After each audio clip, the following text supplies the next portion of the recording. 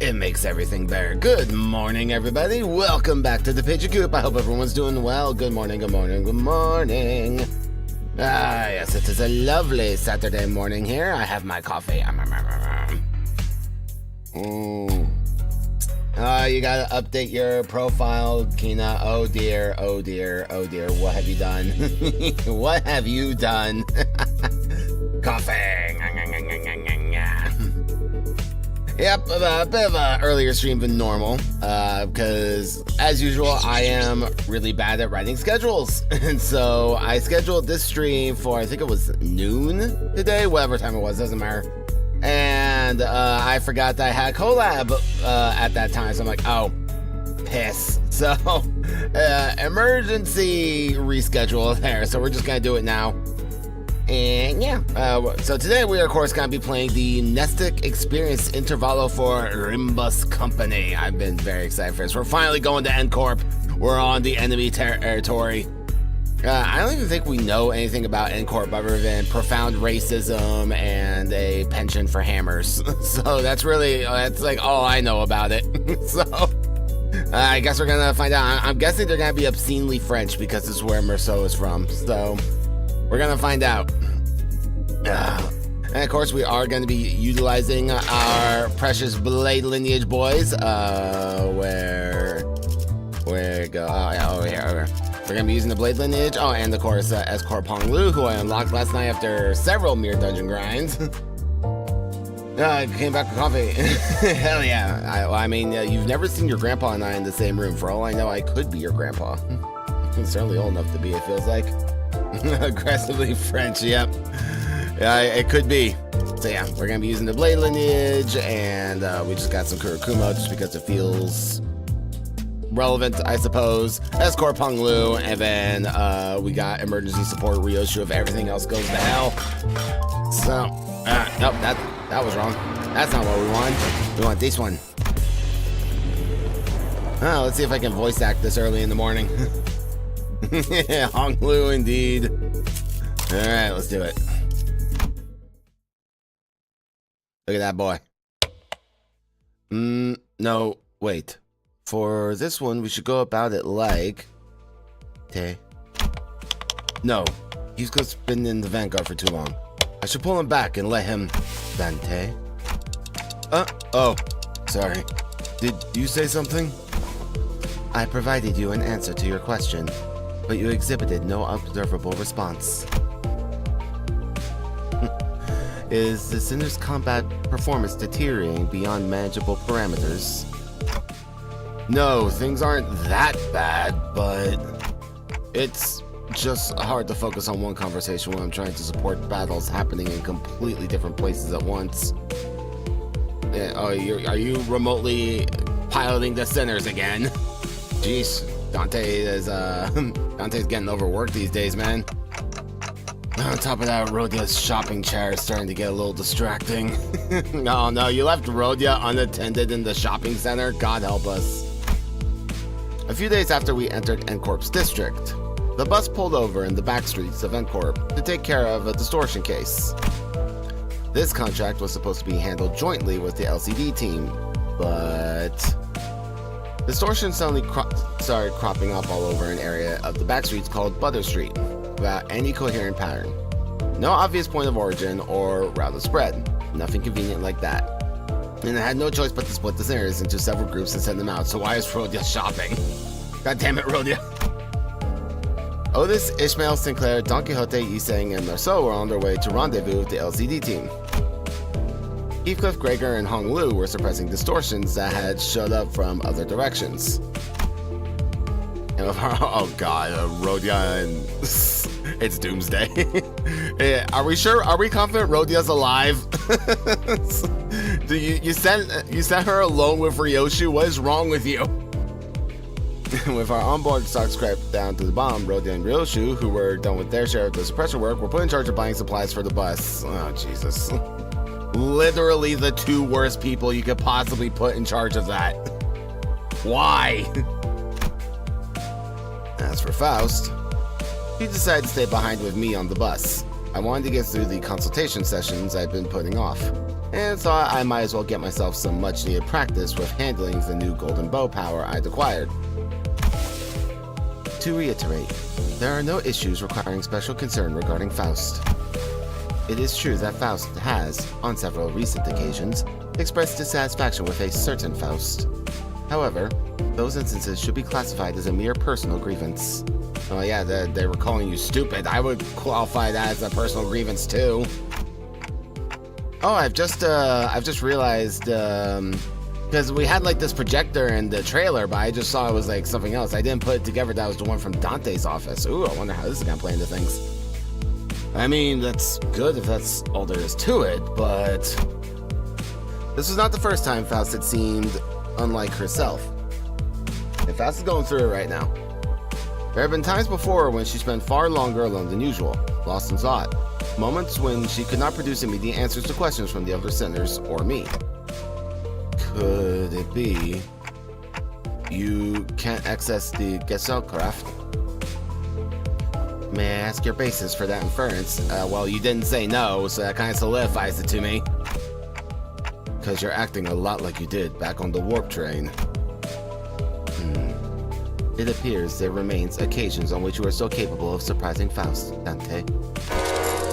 So I was right? You really are cut off from the Gesellschaft? That was not intended as a confirmation of your conjecture. Once again, that is not a no. Stupid Faust. No, we like Faust here, cool stuff. Somebody made a fan-made version of like the Canto 12 final battle, you know, for Faust Canto, and it was just like a boss rush of every Faust ID. I kind of hope it is like that so I can punish all the other Fausts for calling our Faust stupid. Our Faust is great. We have the best Faust. I will not entertain any other notion. Maybe she's saying that while she can technically access the Gesellschaft, it may as well be that she can't. I wish I could ask more and get to the bottom of it, but the way she was sidestepping the subject told me that prying wouldn't give me any further insight. Right. I won't press if you don't want to talk about it. Your reserve is appreciated. Shall we move on? Yes. Your consultation is the next agenda.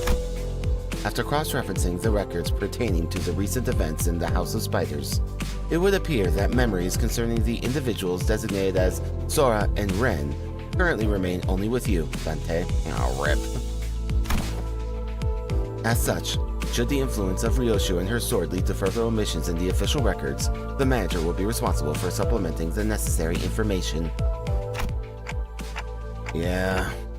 Not the first time I was the only one left with intact memories, huh? Yeah, it's true. Over at the K-Corp, and yeah, but he's going through it too. That's right. Despite K-Corp's memory wipe procedure, Catherine's erasure by the Golden Bow's power, and Arayashiki severing people from existence, I was the only one who remembered what had transpired. I do wonder how that works, how he's able to circumvent these things. I wonder, like, when it comes to the actual concept in Sanrare, because Ryoshu was meant to be something akin to it, but she didn't, like, fully get there. I wonder if he would still be able to remember something that was thrown into a concept in Sanrare. Like, if he had known the secret recipe to Bongi's chicken, would he be able to recall it? But ironically enough, the memories I had prior to swapping my head with this clock still showed no sign of returning. Why won't my old memories come back, though? Is it because of this clock head? Well, memories are stored in the brain, Dante, and your brain don't seem to be part of the equation no more. Speculation based on your experience with the bus team thus far will not meaningfully contribute to the recovery of your former memories, manager. Oh, she called us manager and not Dante. What does that mean? Inductive reasoning conducted from memories with gaps, after all, is bound to have structural limitations. Bongi would serve as an adequate analogy. I was just talking about Bongi. Bongi? Yes, Bongi. Receiving feed and increasing in body mass alone would provide no meaningful basis for identifying the purpose of its rearing. Even at the terminal stage, when exposed to kitchen instruments and the heat of the stove, its limited experience would prove inadequate to constitute an understanding of its ultimate fate and purpose. Likewise, the ultimate answer to your doubts can only be obtained from the whole of the experience that you will have accumulated at the terminus of your entire journey. That is your Allied mission. Because treasure waits at the end of the road, at the end of hell. And that treasure will give me back my memories and my head. Also, indeed, at the end of the road, you will be able to engrave your aspect. Oh, aspect mentioned. I don't think we've talked about the aspect at all since the prologue. Like, they just kind of brought it up and then dropped it. I still have no idea exactly what aspect means or whether it's an object, but I know one thing. is that the me from before all this began had wanted it badly, obsessively, desperately. It's more like instinctive knowledge, but with my memories gone, that feeling, however strong it is, does not change the fact that it's just another word with no discernible mental image. And you're not going to tell me what it actually is, are you? The aspect. What it means, or why I wanted it so much. If it remains a piece of information that must be disclosed to you, then no. I am unable to tell you. Huh? Pay it no mind. You are still following your star acceptably. Please concentrate on the journey. More importantly, have you grown accustomed to that incomplete power? Current observations suggest you have yet to arrive at that level. Well, I've gotten pretty used to focusing on one place at a time, but keeping track of several places at once is still a bit rough. Otis's team is doing well in combat even without my direct supervision, and Rhodia's team is shopping and not engaged in battle at the moment. Taking my mind off them would prove much easier, but that wouldn't give me the much needed practice, so I'm doing my best to keep an eye on every sinner's status. Sufficient familiarity should result in substantial tactical value. You would be able to cast a wider net when information gathering and employ previously unavailable tactical patterns. Right. And I'd also be able to tell when it's a bad time to call someone in, too. Even as I continue talking with Faust, I make sure not to stop observing the places where each group is and what they're doing.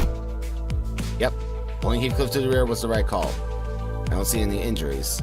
His team's still doing pretty well even without my directions. As for Rhodia, wait, did she just stuff all the pastries and bread she bought into her pockets? How'd she manage that with a huge baguette? I told you it's a terrible idea. Why did you send Rhodia and Ryoshu to do the shopping? Ryoshu's either gonna kill Rhodia several times for annoying her, or Ryoshu's gonna buy some abominable food that no one's gonna want to eat because she's gonna want to cook it, or Rhodia's gonna buy a bunch of snacks and deplete the budget. There was no win scenario here, Dante. La siguiente hora. Hello, Phoenix. Welcome in. And Otis's group. Let's see. Looks like they joined up with the LCD team without any issues. LCD.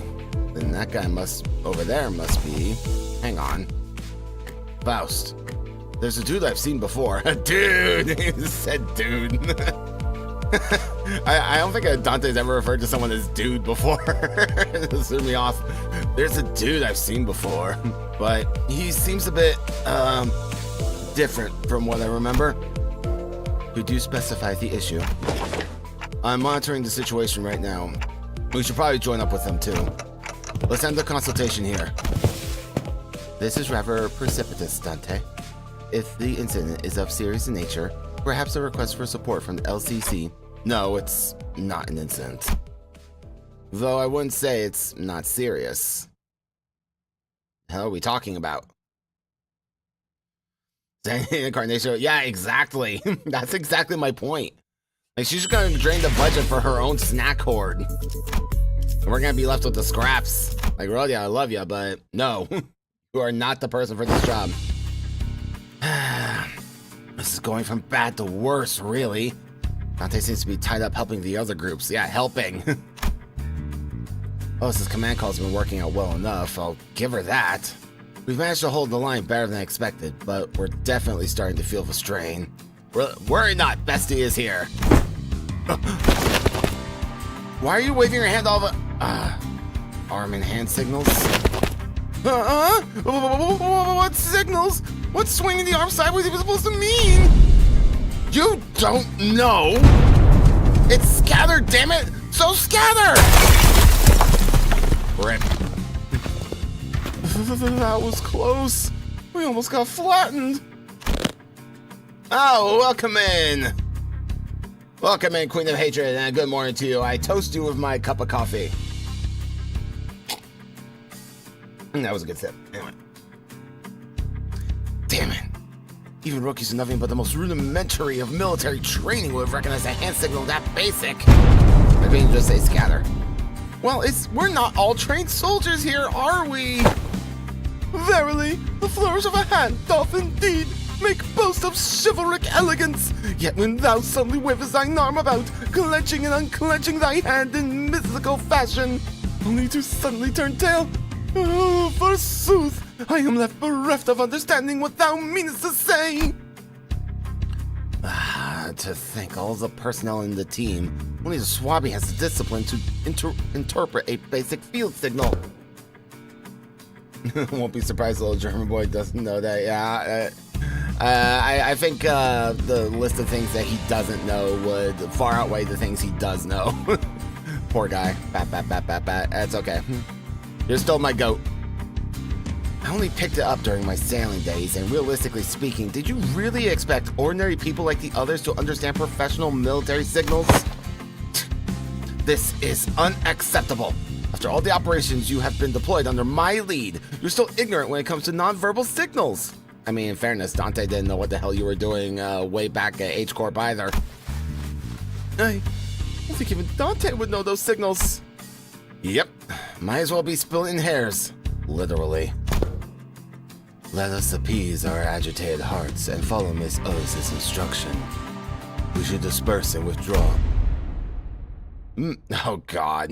Megaton landing! Rip. Pretty cool, huh? Let's face it, I know how to make one heck of an entrance. Whoa! Weren't you supposed to be cleaning up the distortions upstairs? Oh, finito a million years ago. You guys were taking forever, so I figured I'd take a peek and lend a hand. You're welcome. Split by your thundering descent, the floor's form and shape are now crushed beyond mending, sunken deep enough to be likened to the incipience of a wellspring. Yeah, don't you worry your head about it. That's all after teams to take care of. Anyway, that should be all of them, right? The force of your landing neutralized the last of the distortions outside of the building. Great! Can you check on the distorted peeps' faces and clothes? Their faces are all segmented. Ugh, makes my skin crawl. Not a pleasant sight. As for their attire, this one appears to be a sweeper, and that one over yonder bears the attire of an ordinary fixer. There's such a thing as an ordinary fixer in the eyes of Don Quixote. And this distortion I landed on, probably a local resident, judging by the clothes. Did any of you happen to see anything nearby bursting with a big pop and flash? Nay, not once. Okie dokie. You know what? Then let's all head upstairs. This suppression request is kind of a pain. We need to put together a neat plan before we start poking it too hard. A plan, sayest thou? How?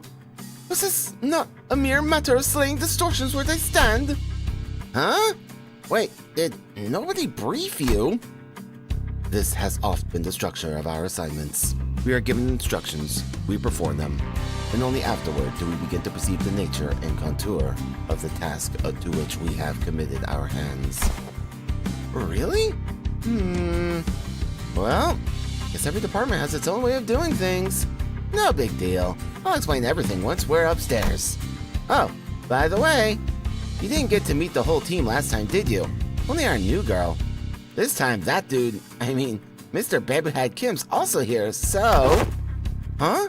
He's okay now. And of course he's okay. It's been like several cantos. He's good. He's gotten time to recover.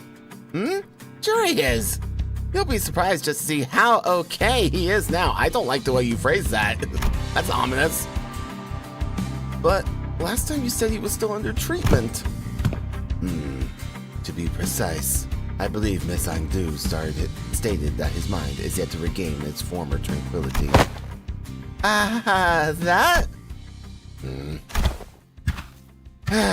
You'll get it once you see him. I feel like we'll just end up having the same conversation twice if I say anything about it now. Oh, there's the boy. I'm really sad this cutscene isn't voiced yet. It'll be like a year before his cutscene gets any voices. Although, there's supposed to be an announcer for him now. I'll look up his lines later. I'm so curious to hear what he sounds like. You've arrived. It's blinding. It's so bright. Midday sun's pouring in like crazy. Yet the warm trickle of the sunbeam is rather agreeable. No, this is not the sunlight.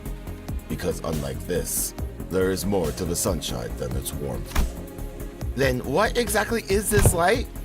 Excuse me. Why is this thing on again? It's bright enough to fry my eyeballs. Apologies, Lady Ezra. I am yet to be accustomed to this machine. This is my first time laying a hand upon the complicated workings of such a contraption. It activated of its own accord, and I've yet to discover the method by which it may be silenced. I'm assuming this is a Kim guy. I don't know what voice to give this guy. Just like... That's why I told you to leave it alone. Fiddling with things you don't understand usually ends with something, or you, broken. Nothing good comes of it, I tell you. But, Mentor, Lady Modus has instructed me, excuse me, that in every moment and event, clues are hidden under the veil of one's surroundings. They must be examined with care. Yes, and that only works if you're savvy about the knack.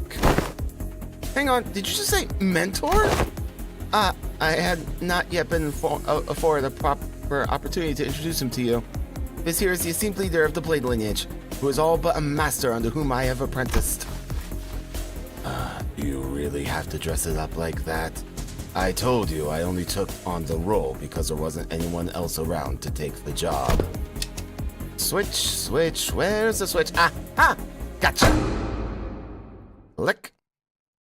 Who the hell are you? Huh? Goodness. Known as Bamboo Head Kim. Wait. That's Bamboo Head Kim?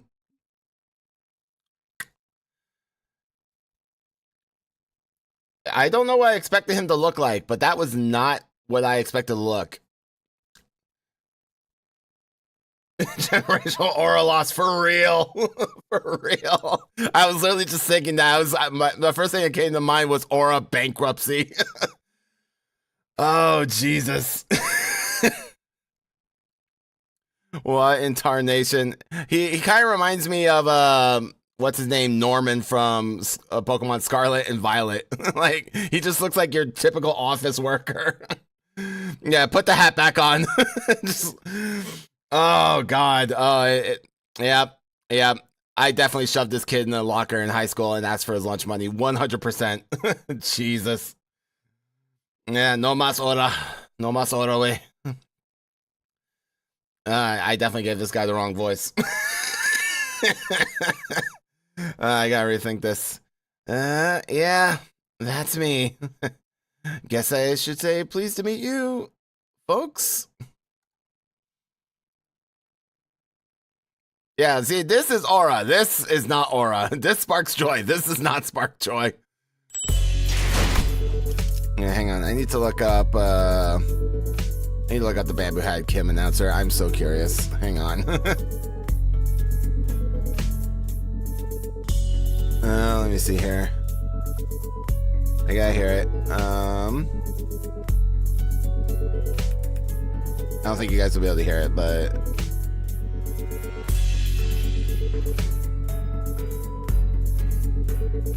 hang on a second. Get the audio working on this part. I think you guys will be able to hear it now. 행두야, 이건 또 다 뭐냐? 보시다시피 일입니다. 우두께서 그동안 놀고 먹으며 테레비만 보았으니 그러니까 S사 주변 정세를 알아보려 두문불출한 것이라고 분명. He sounds like somebody who is like 아니다. coming to work on Monday and would rather be anywhere else. 그래, 일이나 가르쳐 주렴.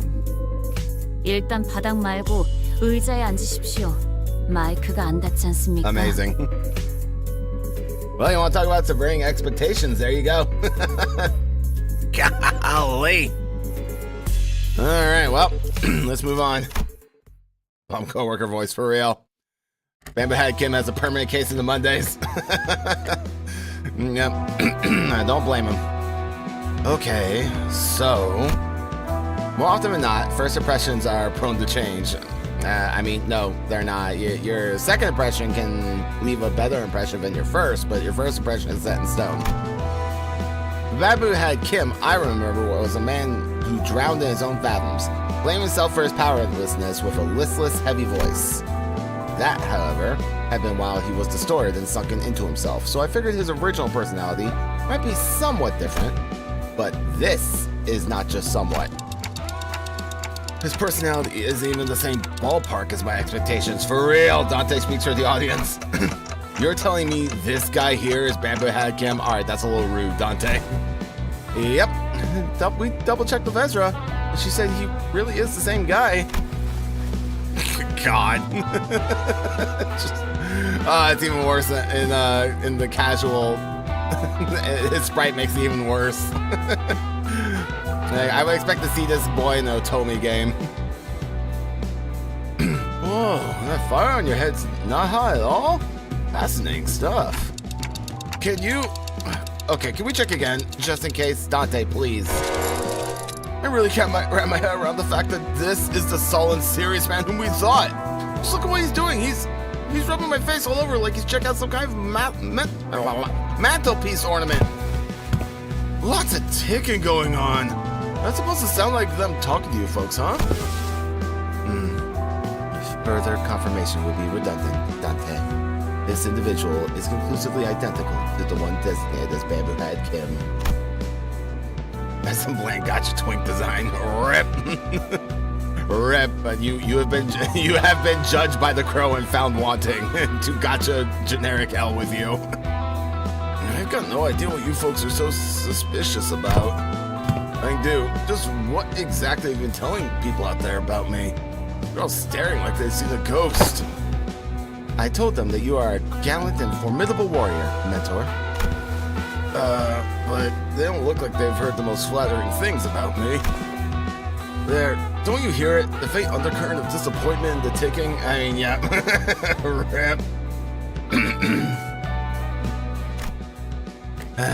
I love the idea that Dante can sigh. I have no mouth and I must sigh. Speaking of I have no mouth, I hope everyone is recovering well from the end of the amazing digital circus. I'm still reeling.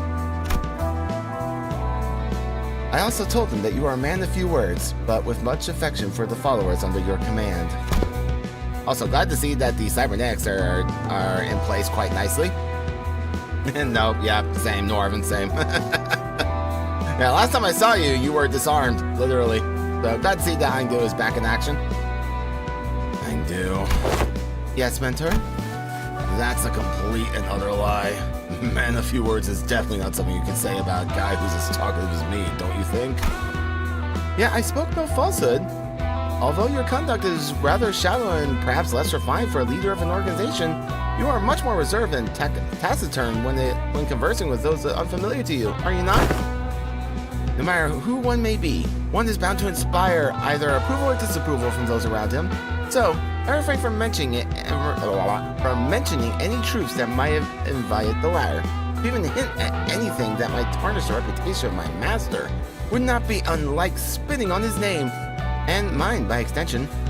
Fangirl. I simply had no reason to put on airs in front of my own folks. In any case, so you can't see anything if I block this part, Do tell, how many fingers am I holding up? This guy. Those are not my eyes, you know. Your own folks, huh? Then you have already acknowledged and accepted that you now belong to Limbus Company.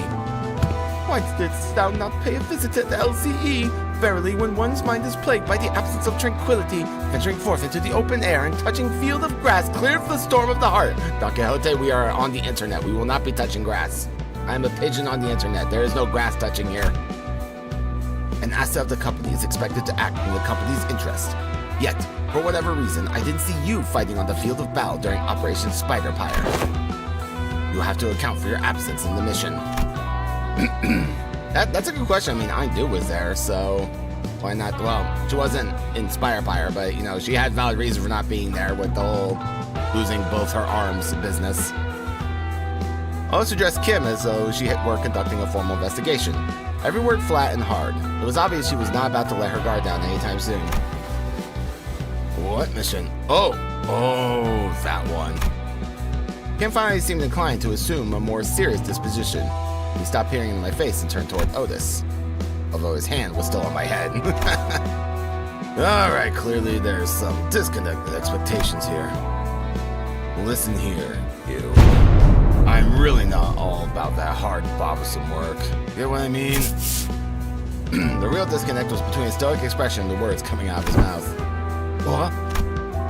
So let's talk about the kind of fellow I am. Meet the resident layabout, who's forced to do his job, with a frown too, I might add. Only when he's got absolutely no other choice. But not some big shine dude's apparently been promoting me as, folks. And I'd very much like to stop getting roped into stuff that keeps putting my life on the line. Fine, then why did you join the LCD in the first place if you'd rather be unemployed?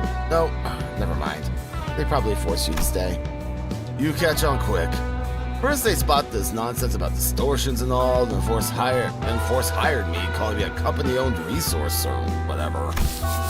And the other day they were going on about, what's his name, Golden Bow? Yeah, they invited me on a tour to another department to listen on some important presentation.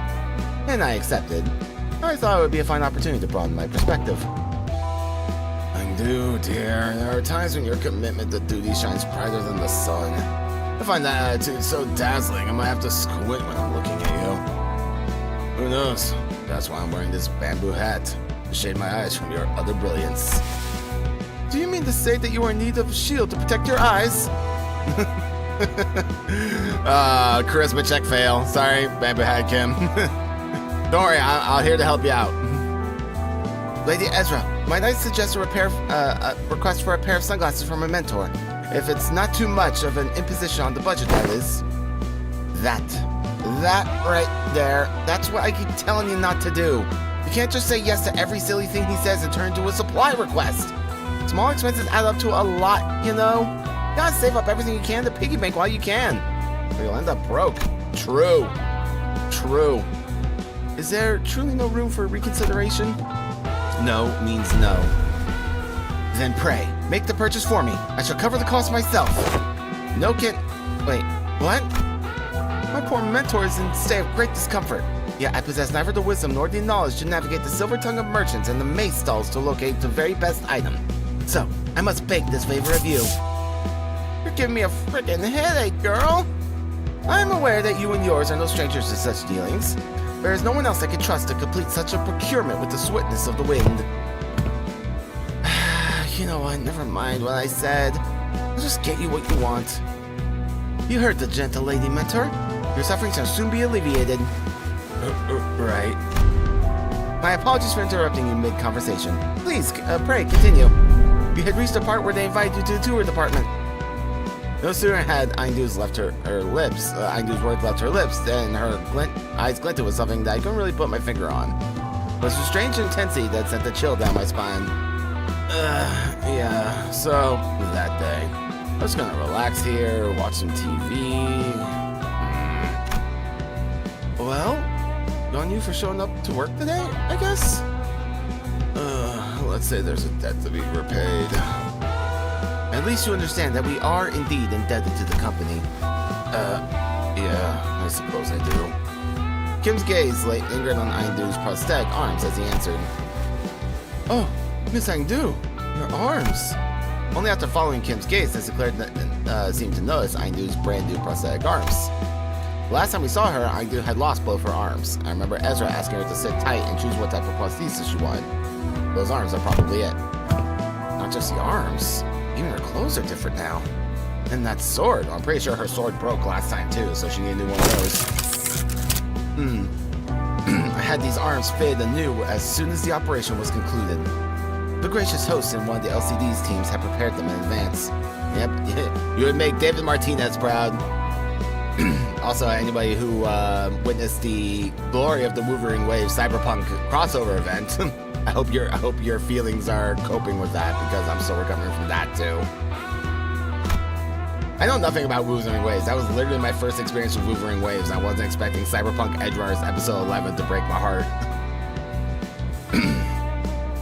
With evident satisfaction, Aindu held up her dark metallic wrist as if to showcase them. The components fixed along her arm clicked and rattled, unfolding for a moment before neatly folding back into place. Oh, Such graceful smoothness, wed to machine articulation.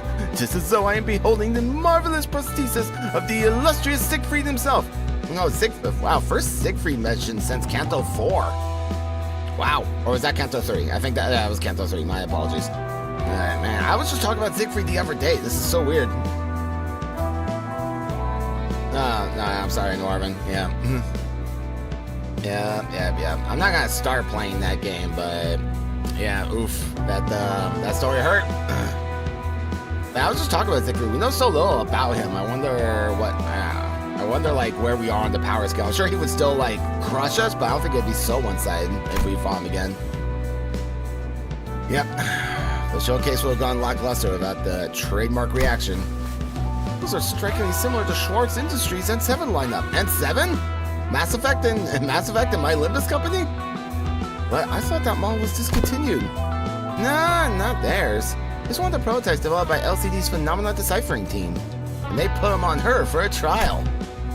Doubt you'll find another like them. They're based on technology spun from distortions. Oh, I see. For a brief moment, Sinclair's eyes lit up as if he had glimpsed something that brought him back to a memory. Then just as quickly, he fell silent.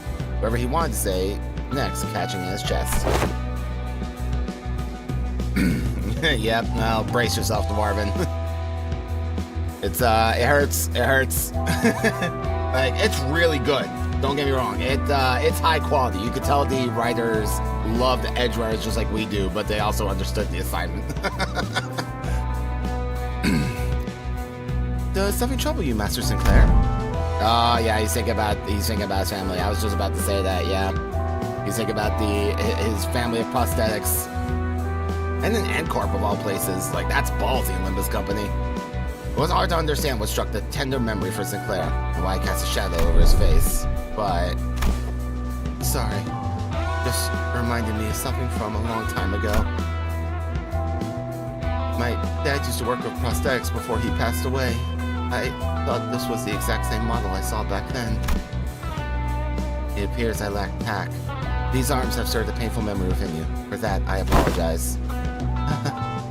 It's alright. I'm fine now. Sinclair's voice still carried a faint tremor, but beneath it, there was a firmness that had not been there before. Oh yeah, you are. It made me tear up. You can thank yours truly for picking out the sword. I was there with her. I did inform Lady Ezra that any blade could serve as a weapon would suffice, but she insisted on browsing the goods. I dare say I was given the opportunity to lay my eyes on every type of sword I could ever hope to see in this life. Walking through the workshop street that day. Oh, please, girl, we walked for just 4 hours. That's nothing.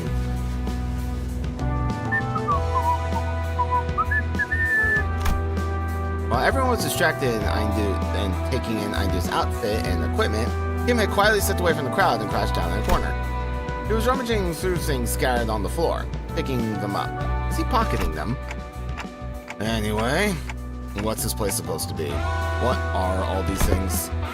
It's basically a wreck now, but there are strobes in that cloth backdrop over there. Maybe it used to be a photo studio? Oh. I can explain why there are so many photos stuck around the place. Probably? This thing definitely looks like a camera, at least. Sinclair picked up a small cylindrical object and turned it over in his hands, studying it with curiosity. What do you suppose this is? A battery, maybe? Ah, there's some kind of strip inside. Let me pull it out. No, that's... Oda shouted a sharp warning at Sinclair as if she had realized something. But Marcel's hand shot out before she could even finish, clasping over Sinclair's wrist before the strip could be pulled out. What? What did I do? Exposure to sunlight damages these objects. I already pulled a little bit out, though. It can be rewound. Carefully rotate the ridge section on the cylinder. I am currently blocking the sunlight from reaching the exposed section.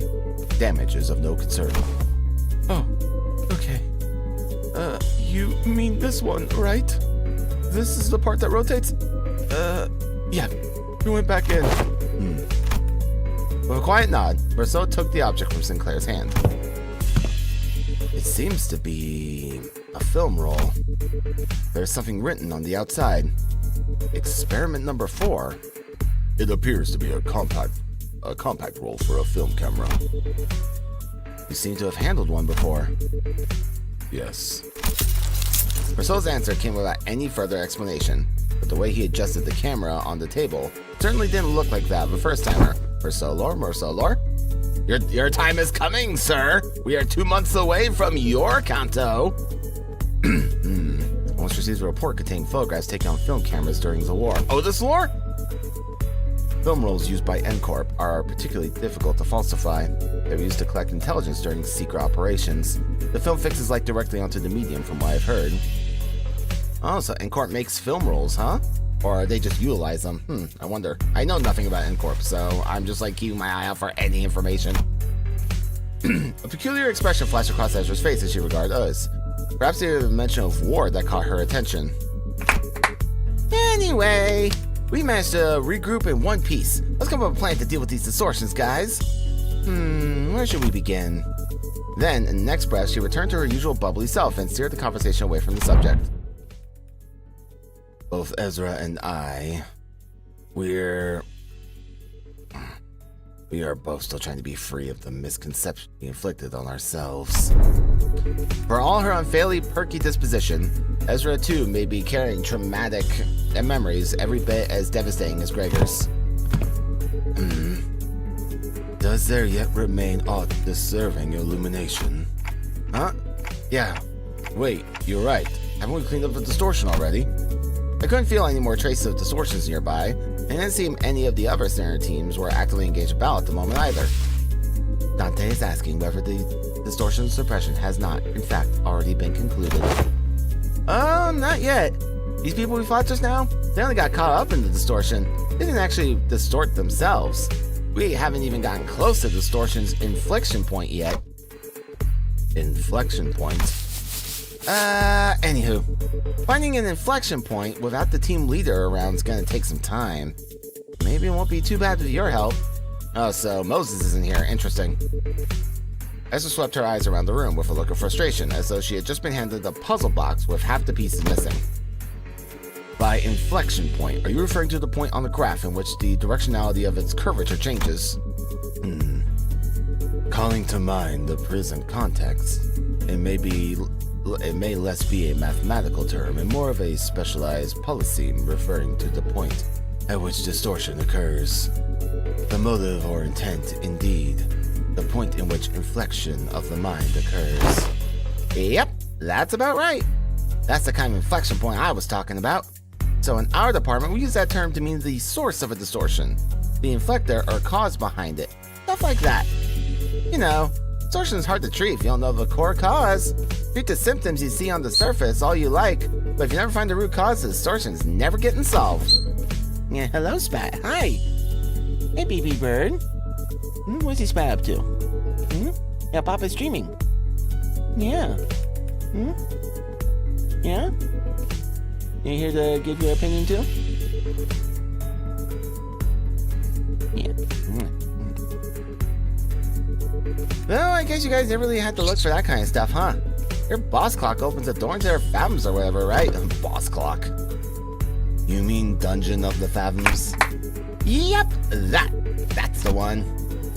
From where we're standing, distortions are really high maintenance, time-consuming headaches. It's the one thing to somehow manage to locate the inflection point, but curing it is another thing.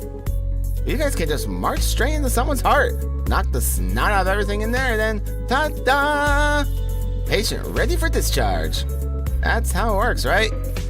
Not gonna lie, I was so jealous when I heard about it, I almost bit my sleeve off. Verily, I had thought your team would set about resolving distortions once the foe was vanquished, as we are wont to do. Was that not so? Of course not. Why would anyone come to us with a distortion suppression request if it were that simple in the first place? But yeah, most of the time, peeps try brute force approaches to it first. If things go south, they send requests to the company or to our detective's office. That means the client this time must have been bingo. Apparently, the residents of Bar Street all chipped in to commission all kinds of agencies like the SWAT and the Combat Specialized Fixer offices. But none of them can actually do things right, and the job got passed on to us. Meaning, the distortion phenomenon related to this kind of photograph is still occurring somewhere unchecked on the streets. Exactly. That's why we gotta find something, anything that might count as a clue. Ezra gazed down at the people lying on the floor with a complicated expression. Neat ash gray suits and the logo of a collar, logo on the collar of the uniform and briefcases. Hey, isn't that N-Corp's logo? Come to think of it, wasn't Merceau? Ah, yeah, way back in Kanto 3. Welcome back to 3 years ago, lads. I was once in... Oh, hang on, let me, do I have an echo effect? I actually don't know.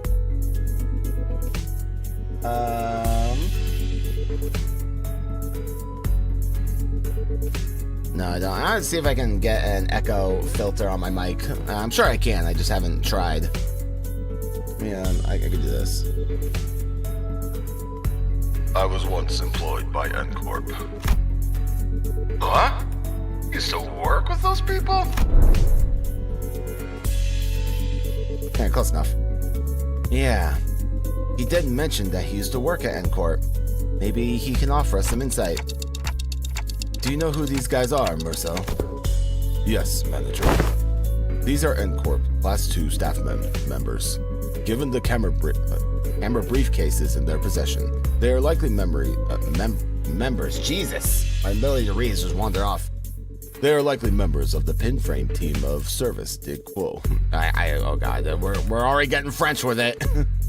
I apologize for the pronunciations from here on out. We're doomed.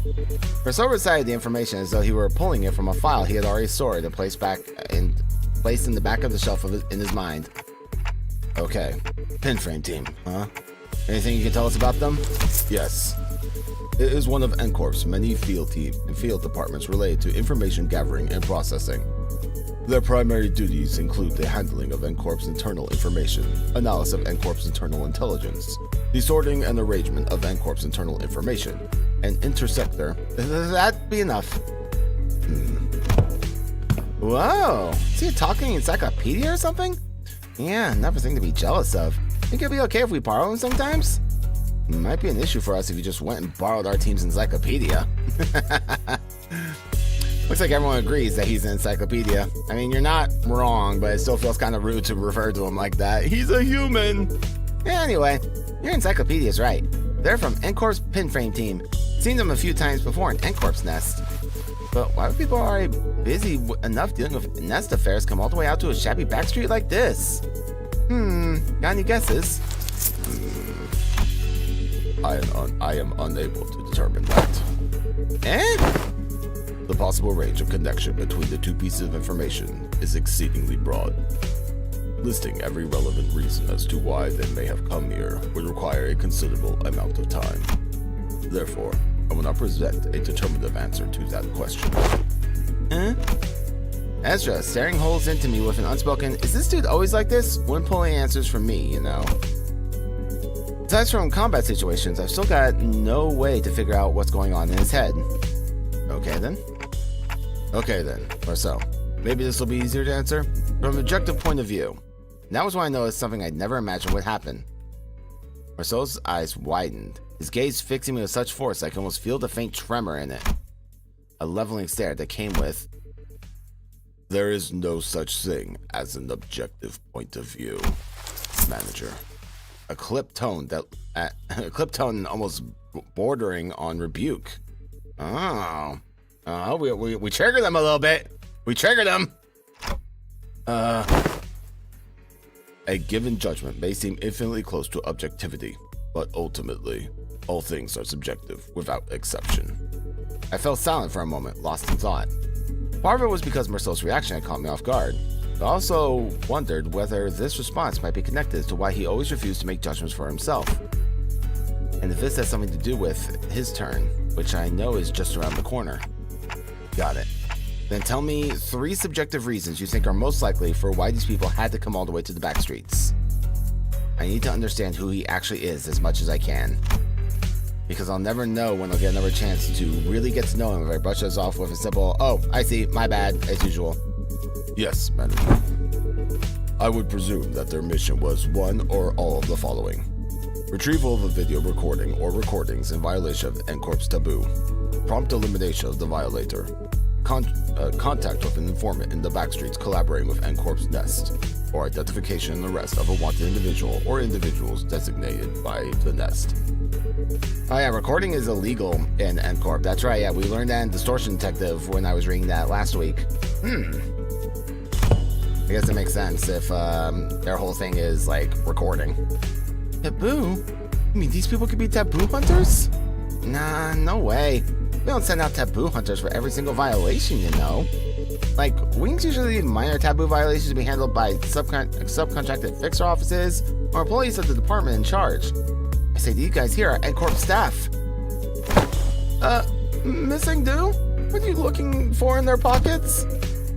I am looking for their belongings, for enlightening clues yet to be hidden in the sleeve or the fold of their garments. Elaine Moses has been gifted the art of discerning the truth from what lies before her with but a single glance. Yet my eyes are far too foreign for such a feat. Let me take a look too. This is an employee card.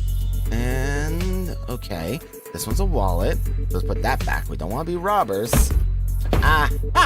This might be it. It's an order missive. Ezra pulled a sheet of paper out from an NCorp staff's coat and read its contents aloud. Work details. Elimination of an individual of a Category 3 taboo violation. Address, Butter Street. This is the place. Which means all of this might be pointing to something. Whoever used to work in this studio and the distortion phenomenon might be connected. I'd say so. Yeah, now you mention it, when that whole pop and change thing happened, it did kind of feel like a camera flash. Alright, let's start by combing through this place. Let me know if you find anything suspicious. Oh, at long last, had the hour arrived for my debut as a detective, forsooth! Don Quixote must have been miffed for not getting to play detective back in T-Corp. No idea where she'd be keeping them, but she immediately pulled out the detective process that had been given to Rodia, Ryoshu, and Honolulu back then. Oh, please. Please tell me we're getting Detective Don Quixote. Please. Please. It was foreshadowed all the way back in that intervalo right after Kanto 6. I need it. Project Moon, please. Please. Verily, I had foreseen that this day would come. Oh, please, please, please, please, please, please. I need it. No, Bestie, no. No, Bestie. Don't do this to me. No. Don't do this to me, Bestie. I've been waiting for this for years. Don't do it. Fortunately, Otis wasted no time putting an end to Don Quixote's badly timed shenanigans. A sharp dress down from her was enough to make our dejected chivalric adventurer stuff the costume away. No! Oh, I'm so upset. Oh, Bessie, we are having harsh words about this later. Damn it. Okay, then. We should get moving, too. Yep. Brian, I'm afraid this is gonna warrant about 45 cents. Damn it. I'm so sad. Alright, so who we got? Okay, well, we got... Alright, Yeah, Detective Phobia ID. We had it. We were there. The detective costumes back in Time Killing Time were elite. They were amazing. And I wanted to see Don Quixote there, but nope. Apparently denied. Okay, well, we got most of the Blade Lineage. We got Blade Lineage and Kurokumo, Ishmael. Alright, fine. Okay, well, let's do it.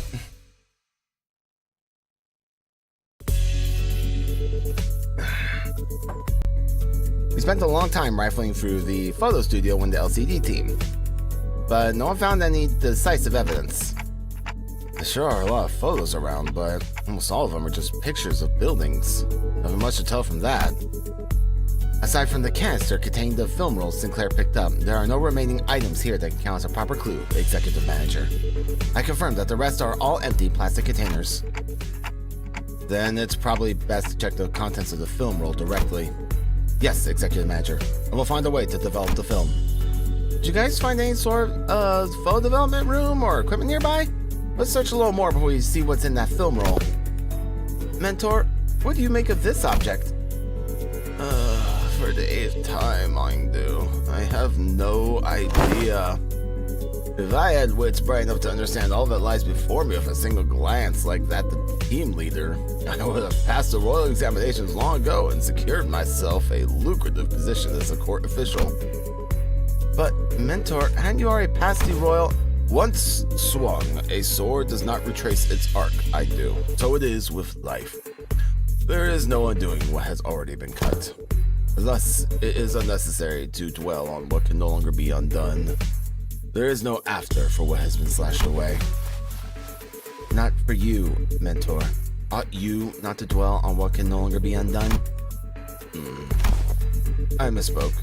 I did not mean it that way, Angdu. I merely meant to say that I do not wish to recall my past. I am aware. You have told me as such since long ago. Whenever you were placed in a position to retrace the past, mostly at the eateries where you filled your belly on unpaid tabs, each time you brought down the stone wall before our house by your own erring hand. Those are the kind of things you should never forget. Ow! My belly! Ugh, I feel a stabbing pain in my belly! This spot, the very wound you once gave me afflicts me yet. The one where you thought you were only poking me with a scabbard, yet by some cruel turn, it was your sword that ran me through. Mentor, you said it was completely healed and I need not concern myself with it. Those very same words have been repeated at least 80 times. But it still aches every now and then. Chiefly when I hear your sharp, cunning words that I really don't want to hear. Ah, is that so? I do suddenly pulled out a sheet of paper and began furiously writing something down. What's this? I have written down the words I have just said. If hearing my sharp, cunning words afflicts you so, perhaps reading them instead would cause no suffering. Jesus, these two. Kid's face began to contort like a wet dish towel being wrung dry. I really can't believe this is the same mentor Angdu follows so devoutly. Where's all that dignity and forbearance Angdu said he had?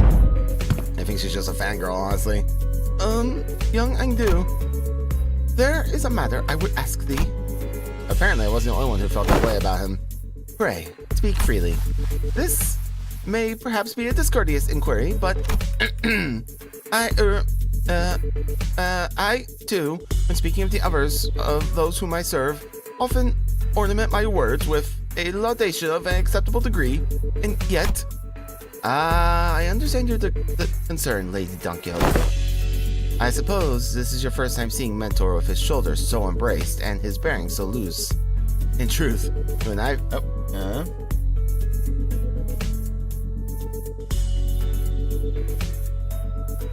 hydrate. Okay. There we go. I had to move it because the text was overlapping. I couldn't tell what was redeemed. I will hydrate. Thank you, my love.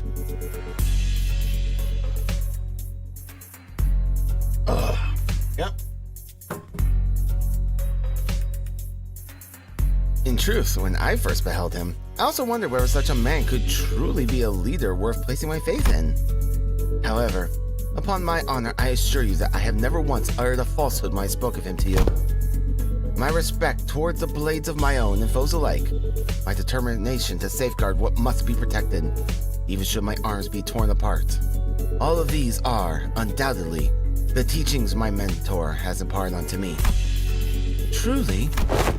Yeah, I think you should know what she's talking about more than anyone. Why, if the fortune should grant the opportunity, you may witness Mentor's true self yourselves one day. That is to say, if we let ourselves be carried by the currents of the river, we arrive at such a chance. Yeah, are we gonna get like a Ketchin Himura kind of moment where he's just gonna switch? He's gonna go from like this lofty dude to Patosai? I'd be down for that, honestly. Aindu gave her prosthetic arm a casual sweep, smiling serenely as though she truly believed every word she said. Then, leaning closer to Don Quixote, she whispered, "Besides, unless I speak with this feigned, stern ignorance, there will be no end to his digging in his heels. I would ask for your trust, for all is aimed at his benefit." "Forsooth, thou hast been burdened with the trials of serving your superior." So that's what it was. Yeah, now. Oh. Hi boys, how you doing? Oh hey, they got the same gauntlets Merceau does. I wonder what the connection is. Oh, Malanta. What could it be? Just as I witnessed the budding of this peculiar bond of commiseration and camaraderie between our chivalric friends, the door leading outside was flung open with a loud slam. We have arrived at the target location. It appears that the advance party has already been defeated. Wait, who are these people? Didn't they say there was only a single violator? Oh, crap. Looks like it's too late to talk our way out of this, whatever excuses we come up with. Oh boy, this is not gonna go well. Same thing happened last time when I saw the N-Corp employees. I had the wrong intel, and all of a sudden flash blinded my vision white. As though I had stared into a burst of searing light, so intense and bright that it made my head swim. Yeah, there was the same pop, and with my vision blinded, the only thing I could make out was Ezra's soft murmur. Until even that came to a stop as her breathing hushed. Oh. It didn't take long for me to realize what was happening. Seeing it again doesn't exactly warm the heart when you say I can do. Though S-Corp may indeed be passing through hard times, this alley was not quite so wretched in form, was it, Mentor? Is that right? It looks pretty much the same to me. This place. What's happening? Where are we? Did we just get teleported to S-Corp? No, Dante. Though it generates a considerable sense of verisimilitude, this is. I think I know what this is. This is a presence. I've been able to detect it until just now, but somehow it was now surrounding us, penetrating every corner of the space where we stood. The dreary stone walls, trees bent and coiled in grotesque forms, the sheen of the light, and even the air we breathe, all of them point toward a single phenomenon. This is the depths of the fathoms. Fathoms made entirely out of distortion. There are completely different distortions where the N-Corp employees were just a moment ago. Executive Manager, it's exactly what it is. This is exactly it. This is what I was trying to explain. Oh, I don't like that. Not a fan of that.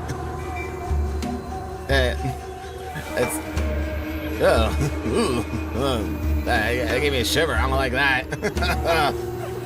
It kind of reminds me of what's it, Old World Blues from Fallout New Vegas, like the think tank lads, but significantly creepier.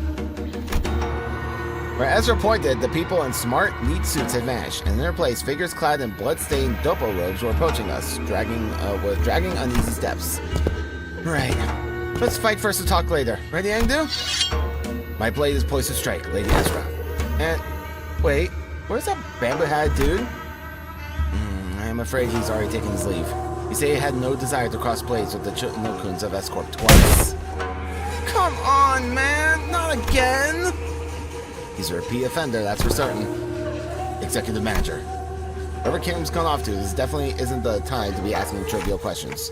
Right. Let's do what Ezra says and get ready for battle. On your orders, Executive Manager. Men, prepare for battle! Alright, let's do it.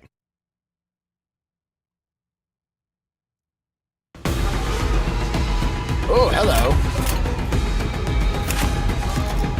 Yeah, she is playing language still. Cool. I was pretty confident she would be, but I wasn't going to take it for granted. Yeah, boys, I assume you're basically going to be the same as your Ishmael equivalent. If I don't have yet, but I'll start her out next week. Bone claiming. I wonder if she'll gain the Blade Lineage buffs from Marceau. I guess I'll find out. Coming specialized custom prosthetic, get 5, look at the arms. Look at the arms, yep, same as Ishmael. On the outside, it looks so different from the prosthesis you might find in other nests or backstreets, but apparently this particular prosthetic limb has been created using technology unique to Limbus Company. I wonder what that could be. Since the development of this prototype was led by the LCD department, I would assume it has something to do with the power of distortions.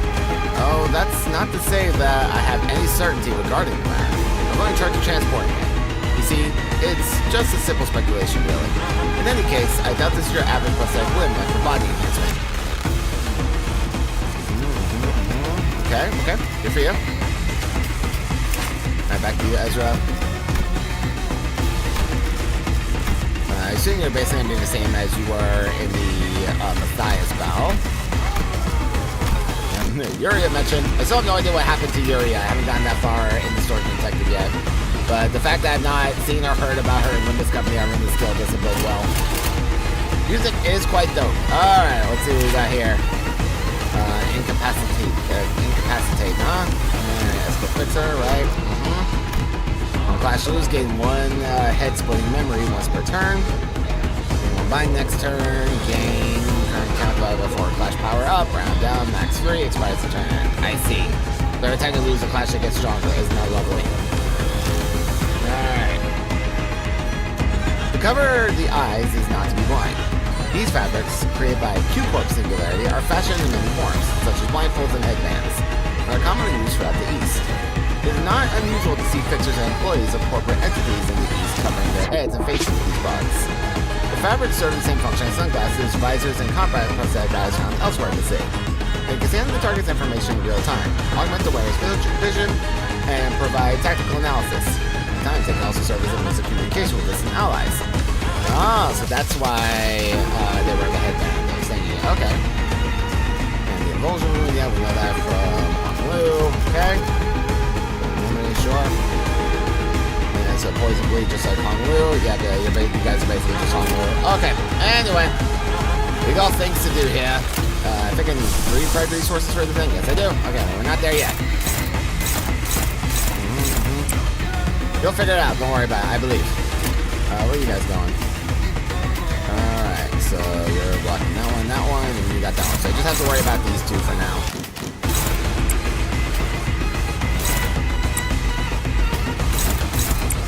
Alright, let's see here.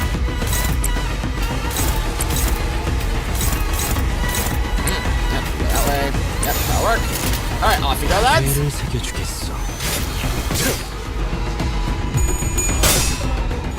Oh yeah, it is. I took one for the mirror like not that long ago. I don't have Ishmael yet. I'm gonna shard for her next week.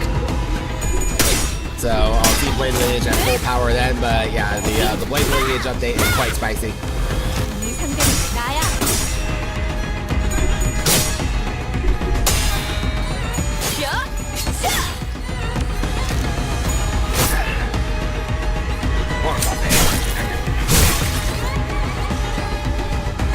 First time using Blade Lineage in the story as well. Oh, Faust, come on. Hey, whoa. Oof. Faust, please. That was close, girl. Calm down.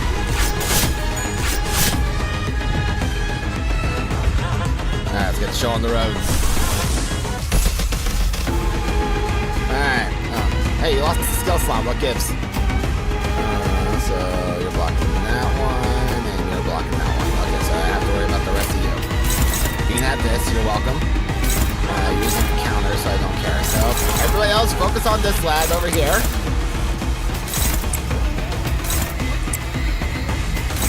That's okay, I'll take the fight one for later. Alright. Off you go.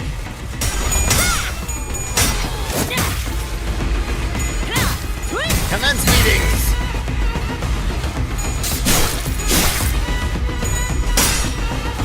Oh, you're getting your bones claimed. Oh, no, she's not getting she must not have no stacks. I didn't see how many stacks she had. I just assumed.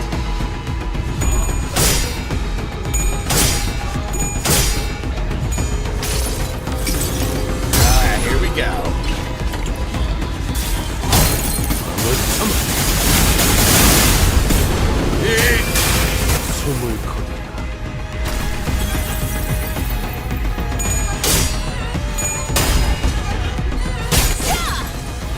Alright, get staggered, idiot. Yeah, this guy's so dead. He's so dead. Yeah, there you go. Oh yeah, and Kim is now distorted. Yes, my boy. Just the time to claim some bones. Let's see here. Go over here. You have the best chance of losing over there. Get your bones claimed.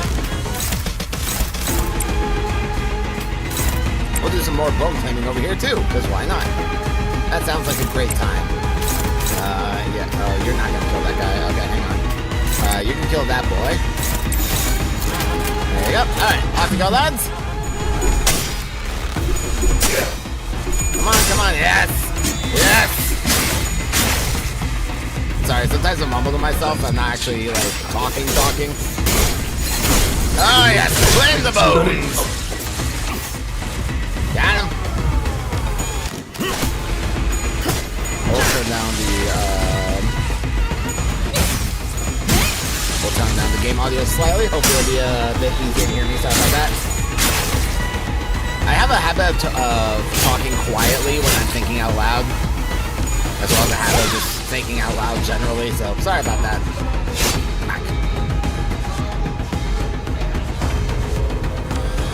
Alrighty, now then, let's see here. You are going over here, you are going over there. Okay, so you have to worry about you two, because you're just doing a counter, therefore I don't care. You can go over there. Alright, everybody else. Strike him down. This guy's not gonna have a good day in a second. Here's some on this.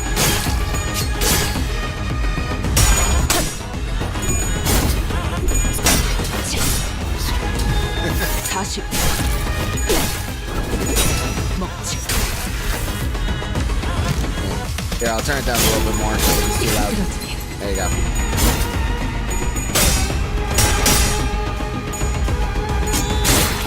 Hopefully that's a better balance.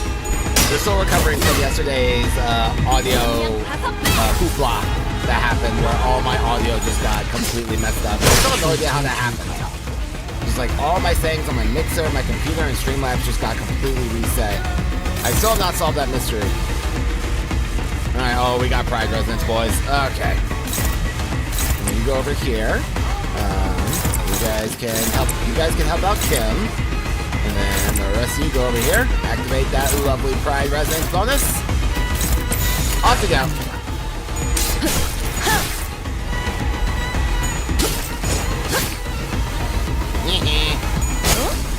Yeah, you're just having a bad day. 'Tis a terrible day to be a distortion.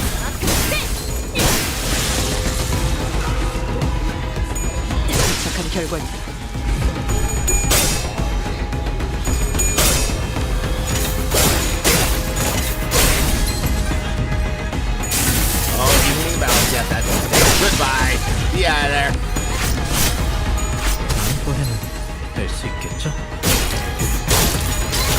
That acupuncture is pain-free. Is that everyone? Yep, we got him. Easy. Not a problem. That should be all of them. Surveying the area with measured alert, Aindu cast the blood from her sword with a few sharp flicks before sliding it back into its sheath. They're not changing back. Doesn't look like beating up the distorted ones reverts them immediately this time around. Perhaps a fortunate turn of events in a way. Let's search for clues while time allows us. Right. You take that side, Aindu. I'll search here. Ezra and Aindu moved about as though they were used to this kind of situation. Without even taking a moment to catch their breath after the battle, they began searching the space. Prithee! Don Quixote was the first one to voice her doubt in the surreal, unfamiliar situation we found ourselves in. We felt distortions upon our arrival hither, yet, before I have beheld our surroundings change with so sudden a flash. Prithee, I cannot make sense of this situation. Couldst thou render a detailed account of this distortion phenomenon? Apologies. It would appear I overlooked the briefing due to the urgency of this predicament.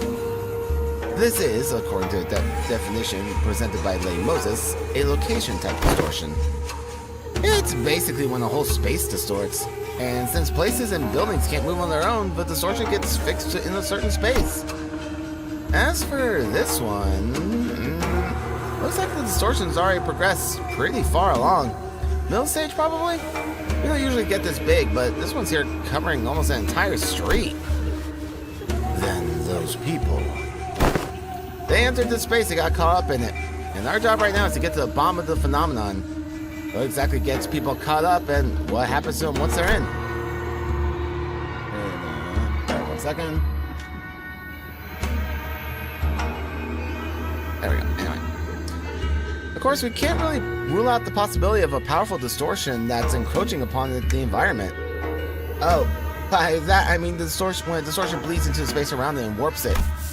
Oh man, I'm actually talking to our team leader. Well done for me, I guess. Ezra continued with a giggle. Yes, I know, Spat. I know. Hi. Hi. Hello, baby. My goodness. Yeah, hi. Hello, baby bird. Yeah, hi. Yeah, what should say? Where is he? Huh? Oh, my goodness. What's the matter? It's alright. Everything is okay. Come here. Come here. Alright. Yeah, it's okay. It's alright. Yeah, Papa's here and everything is okay. You don't have to worry about it. In any case, we won't be able to suppress it or cure the distortion, even if we whoop these guys' ass 100 times. Oh, no more. Papa's streaming. Althea! What's up? How you doing? I had them knees. Also, Spat moment with this music. I know, right? Man, Spat is demanding attention. He says, Father, it is time for my morning scritches. We need even more clues to help us locate the inflection point. Maybe we should examine these people over here, too? Oh, forgot to go busy again. Warvin, happy you're playing Wolverine Waves. Love that for you, but don't need a notification right now. There we go. Alright. With a call, Ezra directed our attention to rows of collapsed people all around. Often clad in dopo robes. Still dying, but it's okay. That happens. Aren't we all? And these are... The glyph emblazoned upon their headbands. True. This speaks propulsion in pursuit. It marks them as true Nokuns. Functionaries charged with scouring and hunting away runaway nobis. You hail from the homeland as we do. I am unsurprised that you know of them. Oh, Yiseng was from S-Corp? I forgot that. That's right, he was from S-Corp. I totally forgot. I could hardly fail to know. For I, too, was once enumerated among their quarry. Scientists and technicians were daily being dispossessed of their stations in S-Corp after all. So it was no idle tale. Scientists who plied their craft without fattening S-Corp's coffers are seized forthwith and made nobis of the corporation. Indeed. I count myself fortunate to have absconded with my friends, afore the brand of Nobi can be impressed upon us. Otherwise, Nobi, the wretched appellation conferred upon people who, for the convenience of those in power. I don't mind you, don't worry about it. Just Steam was putting notifications over the game. I was like, oh, I forgot to go busy. That was my fault, not yours. I always forget to go on Do Not Disturb when I'm streaming. A vile practice and excuse of their power-mongering. Nothing more. These so-called taboo hunters of S-Corp operate by much the same anatomy. Does the breaching of taboo summon the hunter? Or does the hunter first seize his prey, who's thereafter framed or captured with an invented transgression? If the powerful so desire to chase a man down, to take possession of his very being and keep him caged, then they need only decree that he should bear the lot of a Nobi, such as what S-Corp has become today. My mentor, too, is one of the victims of that accursed practice. Then, could these people have been sent out to capture your mentor, are you saying? Or me? Perhaps, or none of us. You mean to state that it may be conceptual forms of Cho'anokuns generated by the distortion. That is a plausible conjecture. We're getting nowhere with this clue hunting. With a heavy sigh, Oz pressed her fingers against her brow, and as if her head were starting to pound in frustration. To delve further into the matter, it is necessary to determine why the S-Corp and its Cho'anokuns have appeared as the motif of this phenomenon. Considering the source of events we have seen so far, would it not stand to reason that the distortion stains all the nearby things with memories most foul? The presence of Cho'anokuns suggests a possible correspondence to Yiseng's memories. Conversely, however, the absence of T-Corp's time collectors weakens that hypothesis. In which case, the most plausible theory is that this particular distortion could have stemmed from Bedhead Kim or Aindu's memories. I do furrowed her brow and fell into thought, as though she couldn't grasp the full picture of the problem.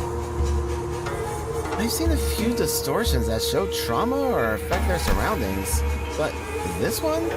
I'm not getting that of inspiration. I can't even guess what this distortion wants either. Oh, well. The light flash of light suddenly drowned my vision again as Ezra clutched her head and cried out with annoyance. Oh, if only Team Leader was here. Cracking this would have been a piece of cake. And we're back. So is this why you keep asking whether we'd seen anything bursting with a pop? The Incorp employees must have had it rough too, being dragged into distortions like this. I mean, what else are we supposed to do? It was self-defense. They were about to attack us. I suppose finding the root cause and taking care of it would be the fastest way forward. Let's just do what we can for now. Okay, first, we developed the film we found here. We'll head to the nearest darkroom and... actually, let's distract that slippery hat-wearing cult back here and get him talking about the Chutanokuns. That's probably our best bet.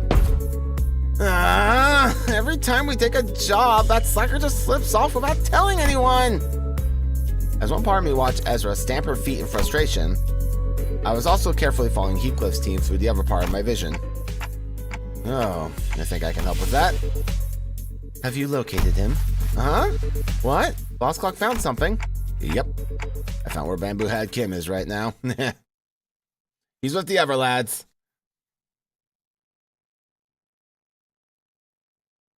승부수가 먹혀들었고 Victory. 판세는 완벽히 우리에게 있어. 루나시. 정착지를 찾을 때까지 이 기세를 잃지 않기를. Oh, oops. Yeah.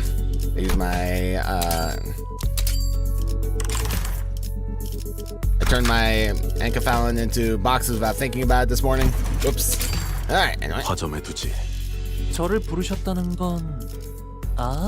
출정이 망설임. 피가 범람할 시간이요. It's the lads. 자유로워질 수 없어. 네, 조금은 별일 수 있는 기회겠죠? Meanwhile, Heathcliff. What the hell? What's up with these gets? Showing up out of nowhere! How should I know? But judging by their get-up, they seem like escort fellas. And things were going so well. Could have talked out with those fedora guys who were rummaging about the place earlier, you know? But no. Just had to go barking at them first. He said there's a lot of trouble if you had, right?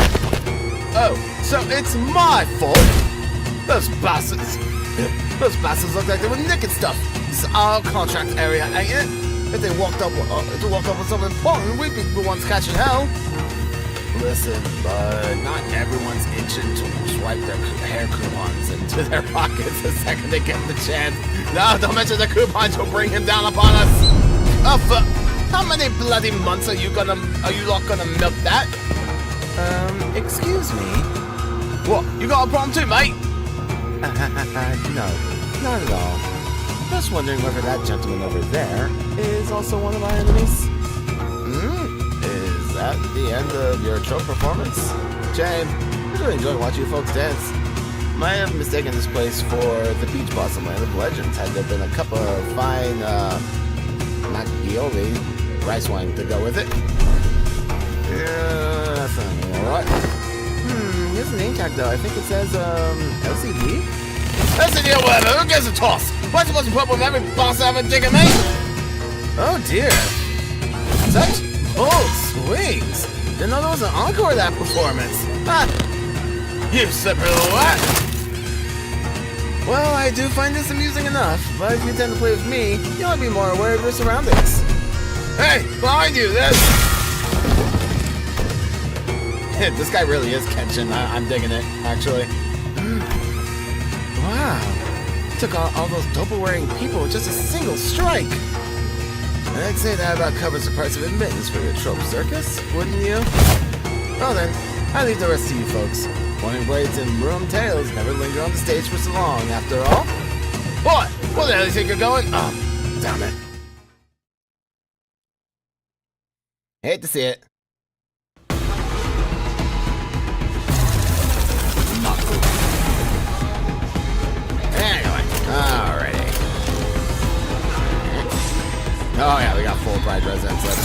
go. Okay, let's burp. Let's see here. Alright, so I don't have to care about you at all today. That's lovely. You can take on this guy. Favored.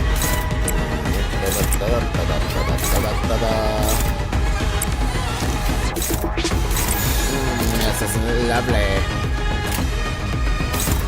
Alright, actually, no, that's fine. Off you go, lads.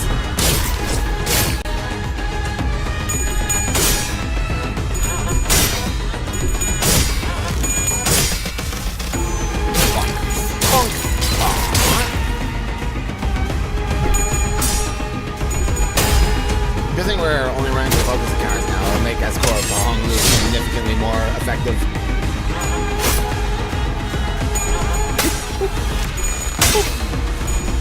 Ah, you almost had it. You almost won the clash. You messed up at the end.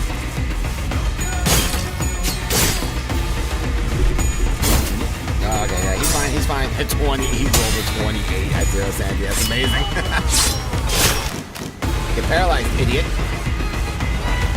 Alright then. Alright, Honglu, you're fighting this lad and only this lad from now on. Yep, that's all you. Alright, kid, you can do your thing. Go do that. We're ignoring you, you're on the counter. You do that. And everyone else go on over here. You're favored. You're also favored. You're also favored. Okay, so we'll just do this. Off you go. Pull the blade lineage. Oh god, I can't believe how many heads he rolled at negative sanity. Get out of here, dude.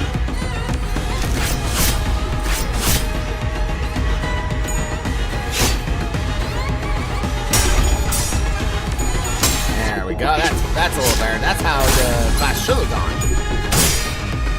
Seeing a lot of tail slips, guys. You guys have positive sanity. There's no excuse for that.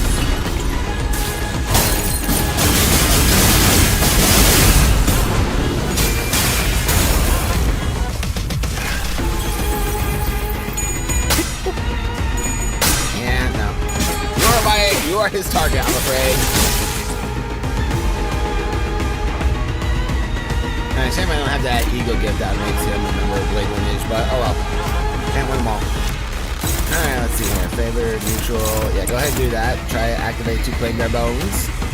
You got some more bone claiming to do, my man. Alright, yep, you're dominating over here. That's fine with me. You guys can hit here, and then you guys can hit here. Off we go. Yeah. Whack. Get staggered, idiot. Ah, damn it. Well, no bone claiming today. Oh well. One time I actually wanted him to flip heads. He did not.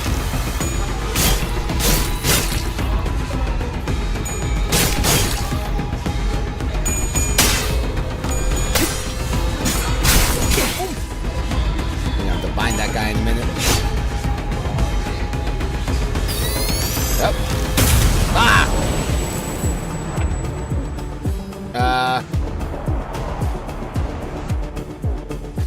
Okay. I see N-Corp Class 2 staff, huh? Pitting Nail and Tremor.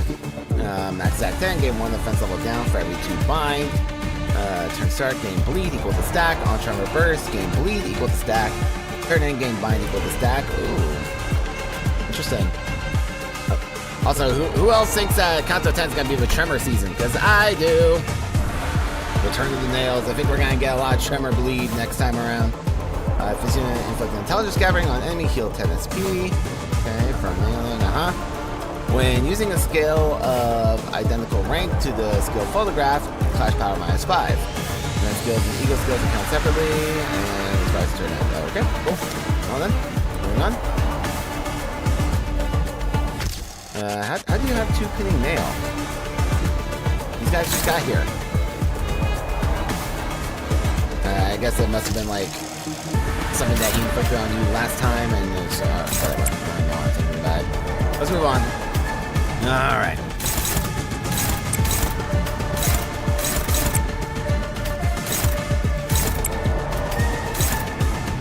Yep, perfect.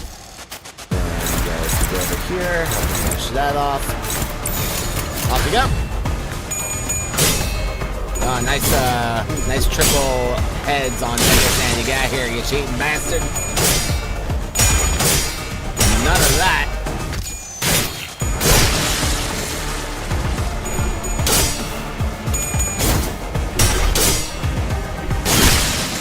Nice. Dead.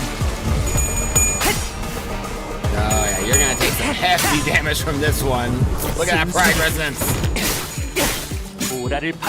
Yeah, dead. Goodbye. You had no chance. I'm very sorry. Alright, you gotta rope up somebody else, Honglu. Let's see here.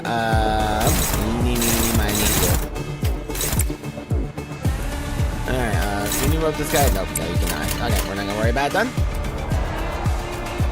Alright, let's see here. Yep, you can hit that boy. You can hit here. And then everybody else on that boy. Let's just go ahead and take him out. I see no reason to faff about.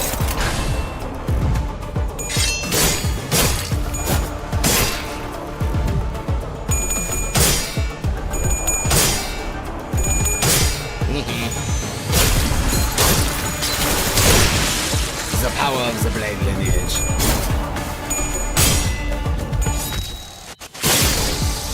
Shame we can't talk this out. Alright guys, we are not the ones who committed the taboo. You are making presumptions. Given that they have this exact same kind of gauntlets that Marceau has, I'm guessing that he was one of them. Like class 2 staff maybe? Exceedingly interesting to me right now. There's something. There you go. Off you go. And everyone else over here. Take that boy down.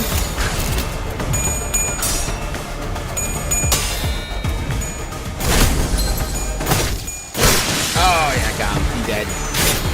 Later.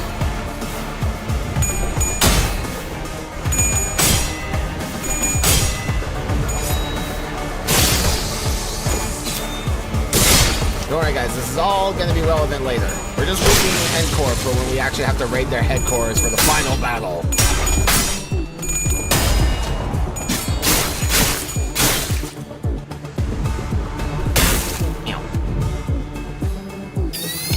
Oh, we're going back.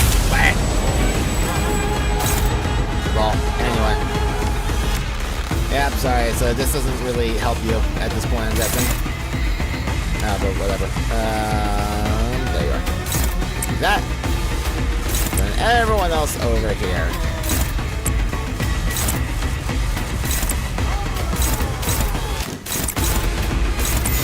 Oh, it's the Bamboo Head Kin team, or at least a variant of it.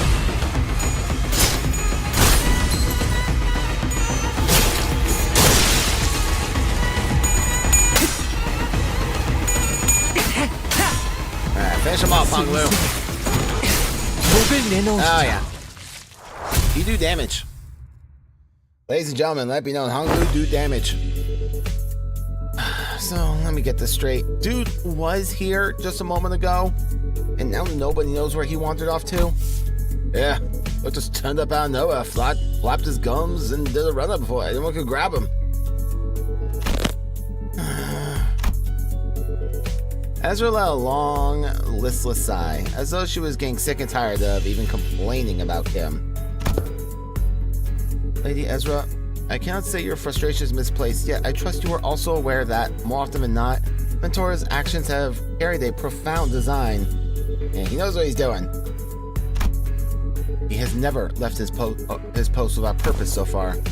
No, I get it, okay, but come on, would it kill him to give us a heads up before he goes zooming off on his own again? It's not like we'd stop him. What are we gonna do, tie him up? Lock him in a closet? Don't do that on our team, right? Remember last time? We all thought he was being a good patient sleeping off in the recovery ward, but nope. When the LCE got infiltrated, he snuck out without telling anyone and came back like nothing happened. And Team Lear didn't even chew him out for that. Lady Ezra, that's... Oopsie. I wasn't supposed to mention that, was I? And the reason he failed to participate in the operation was simply because the LCD was lax in supervising his personnel. Is that what you're suggesting? Lady Moses bade us hold our tongues for this very reason. She knew full well Mentor's intentions would be misunderstood in precisely such a manner. What part of this have I misunderstood? Did you not just disclose that the man deserted his post without authorization? That's the thing. He wasn't just wandering around. He was outside all alone, taking down the ring of Tama mannequins who'd locked down the elevator that leads into the LCE department. Yeah, it's not like he was dealing with the strongest enemy out there, but the recovery ward didn't have an emergency alarm. Nobody from the department was there to warn him either. He somehow just caught on and did the job himself. Huh. It's all thanks to him that the facilities team managed to get the comms back up and contact the LCE chief dude way faster. That helped the LCA to actually deploy. It would have been delayed for another hour or two if he hadn't stepped in, apparently. And when he went fighting, even though he still wasn't fully recovered, so he came back looking like he'd been processed through a meat grinder. So yeah, he did end up staying in bed like a good patient, in a lot of pain. Then the soldier is not entirely deserving of reproach. Nope, he's a less talking, more doing type, I guess. Anyway, we were all stuck inside this building back then during the incident, so fine. I suppose there was no helping it. Today, though, never mind. It's always like this with him. He always slips away and pops back in saying, it's done. My point is, what happens if one day one of those solo missions doesn't go his way and he just drops dead in the street somewhere? How are we supposed to help him then? Actually, he doesn't even know what's supposed to be done in the first place when nobody gave him any instructions. It's gotta be relying on this gut feeling, isn't it? Gut feeling? Look, I only saw the book for a bit, so can't say I've got him all figured out. He's an annoying bastard, but he didn't strike me as some clueless sod who doesn't know where he's stepping. Heathcliff scratched his chin, then kept talking as though he were stating an obvious fact. That's proof enough. He's not one of us, so Clark Kid couldn't have reached him from that far and sent him to back us up. And there's no way he just happened to run into us when we were about to get in the bow, isn't it? Then, well, the book's got some stupidly sharp head on him and piece things together. Could be that. But I've got these moments where I get a flash of that gut feeling, however you want to call it. My boss man, Matthew, said he could hear that kind of shite too. Said I can hear them guts turning, or I think I hear rats scurrying about. He'd do things you couldn't make heads or tails of. Listen, there was one time when we were expecting a life or death fight. Matthew said he can hear them guts turning. Walks around pubs, starts throwing back drinks like he lost his bloody mind. That does sound like someone who's lost his bloody mind. Back when I was on the ship, some sailors used to drink the barrel dry before battling whales to blunt their fear. Or stumble around on the deck and fall overboard. Yeah, and boss could knock it back like a whale. Still, the point is getting plastered right before a turf fall is not what most sane people call a good idea. Had us all crossed, so we went stomping after him. And guess what? Turns out that pub was the secret hideout where the opposing syndicate was holed up. They were crowded around the gaffer, running around their mouths how they'll kill him and put an end to dead rabbits. And so we came storming in and had them surrounded instead. Not a single one of them got away. We beat them bloody every last bastard. And boss knew it'd play out that way. Sorry, but this really sounds like Barstool bragging to me. You sure that wasn't just a coincidence? I should think it was no mere chance. If you were saying as much, then surely this was but one among many such coincidences. Is that not so? Yeah. Every time Matthew pulled one of those stunts, our law ended up growing bigger. Wouldn't have kept working so neatly if it was just a coincidence. It is likely what is most often referred to as indeed an instinctive sense or experience-based precognition. More accurately, an unconscious process by which information accumulated in the subconscious is sorted and converted into sensible conclusions. There have been some extremely rare cases in which Heathcliff have demonstrated the ability to arrive at coherent conclusions that surprise even Faust. On further analysis, it would appear that he was employing a mechanism similar to a sixth sense, as some people call it. Is that a compliment, or are you taking the piss out of me? Though my mentor does not seem fit to explain each step he takes, When all is past, I often find that no footfall of his has taken in vain. I would ask of you, grant him but a little time and wait. Keep waiting, and the shape of his intent may yet become clear. Though I confess, I have also been concerned about him as of late. His recent silence is far heavier than what I have noticed in the past. To wait. Don Quixote began, hesitated, then stopped himself from saying more. She only gave a quiet nod. Yeah, okay. I suppose our team leader has her own reasons for letting him be. That said, doesn't mean I am happy about it. Let's return to the task at hand and do what we can for now. Fine. As the others quieted down, I finally had room to notice the place we found ourselves in, the dark room. There wasn't a single ray of light, just a deep red hue pressing in from every side. I can't believe we've all been chatting away in this dark room, fellas. And the red lights aren't helping at all. Especially with my aging eyes. Oh, are you looking for the right light switch? Sinclair, stop! Animal! And right then... Don't turn on the light. I heard Marcel's clipped warning. His voice coming from a corner I didn't expect to find. Marcel? Where are you? Ah, there he is. That corner. Is he watching something? He's developing the photograph. You gotta dip in the solution. I am developing the film roll, manager. Exposure to light might ruin the entire roll. Please, exercise caution. So he'd be doing his own thing. That explains why he was quiet all along. Huh. Didn't think you'd know how to print photographs, pal. What's that for, anyway? You expressed a wish to have the film developed, manager. I am carrying out that instruction. I see. A photo studio first, and now a dark room. This may be more than a conjecture, but it would not be unreasonable to suppose that the axes of this distortion rest upon a photographer. The film serial numbers either match those found in the photo studio or deviate by only a single digit. It is certain that this darkroom is connected to the studio in some way. The image bears a striking resemblance to these photographs. I also believe this building and that photo studio here share a strong connection. Oh, where'd you get those photos? I brought some from the photo studio. I can't name the locations in the picture with certainty, yet they all appear to be taken at various places in N-Corp's district buildings, mostly. Hey, wait! You know what these are?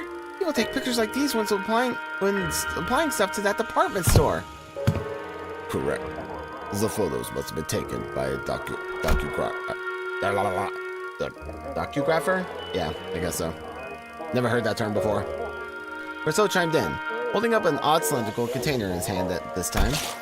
He gave the container a shake every now and then, and with a measured rhythm, whatever he was doing seemed to be part of the process of developing the film.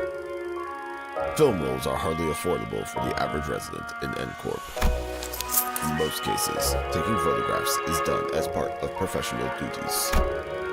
There are approximately 21 occupations in District 14 that utilize photography. However, only a single profession involves routinely photographing specific buildings, adhering to fixed standards that can be observed in these pictures.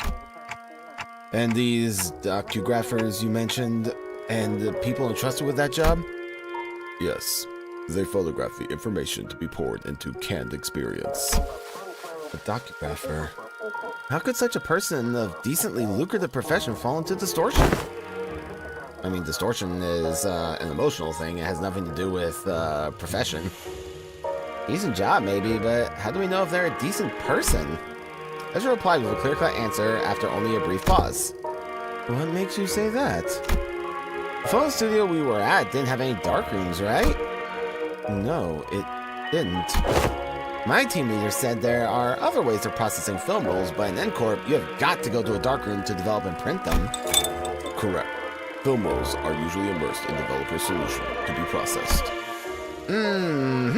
Which is why photo studios have these darkrooms equipped with red safe lights right next to them. But this place, it's pretty far from that photo studio. Oh, yeah, now that you mention it. Check out these windows. They're only covered by newspaper, all messy-like.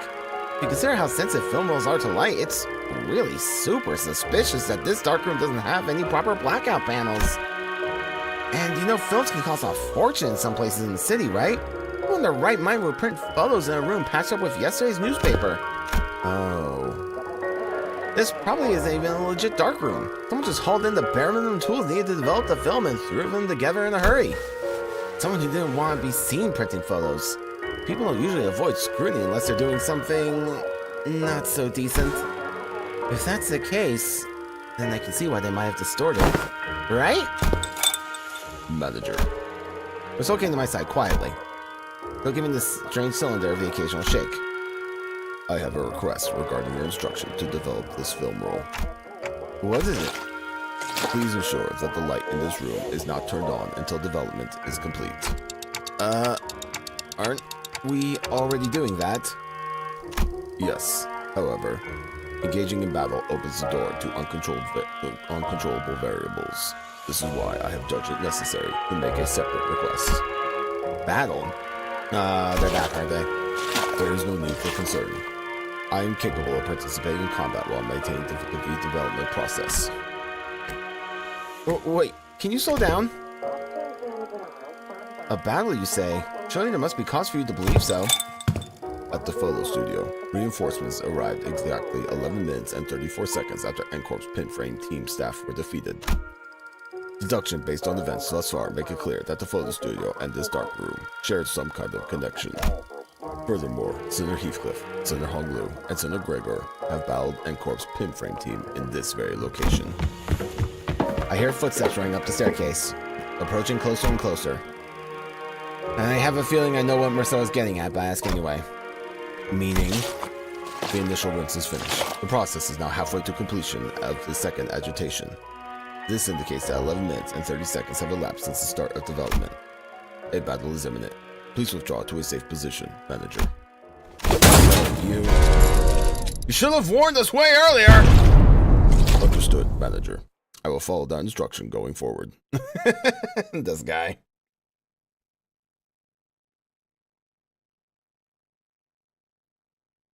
승부수가 먹혀들었군. Oh, hey, we won. Hey, no need for battle, guys. We did it. Nailed it.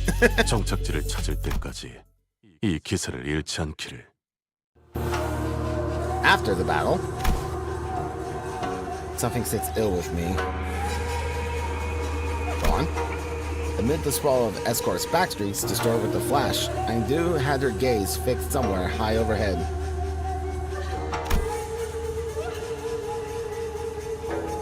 And at the end of her gaze, are those photographs?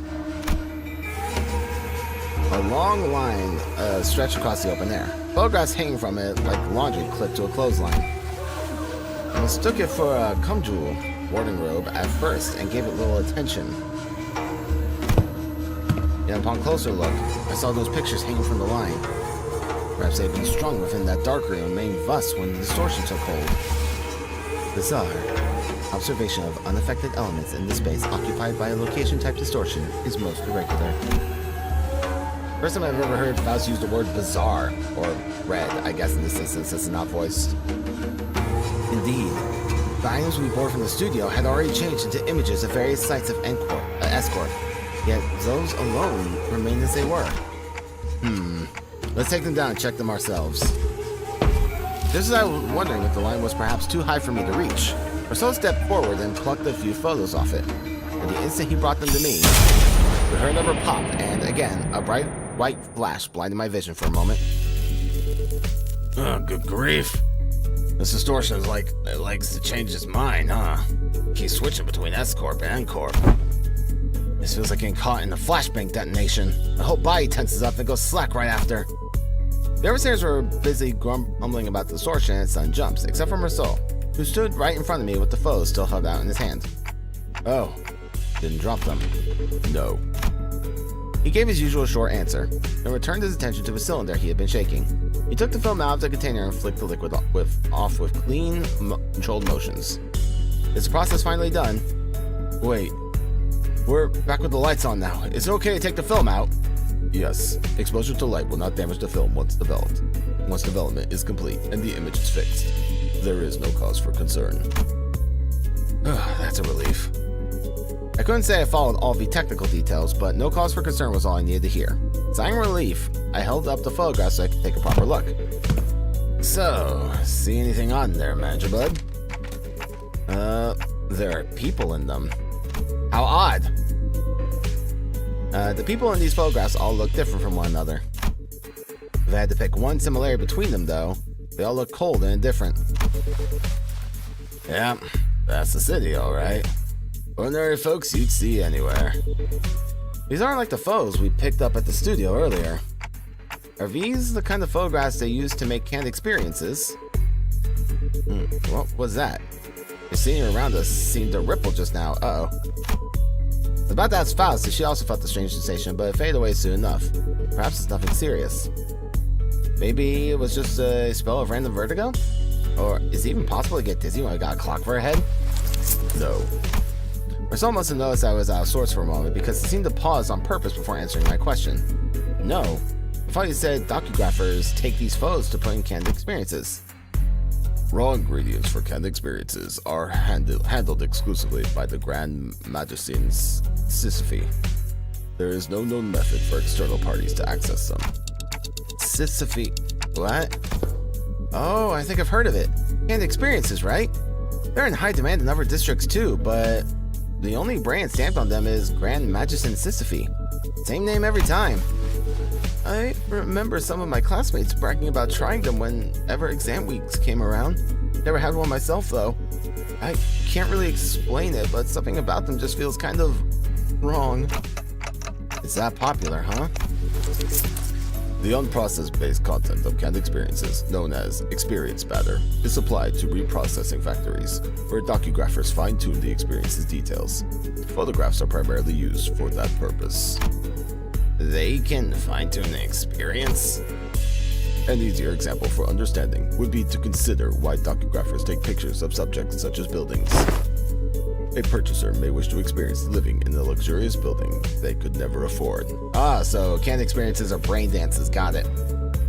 Another may wish to vent out impulses of violence by experiencing the burning of an expensive property.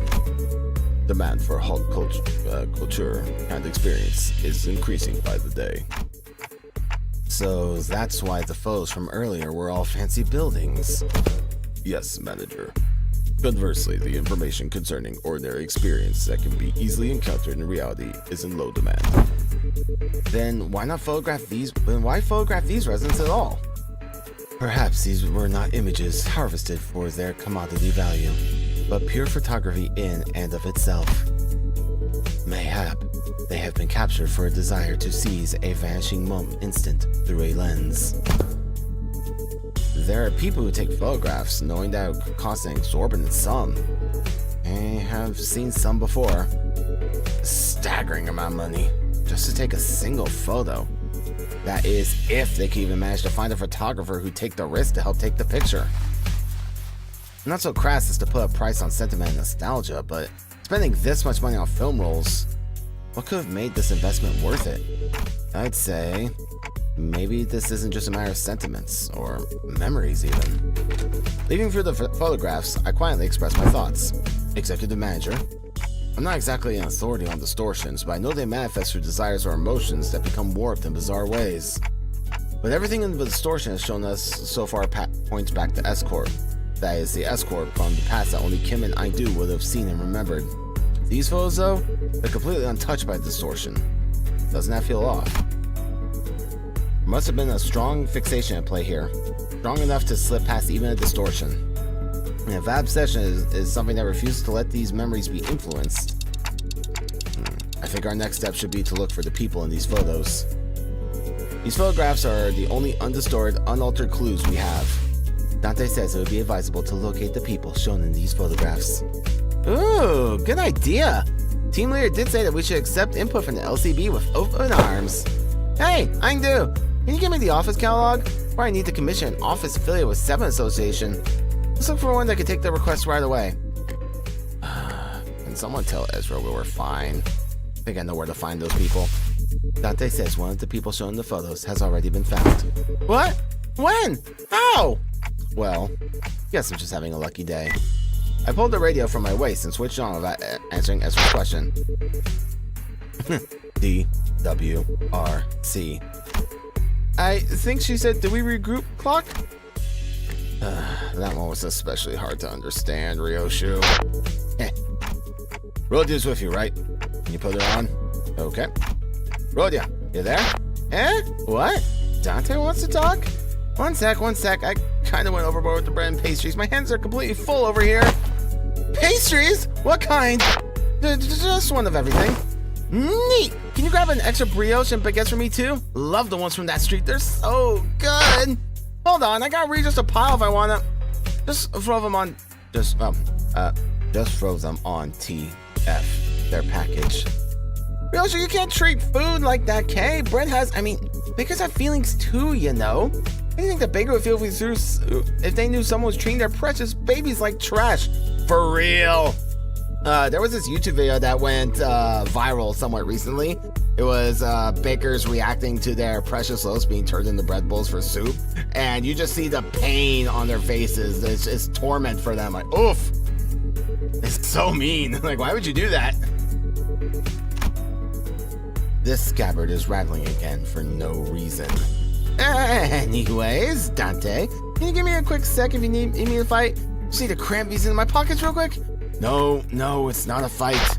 Huh? What's this about? I took a closer look at the words written on the wicker basket in the first photograph Marcel had brought me. Oh, she's the baker. Aha. Where's the bakery you're at? It is a lucky day, my word.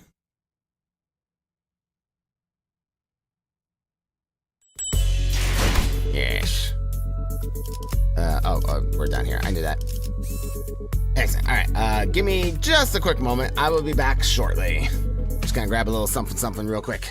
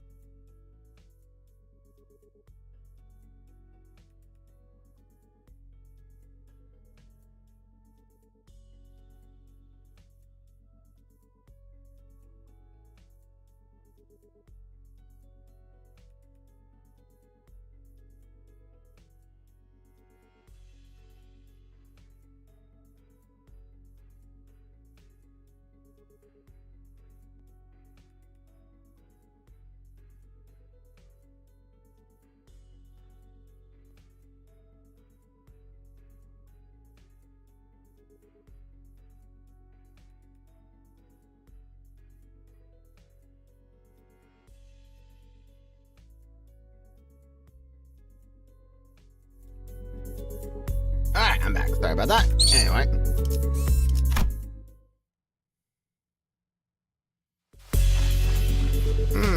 I know who you're looking for. The owner of the bakery was a woman holding the same wicker basket as the one in the photograph. She took one glance at the picture I held up for her and gave a quick nod. This man, he works in Cannery 17, right next. He's a regular. He's dropped by every morning to buy sandwiches to share with his coworkers. Haven't seen him around lately, though. And those coworkers, I assume they are wearing the same uniform? Asking the question on my behalf, Ola showed the baker another photograph. Probably? He was wearing one too. I guess it's the cannery uniform. This confirms our lead, executive manager. A few inquiries at that cannery should bring us closer to the information we need. Yeah, you're right, but it's just she doesn't seem very concerned at all. She's one of the people in the photographs that weren't affected by distortion, right? Must she be a close acquaintance? Allow me to verify, executive manager. Do you know the name of the regular you spoke of? His name? Am I supposed to know that? I wasn't expecting her to actually know his name. The apathy evident in her voice gave me pause. He took a photo of you. Wouldn't it be reasonable to assume that you're well acquainted with him? Oh, that. The baker's demeanor changed when Otis pressed the point. She gave us a strange, unsettling smile before pulling something from her apron pocket. A thin, round, can-like object. He said he'd give me 5 of these canned experiences for free if I let him take my picture. He even said he'd throw in the docugraph of the building of my choice. He docugraphs buildings, right? I hear he even takes work trips to the Nest every now and then. So I asked him to get me a docugraph of this lovely mansion I saw by the Nest suburbs. I know I'll never afford a beautiful place like that, but this way I could at least experience what it's like. My gosh, it was everything I'd hoped for. I couldn't quite put my finger on it, but there was a distinct eeriness to that dreamy, blissful smile on that baker's face that sent the chills down my spine. Young Marceau, are these canned experiences truly possessed of such marvels to pluck all semblance of reason from one's countenance? They maintain high demand across the city. District 14 is only one of several markets. Does that mean that those who indulge in canned experiences may experience venturing on an expedition to the Great Lake and bungee jumping off the summit of that skyscraper yonder as they remain seated where they are? They may. However, A magic can, allowing one to pursue any dream the heart may conceive. Verily, I confess my own soul is much tempted. it differs from pursuing a dream. Mass-produced canned experiences are made from base experience matter mixed with various modified information. The resulting end product enables intense simulation through altered memory. Therefore, it is unlike the dream expressed by Don Quixote. A piece of memory refined along the numerous processing stages of the cannery's production lines is not equivalent to genuine experience, meaning the usage of experience in your previous statement must also be amended. Memory is altered for intense stimulation. That does sound a bit shady. How doth this cast a shade upon the boons granted by the can? Adventures and tales are, forsooth, inclined toward a little grandeur. It is because the memories provided by canned experiences are extremely vivid. Statistics have shown that users of cans interpret them as authentic experiences and become dependent on them. A possible cause of the formation of dependence patterns is that canned experiences allow one to feel as if one has achieved a dream that is, in reality, impossible. Art thou implying that the users are made content with devouring forged dreams stored in instant-use cans? Worse still, the user may no longer strive to chase dreams in the waking world, where the sweeter and more splendidly a drink is embellished, the more impossible it will appear to be grasped with one's own hands. To become a cause for surrender instead of inciting one to march forth, verily, doth it not annul the significance of dreaming itself, if the resulted dream rouseth not the spirit to gallop toward it? Whatever that annuls its significance, I cannot know. But they sell well. So, how much will you all be buying? Buy what? You came barging of all these questions. I was patient enough to answer them politely, wasn't I? Don't you think you owe me a sale or two? You're not about to leave without buying a single loaf after crowding up my bakery and scaring off my customers, are you? Her case was on point, actually. With our whole group gathered about, the passerbys gave us a wide berth and hurried on, whispering among themselves. Nobody was about to come in and buy bread like that. Come on, lady, I practically cleared out your shelf already, didn't I? You did? What the hell are you keeping all that then? Do you even gotta ask? Because I already had, of course I had some already, and the rest is safely tucked in my coat pocket, so we can all share later. So you already ate some. Let's buy a little more. It's true we scared off the other customers. Understood. Given that the expenses made to facilitate this operation, the lack of prior budgeting should not pose a problem. Oh, nice. Sesame rice bun for me, please. Ah! It was Kim. She really did have a knack for making an entrance at the least expected moments. Hey, mister! Where have you been hiding this whole time? Wait. Be crossing me all you like, but just give me a moment. Ezra paused, waiting in puzzled anticipation. Wait for Kim to take a sesame rice bun from the baker's hands and chomp into it. Alright, I'm ready. Frickin' waste of bread! Ah! Ezra's angry fist drove straight into Kim's solar plexus, falling into the ground like a crumpled sack of potatoes as he rolled away. At this rate, the owner might start charging us for the whole bakery next, roof and all. Let's get away from here. Manager. Rousseau approached me as we walked down the street, with Ezra and Kim still squabbling behind us. Yeah, she's a little angry. He was holding a roll of something brown and tightly coiled. I have completed the development of the film, per your instruction. Oh, so this is the film in that canister you were shaking. Do I just unroll it? Hold it up against the sun or other sources of light. As it is a reversal film, the images should be visible when they are photographed, as they were photographed. I had no idea what a reversal film meant, but I did see said unrolled the film. Okay, I can see it. Huh, that's pretty cool. Oh, is it showing? Can I see it too? Move it over a bit. Let me take a look too.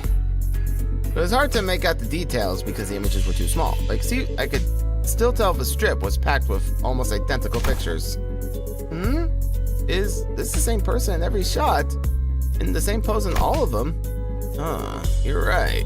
No, wait a second. See the arm here? However long strip to go, the lower it gets. Yeah, and the head looks like it's turning to the right. We were all squinting up at the tiny frames on the film when Sinclair suddenly flinched and went stiff like he'd seen something he shouldn't have. A second later, all color drained out of his face. Sinclair? What's the matter? This reminds me of something I learned in school.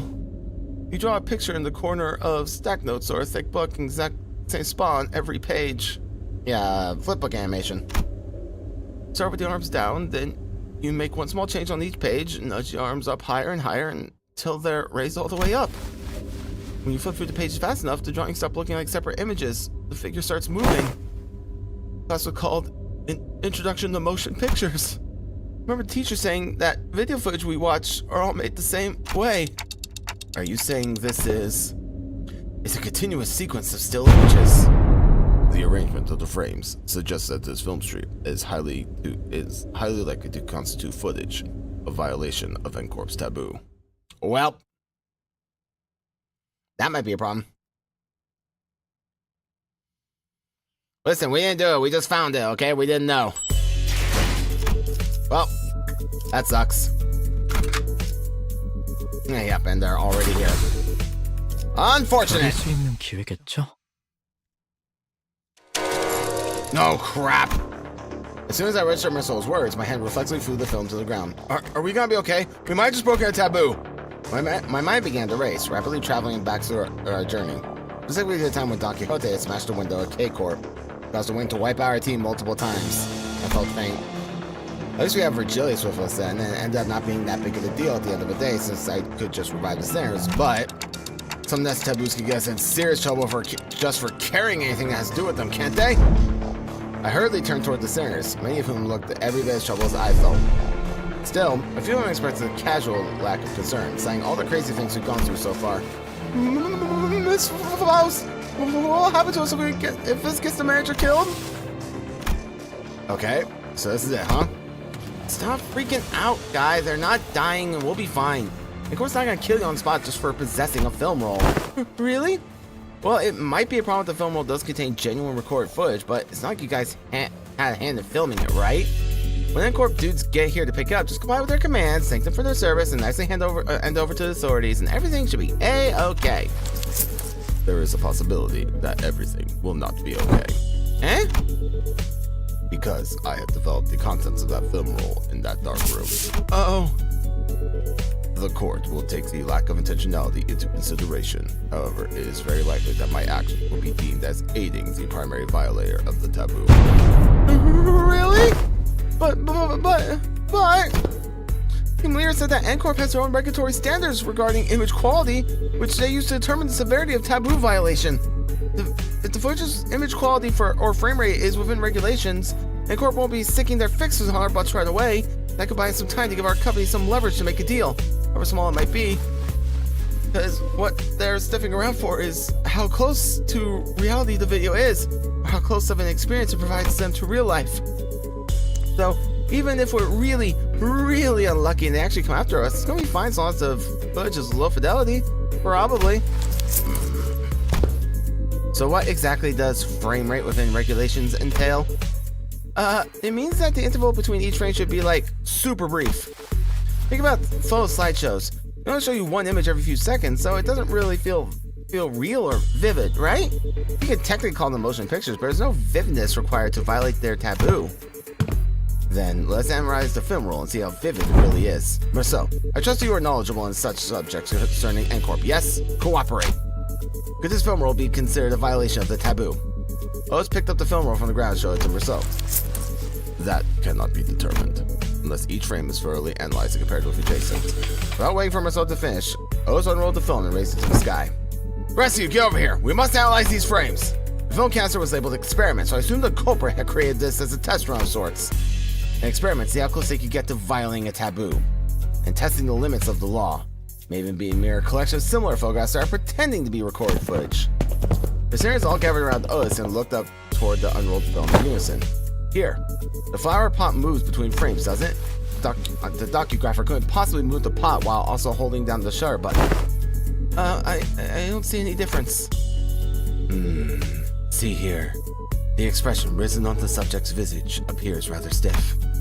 Maybe they're just a glimpse, or perhaps. Yet, observe closer. The stiffness arises not from gloom, but from strain to maintain it. Oh, if that's the case, maybe the subject really is trying to fake actual footage by moving very, very slowly. That's a pretty convincing theory, but I'm not sure that's enough to conclude that we're in the clear just yet. That's when Bamboo Head Kim, who had been sprawled on the ground ever since Ezra punched him, stepped into the conversation. Let's see. Look at the shadow cast on the wall sill. See how it noticeably shifts between each frame? Whoever made this knows their craft for sure. I can't imagine a backstreet store would have any way to mess with the sun's trajectory. then the likely scenario must be that the creator of this film world directly made subject move very slowly from frame to frame, creating a series of disconnected photos that, when played sequentially, would look like footage that violates the taboo. In which case, this film world does not violate the Nest taboo, correct? That is highly probable. So he says, Executive Manager, we should be in the clear for now, at least in regards to aiding the violation of a Wings taboo. Phew. But if he was willing to go through this much trouble to test N-Corp's patience, hard to believe that he'd have stopped there. Based on all available evidence, Executive Manager, it seems reasonable to conclude that the inflection point of this case is a taboo violator on the run. But what motive would they have to do that?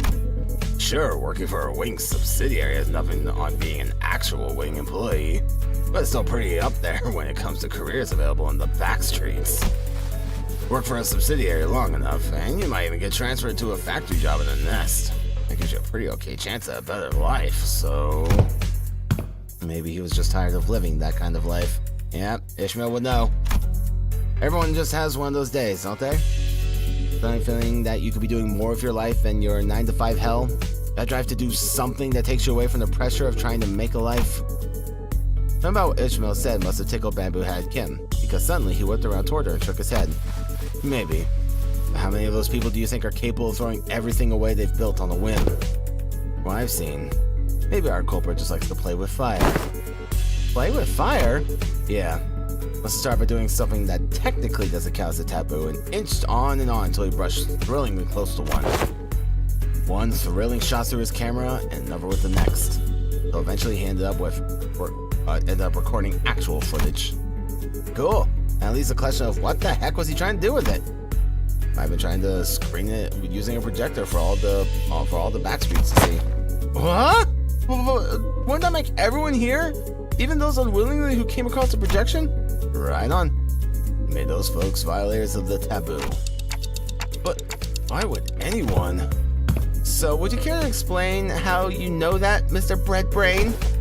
That's around on the opposite street, and apparently some guy's been going around asking workshops if they could make him a projector. Seems like most of them turn him down, but they also say he stopped showing up after a certain point. Pretty guess he got his hands on a projector somehow.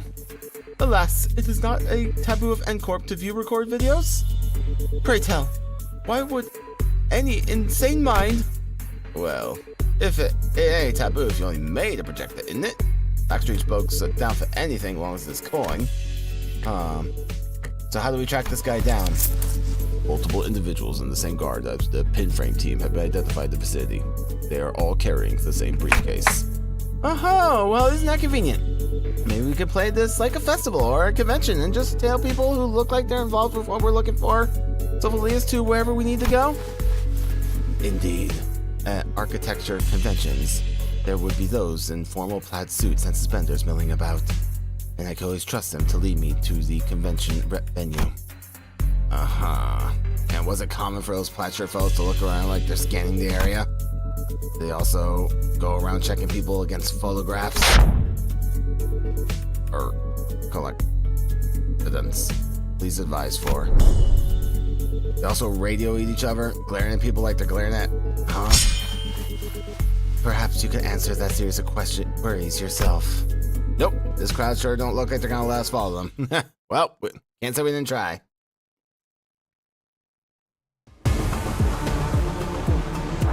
Alright, more murder time. Let's see here, so... I do wonder how come, like, you start with 2 skills and then you go down to 1. How's that work? Alright, so you're blocking those 2 and you're going after that guy somewhat uselessly, but you do you, I guess. Alright. You can hit that one. Actually, you can hit that one. I believe in you. Don't worry about it.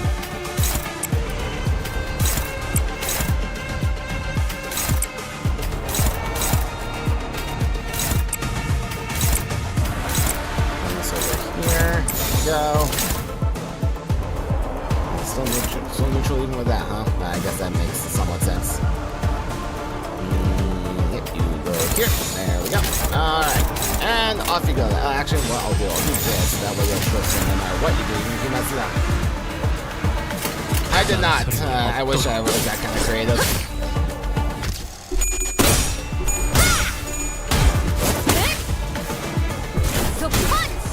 got top people working on my assets. 상대는 나야.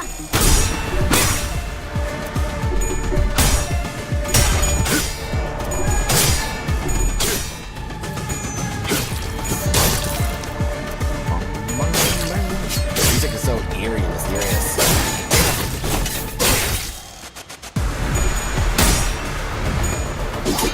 Alright, you're getting trusted yet.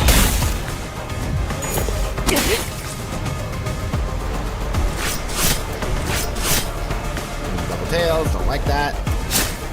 Another double tails, don't like that. Guys, please. You do better than this.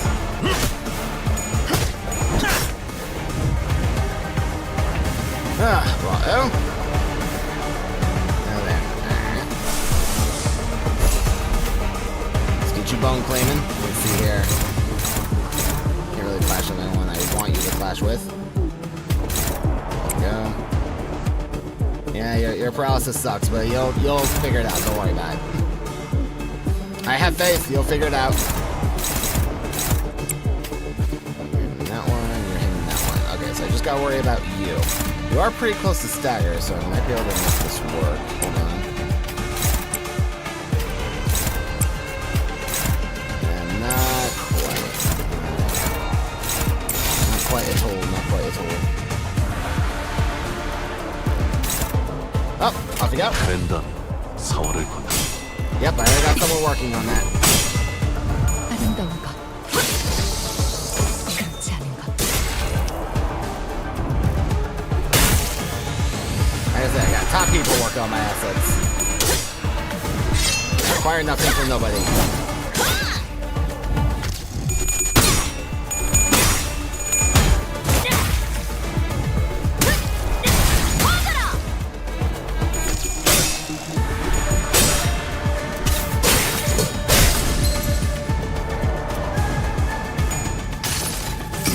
It's discussion time.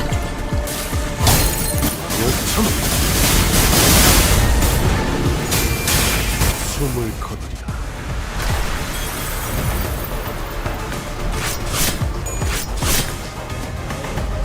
Hey, you can die now. 흉터의 결과요. Nope.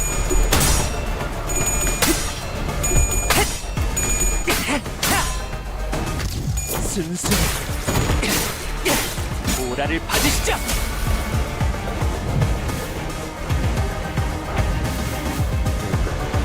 Already see this going, so just gonna do this real quick. There we go. Anyway.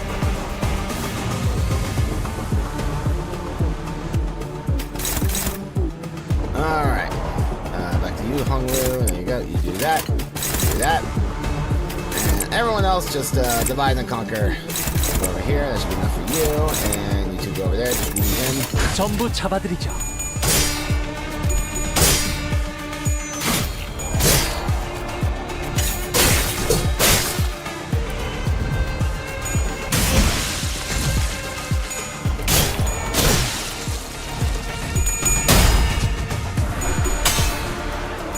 돌아가기 시작하면 Oh, got him. Wasn't expecting a kill there. Good job, Honglu. 흉터의 결과요.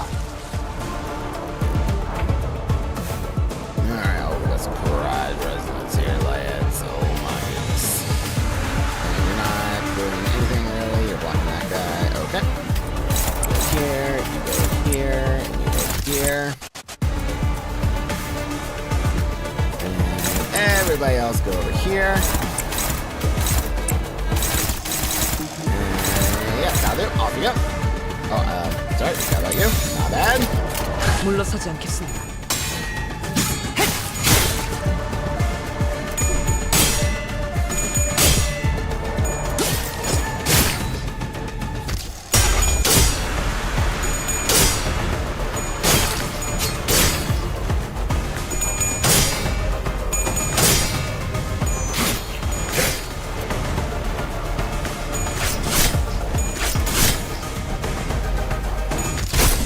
Ah, staggered. Yeah. Yeah, boy. Yeah, boy. 검수망 모드.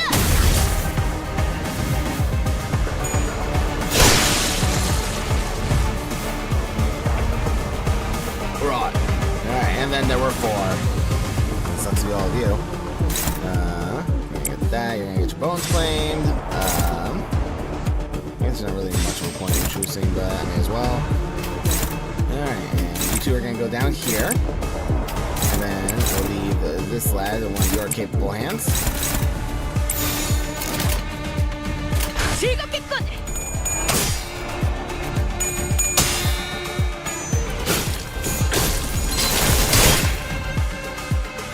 Yeah.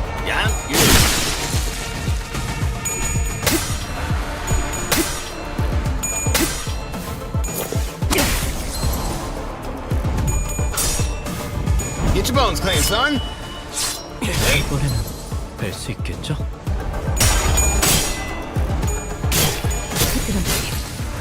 Nice. This guy's so dead. Yeah, there you go. Oh no, that's a damn shame, guys. That's a damn shame. All right. You guys are gonna. He only has 28 health. You guys don't both have to hit him. Oh, it's so brutal. All right. Well, if that's the case, let's try and just take care of the remainder.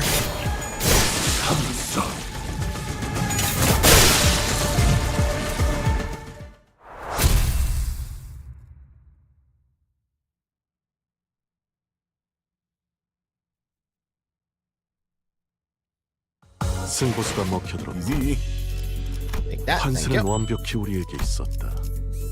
정착지를 찾을 때까지. Oh wait, there's more. 게시할게요.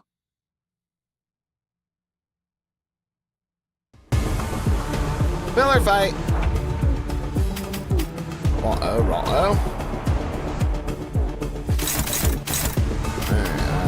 You're taking on that guy, you're taking on that guy, and you're taking on that guy. Okay, so you two are the subjects of my pain today. Very sorry to say it for you. Actually, I'm gonna go ahead and truce you up as well.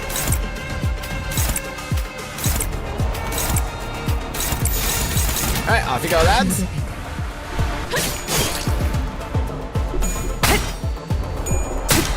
Flip heads on me, please. Jesus. That's a struggle in there. Speaking of struggling. Oh, she'll be fine, don't worry about it.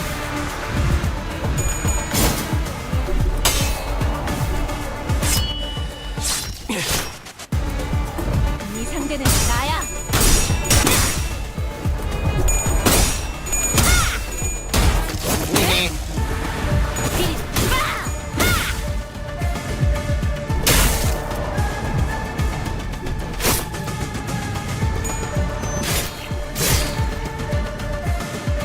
Staggered. You guys will flip more heads. This guy might just get staggered, but oh well. Here we are. Yeah. Too many tails. Oh well. Oh well. Nothing. We're only clashing with that one. Isn't that so helpful? Alright, no, you're the truce target, so off you go, Honglu. There. I guess. Go over there, stagger that fool. Yeah, you'll be fine. Don't worry about it. There you go. Finally, found who he was targeting. Jesus. 죄를 새겨주겠어. Oh, yeah, you'll be fine if you flipped heads. You flipped tails 3 times in a row on a 50-50, Dawn. Not making me happy.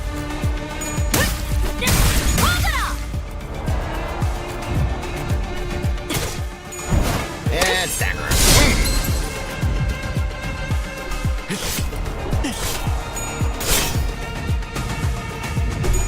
Bonk.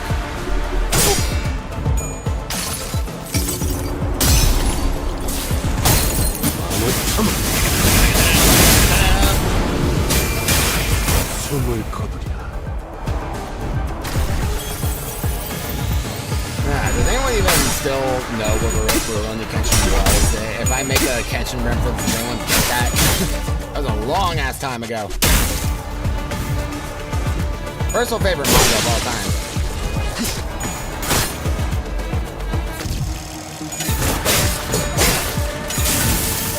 There you go. Well, at least that'll get rid of your paralysis. Alright, now then, time to claim some bones. Let's see here. Okay, go there, at least you're neutral here. Where's Honglu at? Yep, Honglu, continue beating up your target. And you're flashing there, fine. And you're also going over there as you wish. And you can hit that boy. You two can hit there. That should be enough to kill him. And then the rest of you just beat up on that boy. 죄를 새겨주겠어.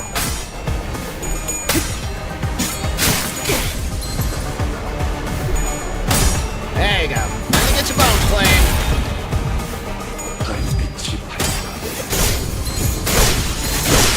You love to see it. Board clear. Boom.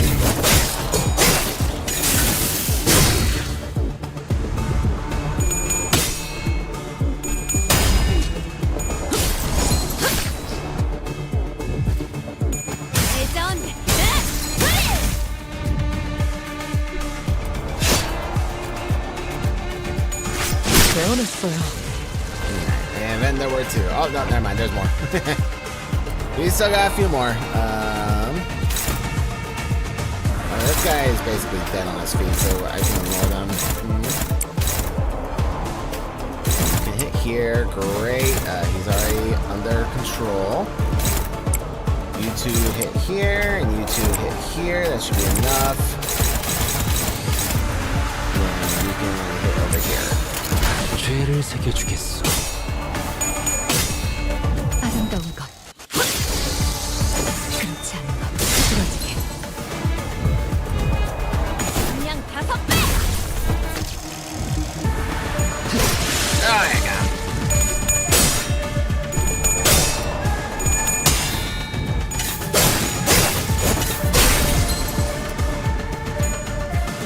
There you go, you're out of there. Congratulations, you are now Honglu's target today. 순순히 돌아가기 싫다면 Damn, staggered immediately. Wild. 확실하게 갈라지는 감각이었네. Alright, only 4 remain. Continue being up that boy. You two can finish off that boy. You two hit here, and you two hit here. 물러서지 않겠습니다.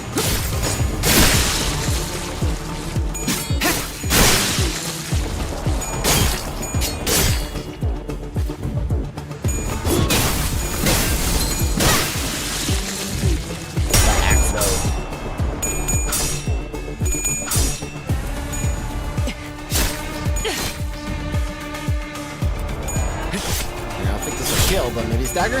Yeah! Alright, finish him off. Let's move on. Win rate time. Win rate gaming.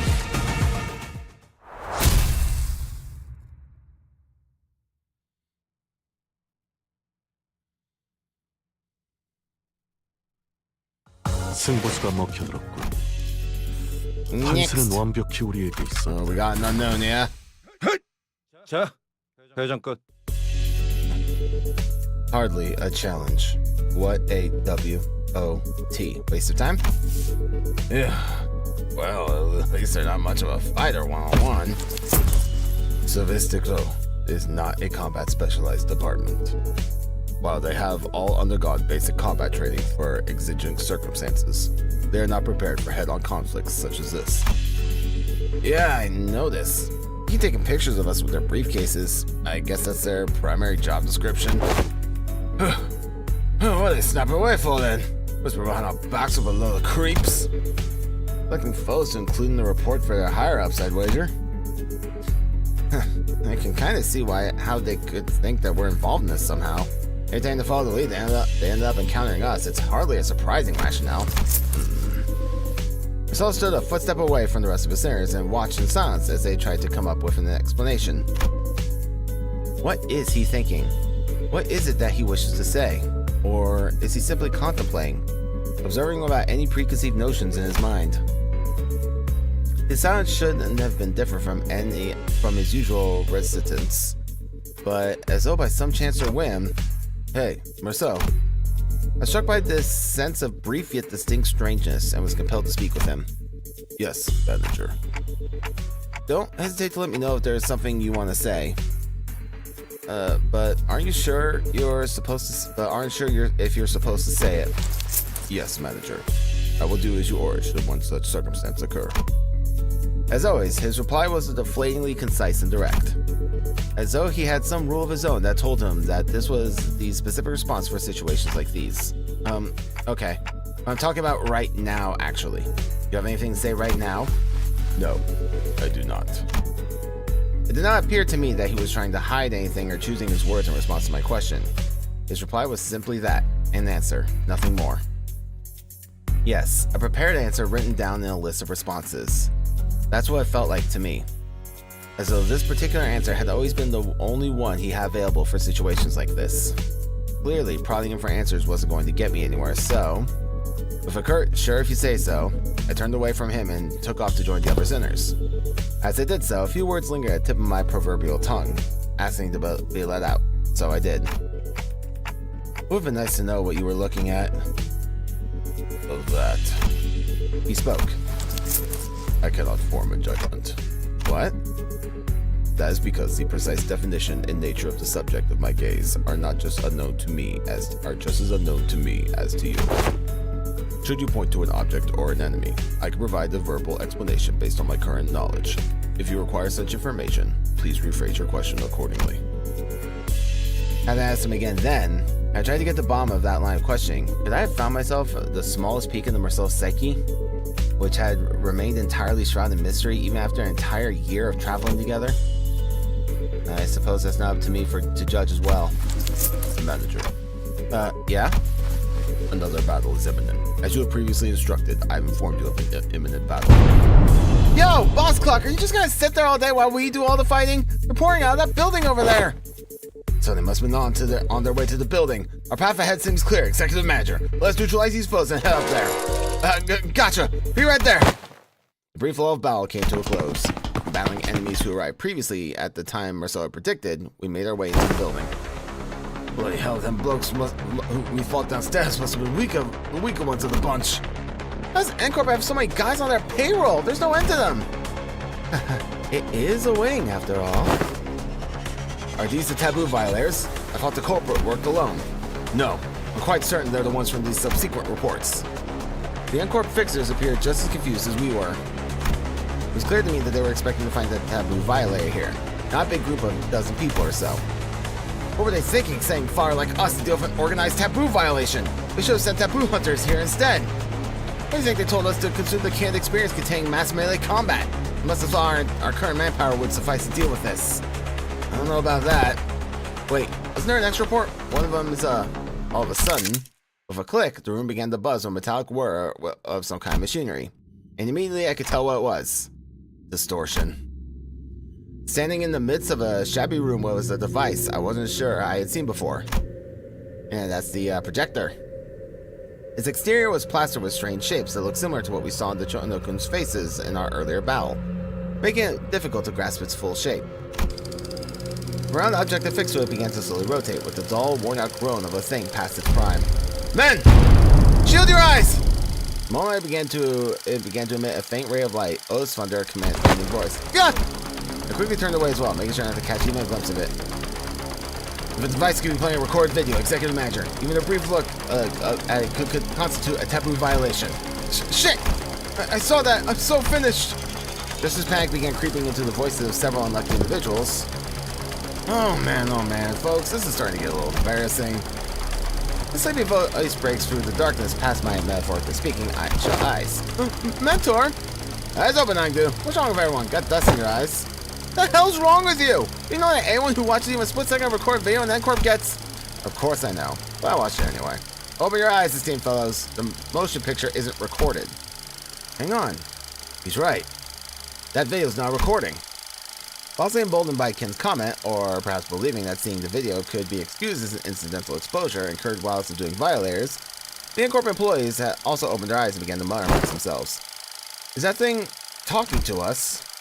I finally allowed myself a good look at the machine, which was firing a conical beam of light against the side of a wall.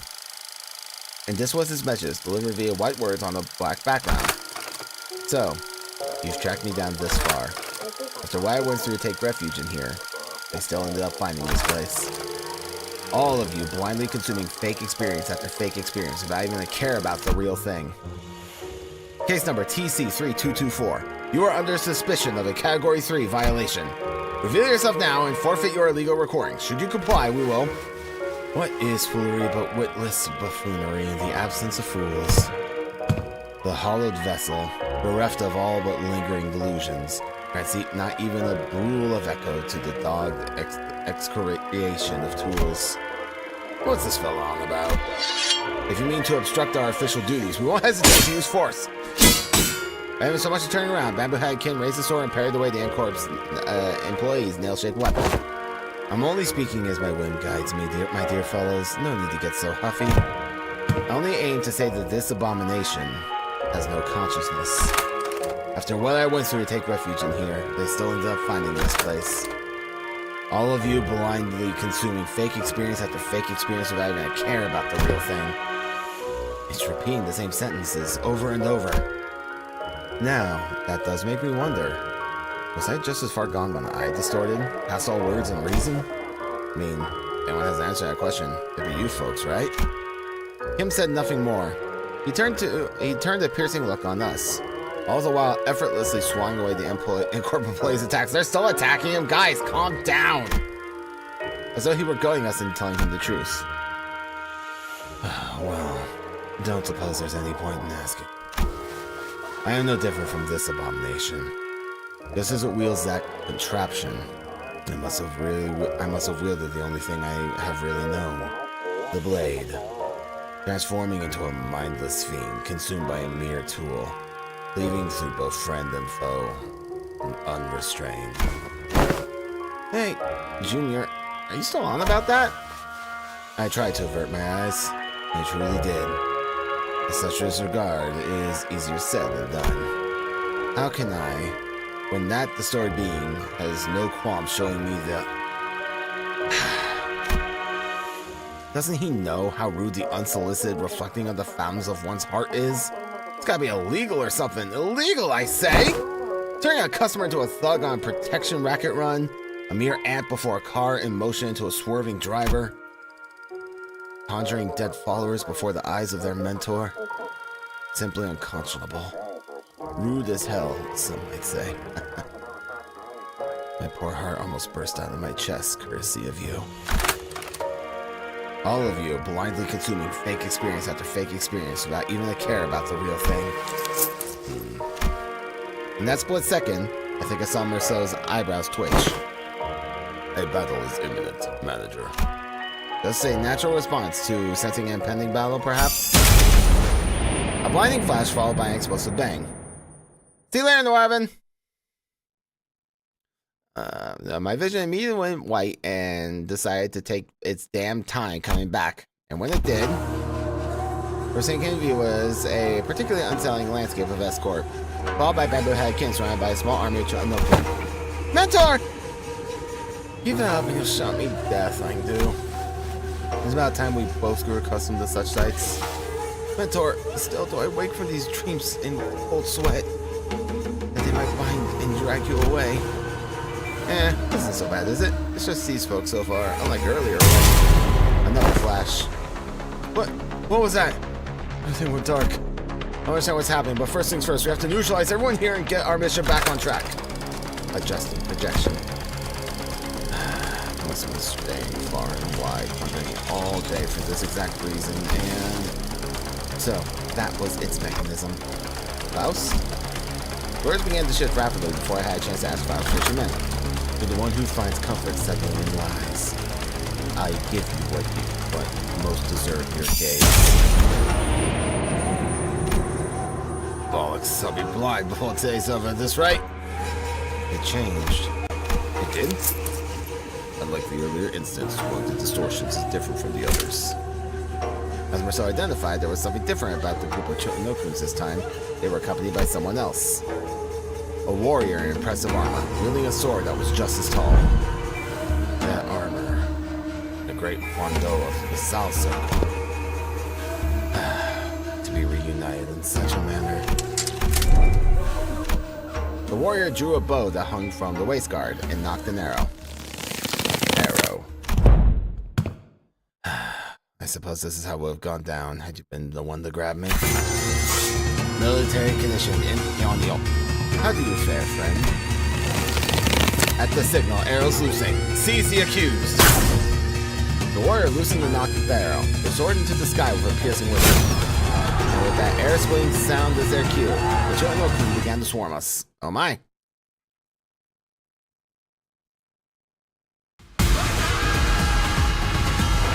Someone Kim knows, huh? Interesting. He's still not taking part in the battle, huh? Lame. Oh. Can't win them all. Alright, what do we got here? Limbus Company! Alright, Flash Phenomenon, Yup. Very sorry for pronunciation. Good boys, shenanigans, yep. Upon entering the encounter, gain 3 military transition. One stack, lose 1 stack, and 1 stack retreat at turn end and transition to a different location. Yep, okay. Returning to the field based on the current battle form of the homeland, gain or lose for play the homeland cell.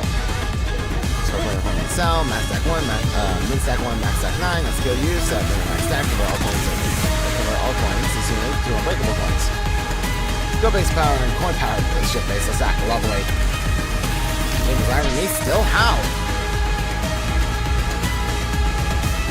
Yeah, turn it down again. Literally how? One second here.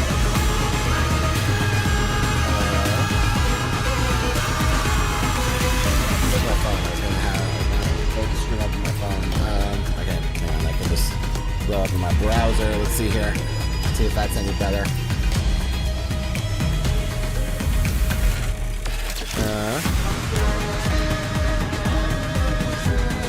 Turn down more.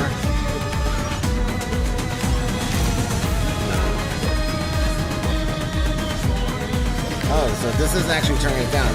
Oh, it just affects what I hear, not what you guys hear. Oh, for God's sake! I wish I had known that.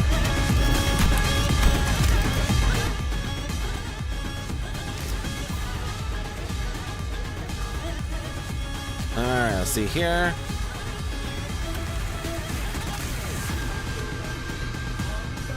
We're getting there, but not quite there yet.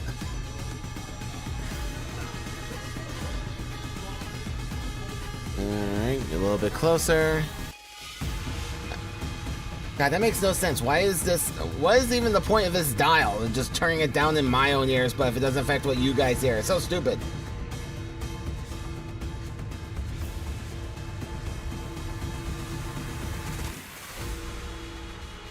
Alright, let's see here. That's a little better. Okay. Yeah, always let me know if there's an audio issue, guys. Alright. Well, now I know this dial is bloody useless. Okay. Anyway.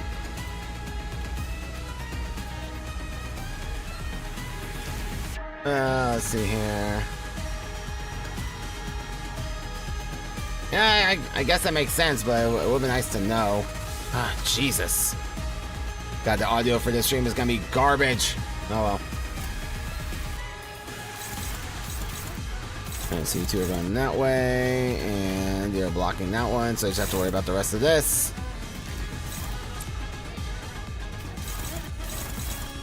Yeah, Yep. So you hit there, and...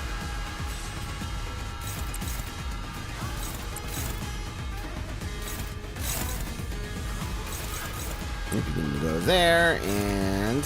Struggling, huh? How about here? Okay, yeah, so you can just dodge, or at least try to. Am I missing somebody? No. Okay. Don't suppose you'll do any better here? Yeah, I didn't think you would. Not even gonna bother. Off you go. 물러서지 않겠습니다. I'm doing well, brohood. Dunyo, how are you doing today?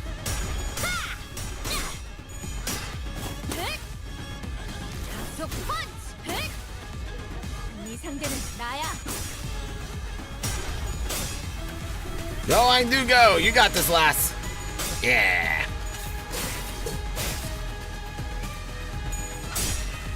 Some of that. Oh man, I just noticed he's got 3,000 shield. Oh, Jesus. Gonna be here a while.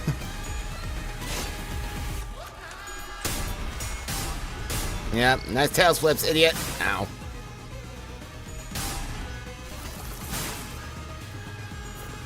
Get bound. Yeah, how you like it?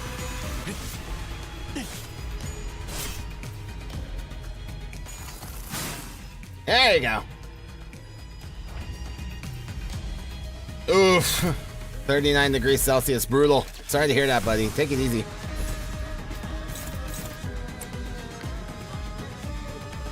When the boss has 0 shield. Got it. Okay. So you're going that way, and you're going that way. Okay. Well then.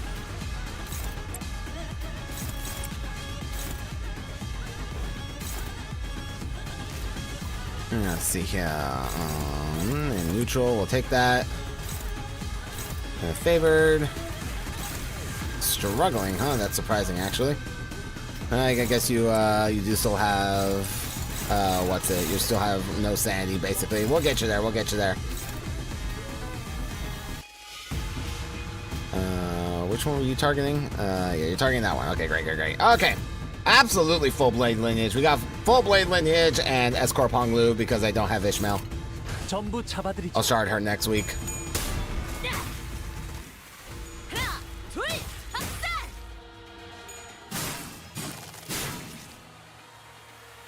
Nice counter. Whack. There we go. Finally winning a clash. You're getting the Bamboo Hat Kim experience today.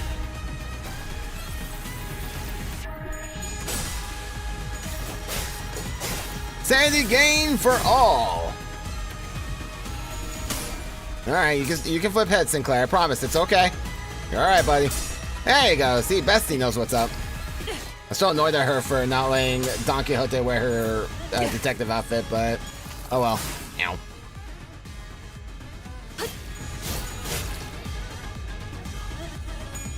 Whoop. Whoop, whoop, whoop, whoop. Now then, all right. As usual, where are you guys going? You're blocking that one, and then you're attacking over there. I'm fine with that, and then you're doing a power guard over here. Okay, so don't have to worry about this boy. Let's see here. You guys go over here and over here. You can go claim some bones. Lovely jubbly. Okay, then we'll take care of these chumps over here.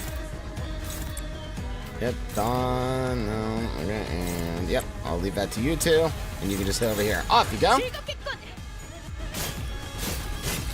Yeah, for real. Dawn's just been dodging, but she's going on the attack now. What do you mean we'll set the burb?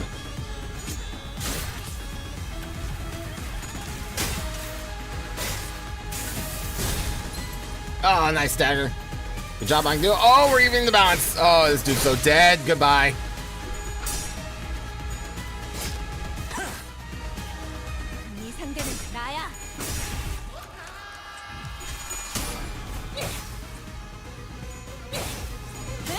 All right, we're getting there, guys. We're getting there. Just keep wailing away.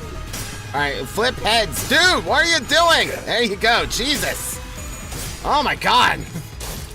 He sure does, yeah. He just sits on my shoulder. That's what he's doing in real life, too.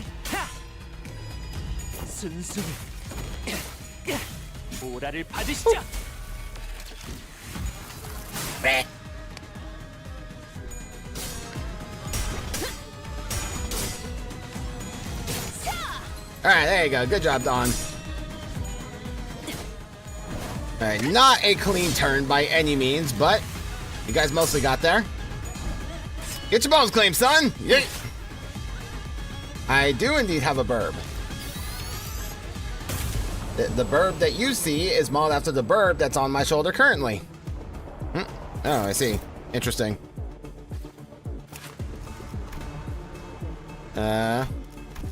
Alright, anyway. And so you can hit here. It's not truced anymore. That's kind of annoying. Okay, you hit there. You hit there. What are you guys doing? Oh, you're already doing that. Okay, then I'm not gonna do that. And yeah, you two are just after this boy. That's fine. Everyone else just hit the projector. May as well. 전부 잡아드리죠.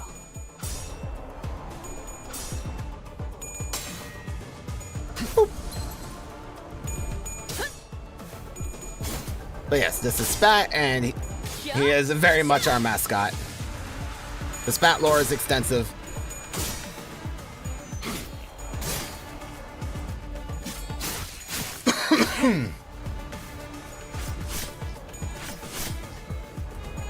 We are indeed burbing the burb.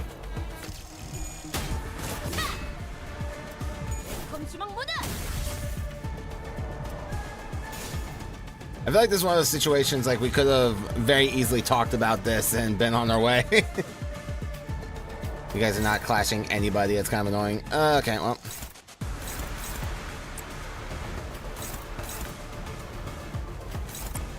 Alright, let's see here. Yep, then you can do that. Do that instead.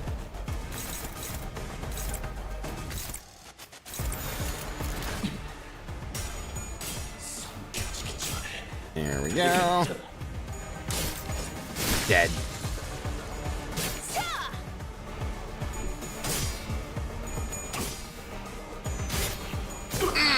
Yes. Good stagger, good stagger. Whack. More whackings. Good way to get rid of all of our skill ones that we don't care about.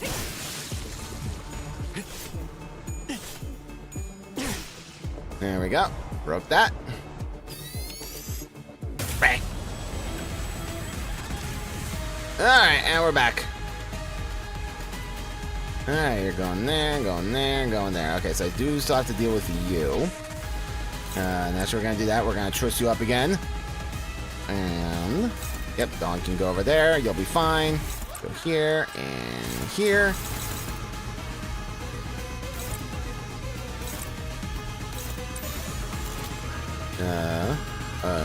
Which one? Was that your defense skill? Okay, if your defense skill is going that way, then I'm not gonna bother. And which one was that? That was you. Yep, there you go. Go do that. Oh, I mean, we're gonna get there. The escort blasts are not long for the world.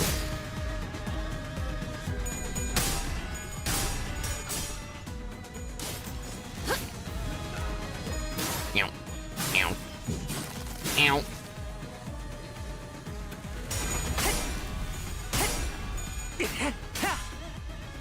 Yeah, taste your own medicine. How you like it? Not fun, is it? Ow. Ow. Ow.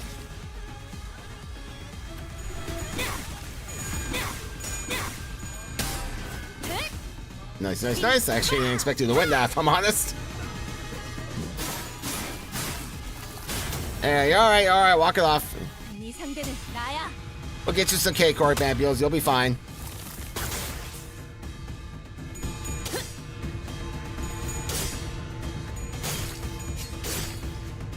I wasn't watching. I wasn't watching how many stacks of the fallen Bamboo Hat Kim has, so I don't know how much longer he'll be in this state. So I'm gonna have to refresh in a minute.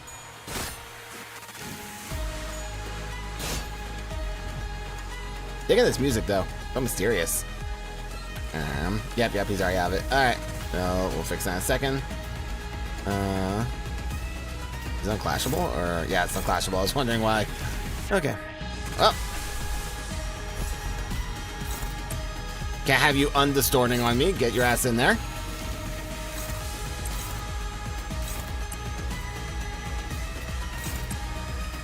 And let's see if you could just finish off. One of you can finish off that boy, hopefully.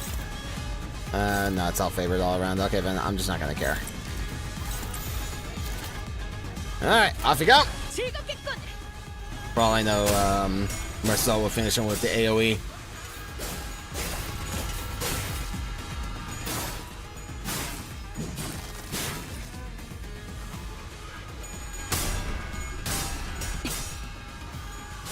Alright, brace yourself, Faust. This is not going to feel great.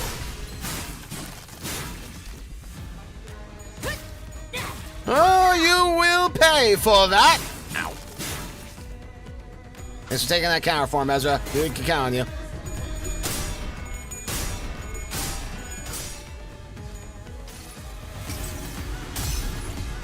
Yeah, get back to drinking.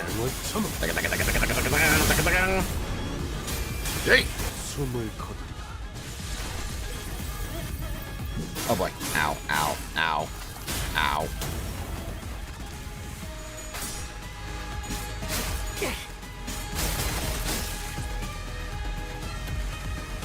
Very well.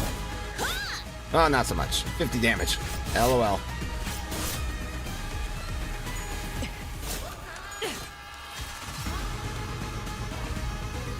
Alright, and then there was one. Okay, let's see here. Yeah, that one's being countered. That one is not. One side guard, huh? Yep, No, let's see what we can do here. Yep, you can hit there. Hit here. So you just do whatever's. There you go. Alright, charge!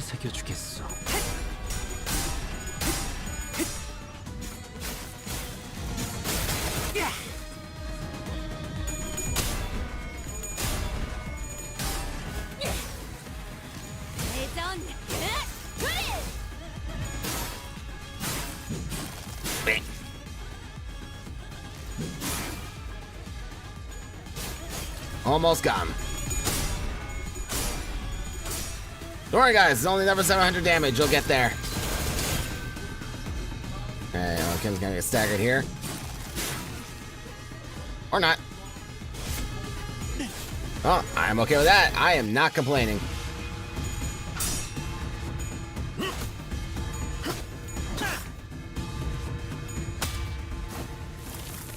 Ow.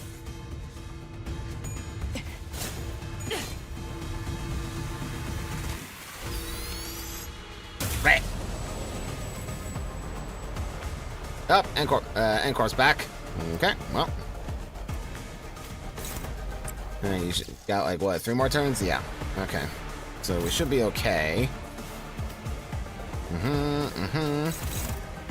Alright, so you two handle these lads, and then everybody else, you know what to do.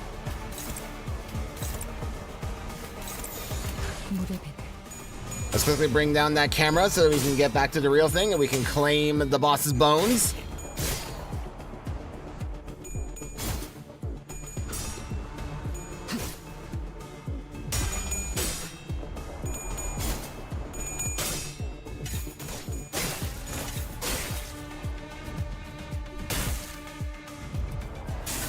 Oh yeah, you're dead.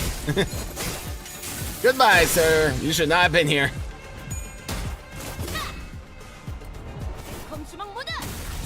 I wonder if anyone's made done one of those mod Limbus Company videos where they'll have like the new Aindu face Matthias and see how that goes.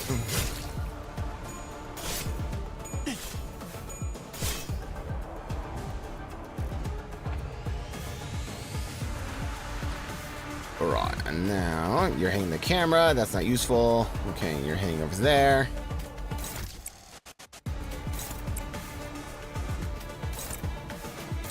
Alright, everybody else, please take out the camera so we can claim the boss's bones.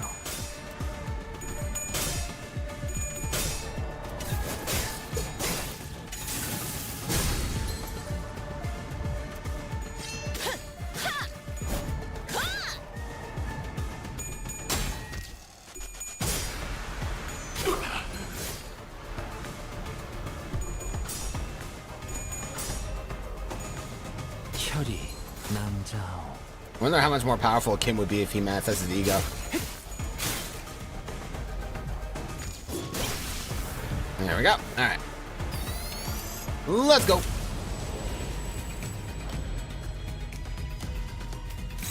Alright, you know what to do. Right in the nick of time, too. Isn't it lovely? Alright, okay. Go over there. Yeah, hopeless, huh? Well, we'll figure that out. Don't worry about it. I do need to truce you up again, so we're gonna take care of that. Claim your bones. Engage in the art of bone claiming. Alright, and off you go. 죄를 새겨주겠어.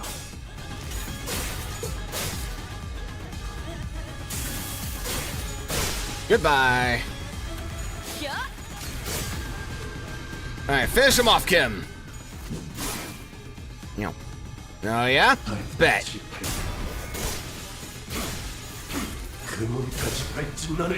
Alright, did not quite finish him off. I thought that might be enough, but oh well. Basically dead on your feet.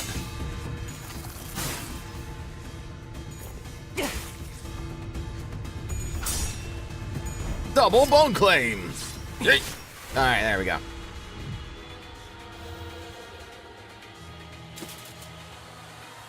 I shall set my form aright.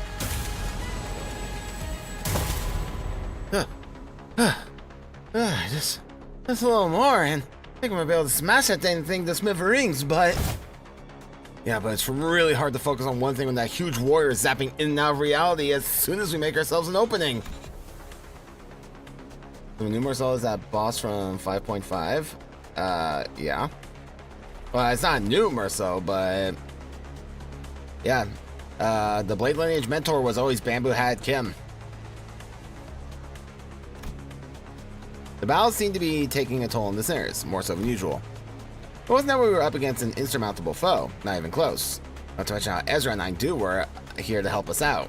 But, sure, haven't they had enough? About time they gave up, isn't it? Why? Don't you go legging it again? The big sword-carrying fella sure is kicking our butts, but I don't know if they're the key to solving this distortion. Ain't exactly flush with options, are we? Ice is blocked, and it ain't like we can stop mid-fight to strategize. The battlefield constantly shifting and flashing between N-Corp and S-Corp, we simply did not have the breathing room to focus on either the projector or Im Gyong Iya. I'm so sorry for pronunciation. I'm 100% sure I'm doing that wrong. Who was swinging that great blade with frightening force? Besides, I do. We'll cover his back too. It shall be done.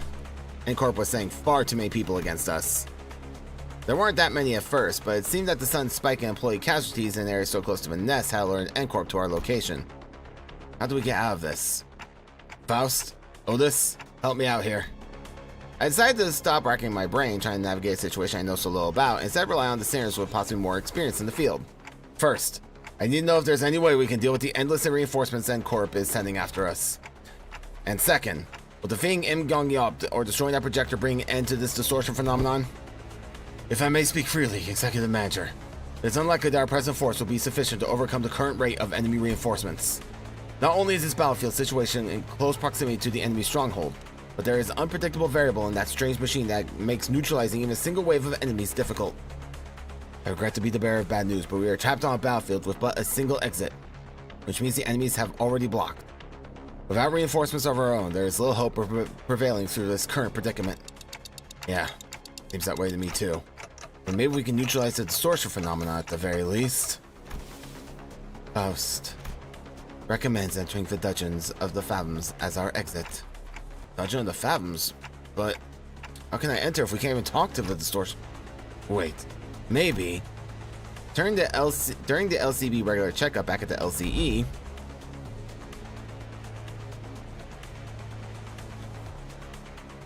he says all you have to do is read what's on the note in front of this distortion. Apparently it's some kind of code. Right. Keywords. This one seems to be a location type distortion, which means that regardless of where the bright flashes take us, N-Corp or a twisted caricature of S-Corp, we're still within its range. In other words, as long as I have the right keywords, I can summon the entrance to its Dungeon of Fathoms from anywhere within it. Okay. So what are the keywords for this distortion then? Hohenheim had provided us the necessary keywords for its distortion back then, but this time we had to figure out on our own. First things first, one of them has to be photograph. It's obviously been present through the entire phenomenon. If I may, perhaps experience may be one of them. He's saying put his 2 cents in, having briefly retreated from the battle to the backlines. There is an undercurrent of obsession with experiences straining his every trail. it must have aught in relation to what has caused his distortion. Experience. The concept alone lacks substance. It must be something more grounded. Something that at once is synonymous with experience, while maintaining a through line to N-Corp's technology. That was the core of his obsession. Canned experience? Most likely, thinks Faust. Alright then. Photograph canned experience? Not seems to transpire as of yet. It didn't, but I could feel it. Are these the kind of photograph? Are these the kind of photographs they use to make canned experience? So what's this strange sensation was? Mentioning that word shook for distortion caused that ripple effect. It was clearly not enough to force open the dungeon of the Fathoms. And the other keywords could there be? Scraps. Sorry. Oh, I thought we were taking turns about what might have caused him to distort. And going by the way you folks were saying your piece one after another, I thought this was some sort of Zen riddle. Not a Zen riddle, no, but where'd scraps come from? See, when enjoying the benefits of slacking off at work, all kinds of mundanities come to possess far more interesting qualities. Sometimes even revealing secrets invisible to eyes focused elsewhere. Take our person of interest, to wit. He has been poking around this area of town with an eye-wateringly expensive camera in tow. So conspicuously that every store owner I'd lightly pry for information had tales to tell about him. Each tale added another facet to the long saga of a once-driven man. A man with a can-do attitude, an uncanny ability to pull himself up by his own bootstraps, and a clear path toward Nest residence, who became so bewitched by photography that he eventually squandered his fortune on what was, in the end, nothing more than a pastime. And that went on until he found himself reduced to a pauper, barely making rent on a scrap heap of an apartment. In pursuit of his ideality, he said the thing! The man has lost grip of fortune and reality. I sought out his apartment and made a few scraps of his writing. When cold rain drips through the roof, when mold and tepid humidity together encroach from the earth, the mind begins to wander, lost. Eventually, madness is evoked in a form indistinguishable from drunkenness. The pauper loses himself. A shadow darker than any I had seen on Kim's face crept beneath the shade of his eyes. No, I had seen that look once in the past. Though it would be more accurate to say that I had heard it in his voice that echoes through in his fathoms, distorted by guilt and regret. Perhaps I shouldn't be surprised by the fact that this distortion has, among the countless people here, taken particular interest in Babu had Kim. Photograph, canned experience, and scraps. Like inserting a final piece of the puzzle, the space before us momentarily warped and flashed, opening a pathway to the distortion's fathoms. Well then, we'll be right behind you, Executive Manager. Miss Ezra, this is what I had seen. The gateway to one's fathoms. Yeah, this is it, huh? Neat stuff. But, before you can finish, Ezra had to redirect her focus from our discussion back to the battle. Most of the singers were caught in the same predicament. Some managed to disengage from the battle to prepare to enter the Dungeon Fathoms, while Hong Lu, Gregor, and several others were so busy holding off the N-Corp employees. They're gonna follow us in there if we run out now, right? Probably. Even those who weren't chained to Dante like we are, can travel through the pathway once it's open, so... Yeah, let's not drive ourselves into a narrower corner. I'll keep them at bay. Hearing that, Bamboo-Head Kim stepped up. My sword arm's not what it once was, but it should be enough for this. Besides, I have little wish to set foot in some ill-omened place and being tangled in such a bizarre mess. Is that really what he thinks? There was something in his eyes that led me to believe this was more about staying behind to protect our rear. He was WTF. Eh? What a terrible front. At least try to pretend to be sincere and make it easy for us to believe you. Did you think that terrible excuse was going to fly? What are you trying to avoid, sword slinger? You're not some kid trying to get out of doing his homework. And I remember hearing that entering a dungeon of the fathoms will bring one to the spiritual fathoms the distortion is gazing into. Then what lies within must be my very own, for that is what the abomination is gazing into. It's decided then to come with us. We ain't about to walk in blind to a place we know shot about, mate. Guys in there, yeah? Oh, that's... He keeps it simple. You try that too. Learn the hard way that homework, like summer reading, doesn't go away just because you don't look at it. It's still there, even as the summer break comes to an end, turning the last day of your vacation into an all-nighter. Ryashiki Scabbard vibrated cheerfully in agreement. Stop procrastinating. Go do your summer reading. What was it you said? Face the homework, save the GPA? I always thought it was save the cheerleader, save the world. That's a reference I doubt anyone will get. Face the sin, save the ego. It is, after all, the attitude the company expects of its employees. Go, Junior. You guys too. LCB, I can handle them all on my own. You will make a lone last stand? Hey, who the heck do you think I am? I'll show you why Team Leader Moses felt safe sending me out alone with you guys. This was basically a monster of the week situation for Team Leader and me back in our duo days. I can handle it on my own, no problemo. I wanted to show you guys. I wanted to see how you guys handle the inflection point, but I guess you never really can have it all. Oh well. Guess I'll just have to trust our two OSIR team newbies to handle that. And I think about it, I think I'm setting a pretty solid example as your team senior, aren't I?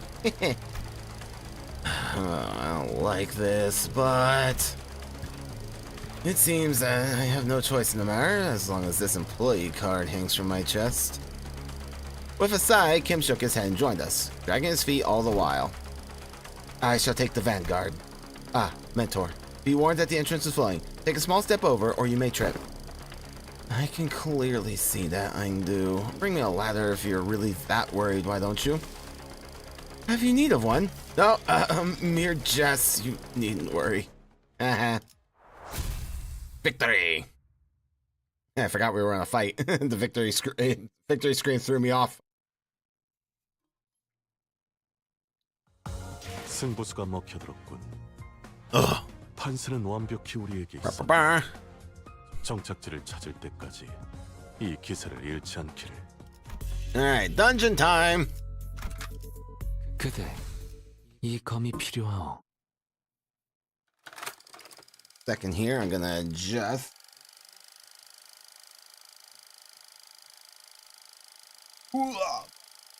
The dungeon time! Moment here, just adjusting some stuff.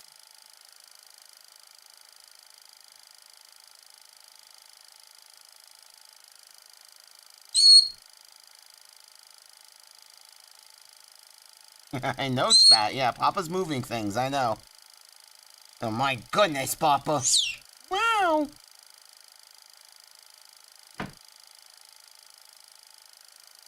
Oh boy.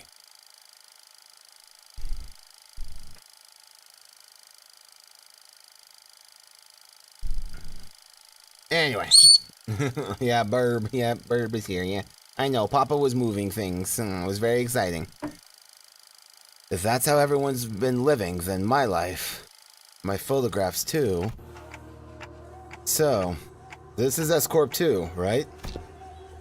It is reminiscent of my homeland, but the sights are much too hideous compared to what rests in my memories. Hideous was apt. When we emerged from the entrance of the dungeon into S-Corp streets, what greeted us was a distorted and eerie scenery.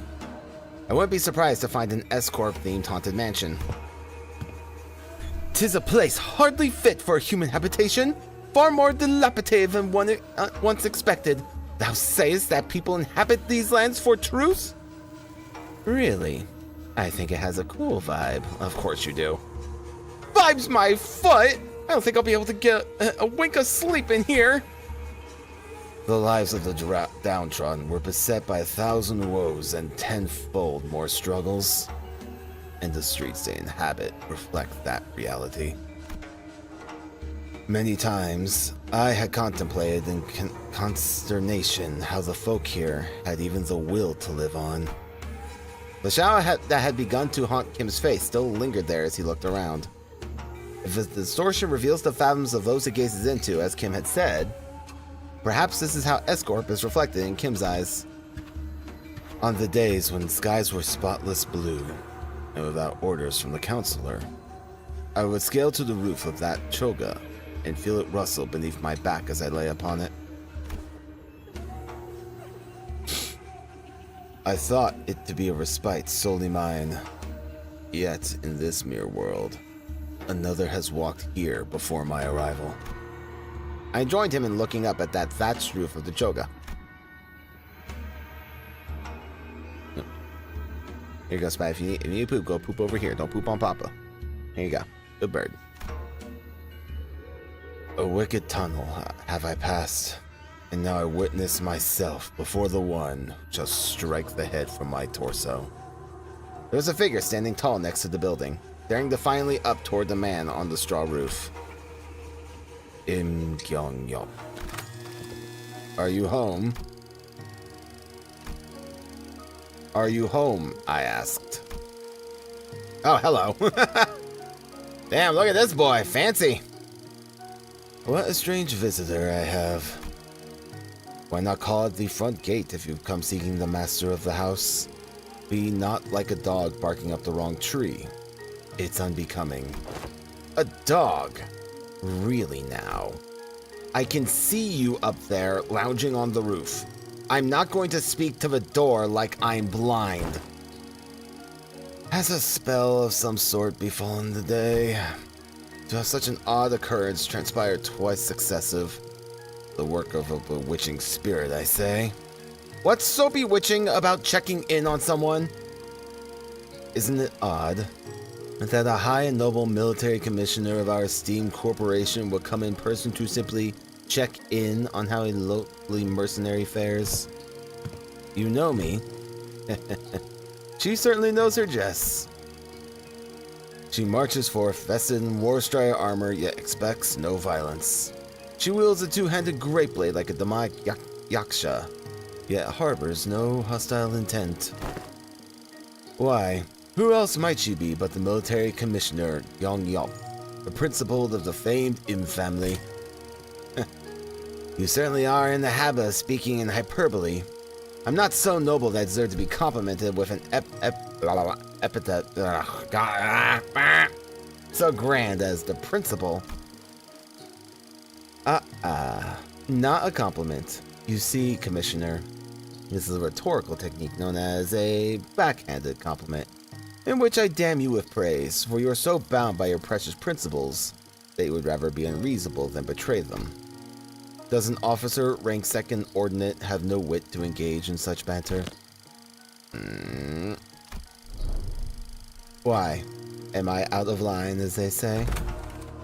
You two are friends, right? This was our first time meeting, so no, not at that precise moment. I know I'm just saying that if I were her, I wouldn't ever let myself become friends with you after such a bad first impression. Can't imagine becoming friends with someone who keeps pushing my buttons. Yeah, how about Heathcliff? Maybe, but people do find friendship in such personalities if they have a taste for prickliness. You got a friend in us, don't you? Fine. You have a point. But I do have a habit of pushing other people's buttons, too. But still, we're not seriously comparing the way I talk to a sassy, gotcha-digging, bun-riddled... Well, the world we live in is a vast and diverse one. Consider yourself lucky that you're surrounded by so many quirky characters. It's because of that same luck that she took the joke well rather than respond by trying to cut off my head. You are out of line, yes. But I knew you would be, so I won't take issue with it. Though I must admit, the rumors of your sharp tongue do you no justice. The streets speak of a man they call Kim Lib, a man who once had intended to pursue the path of the brush, when to realize the sins of his forefathers and exiled himself to the back streets. Yet with the sheer power of will, gritted teeth, and a scarred heart, you find in the path of the sword another way into the nest. It's the right state counselor's sworn guard at that. And that's you, isn't it? All those superlatives, yet the reality is I've merely found the path of... what we got? Hydrate time!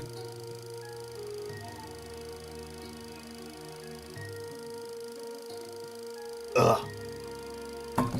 Visit to the hydration station! Yet the reality is that I've merely found the path of man butchery as a viable way of life. Direct any compliments you have toward the right state counselor, if you will. I am but a butchering blade that happened to fall into the right hands. Not a compliment. Just the word on the street. You're a quick learner. And spare me the fancy reading of my name. Watching you pretend that pompous posturing comes naturally is painful enough already. Keep it simple and spell it out as Bamboo-Head Kim. Thank you. And as he continued to veer away from the line, I'd rather be a corpse cold and dead than stay in line. Have a shred of mercy on me, oh mighty one. If I'd come all the way here just to punish you for every little misdeed and ill manners, I would have laid you out and split you in two. 3 ways before this riveting dialogue brought us this far. So, feel safe to continue traipsing outside the line. But in return, would you answer a few of my questions? I've been watching you from a distance for a while now, and... Really? Stalking someone's not very principled of you. You'll sure she give you a good wallop after that? No. Really a mystery, isn't it? Besides, she did give me free rein to continue traipsing outside the line. I couldn't in good conscience turn down such offers of kindness. Not that I ever do. You sure do have a way with words. A way of finding your way under the listener's skin, huh? Perhaps. Yet such japes are not to be expected among fellowships of close mutual bond. They don't look like friends yet, though. So, care to tell us why she's been watching you? I was engaged in the age-old pastime of throwing rocks. Oh, you speak of the game of Sukjeon. Save him for the festivities of Dano. I was throwing rocks at the passerbys. Fionni! That is a wrong deed, good sir! I suppose it is. People of Pipio and Sal in particular found it to be distasteful, and they did not let their discontent be hidden. But the pie and the downtrodden cheered me on to a degree. They found it cathartic. Oh, curious. And is it a right deed or a deed not right? Pio and Sal? Whatever is it that thou art describing? It is a well-known truth that S-Corp is also known by another name. Salpipio, Agro Industries. Salpipio Agro Industries. I definitely said every bit of that wrong, but we're moving on. A wing specialized in the general agriculture and livestock industry of the city. The vastness and the depth of its responsibilities have necessitated such divisions of labor. Thus, District 19 is split into 3 court circles responsible for different aspects of the industry. Sal, Pai, and Pyo. Each meaning flesh, blood, and bone, respectively. No, flesh, blood, and bone. That was, wasn't flesh, blood, and bone one of Bamboo-Head Kim's cards in the Library of Runa? Sal, responsible for the cultivation of rice and other grains. Pyo, responsible for meat and livestock. And Pai, in charge of the technological aspects of both. As a scientist and a researcher who once toiled at S-Corp, he must have felt the persecution the Pai faced firsthand. It is believed that the Trinity was designed for balance, that they would provide assistance when requested, and keep everyone in check when needed. There was once a promise of cultivating a fair and sustainable S-Corp. Alas, the noble intentions of yesteryear now lie sullied. The Trinity now degraded to 3 quarreling bands, profiteers, blinded by avarice. not relying on honor but betrayal and perfidy to claim the top of the triangle. An adherent of flesh claims to the position of the chief state counselor and monopolizes rice as the common folk starve. An adherent to the bone, once a right state counselor, toadies the Salon rises to the seat of the left state counselor. When such shameless conspiracies permit not the common folk to even till the land as they please, English cries of suffering flood the streets. Thus, the common folk are reduced to livestock bleeding out, hanging from a hook, while bone and flesh collude like that of the emaciated dead. Who shall claim the severance of flesh and bone and force them both to yield? An oft-heard poem when walking the streets of Escort. Oh. Oh. Then, the people with whom thou have targeted with thy rocks were? They weren't people. Rats. Rats? Oh, yes. The counselor finds rats detestable. It's better to stop them from a distance if you want to crush them. By any chance, do these rats have a habit of sneaking into the royal court to better pilfer what the common folk rightfully deserve? They certainly suffer from a severe case of kleptomania. So you purposefully threw a rock at his feet to trip him to the ground, knowing that he was a kleptorat? Well, I simply could not help but react in the presence of such scurrying rats. Is there aught you find funny? Speak if you could. I could use a good laugh about now. Just hardly expressing my gratitude. That is all. Those whose corruption is revealed ought to readily deceive their scarlet orabans, but gall to scamper away with their expensive prosthetics. My men were having some trouble apprehending them. Until now. Well, if that is your intent, you're invited to leave a token of gratitude somewhere in the vicinity. Perhaps I'll happen to pick it up. Don't want to get thrown into dungeons teeming with real vermin. Oh, I was going to do just that. Huh? So, when you stop being a sword and be human again? What? When do you clock out? The way I see it, you're not the kind of person who'll ever let a drop of liquor get to his tongue while on duty for the right state counselor. Return to the Choga when you're human again. I'll buy you a drink as thanks. Ah! She's a funny one, Mentor? This fellow you had often mentioned fondly was correct. Have I mentioned her a few times as a drinking fellow I had left behind in Escort? I must say, I myself found out that relationship most intriguing.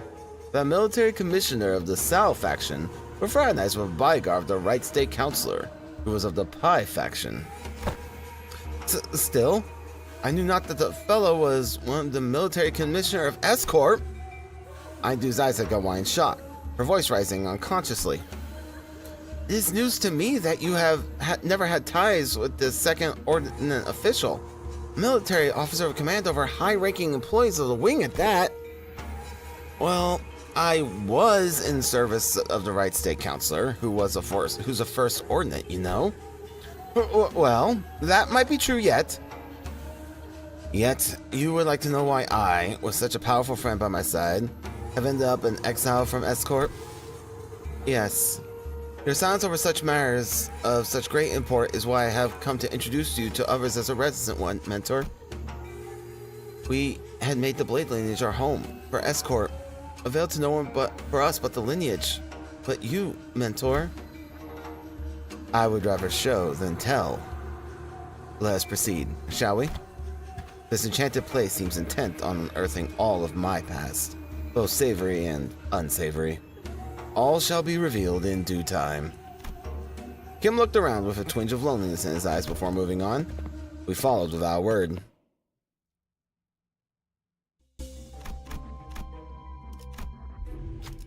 We emerged into a dark and muggy cavern, filled with air so stale it almost felt stifling. Up ahead, a thin ray of light shone through the darkness, seemingly guiding our path. Following the light led us away to a four-way fork in the road. A constant, powerful gust howled through one of the paths. Another was filled with a metallic tang, the smell of blood. Then there was a path that was entirely silent, and the last one echoed with harsh noise of a sword striking against sword. Which path should we choose? I'll take the wind howling path. Probably poise. Oh, wow, the wind's pretty strong in here. The wind only got more turbulent the deeper we progressed. By the time we were nearing the end of the passage, the stairs could barely keep their eyes open and had to cover them with their arms. Then, I missed that last one, I accidentally double-clicked. But thus the wind kicked up, dissipated, and revealed a scarlet rope haphazardly thrown atop a pedestal made of stacked stones. I got the Orobon thingy. Oh, that'll be useful for Honglu, I suppose. No, let's go this way.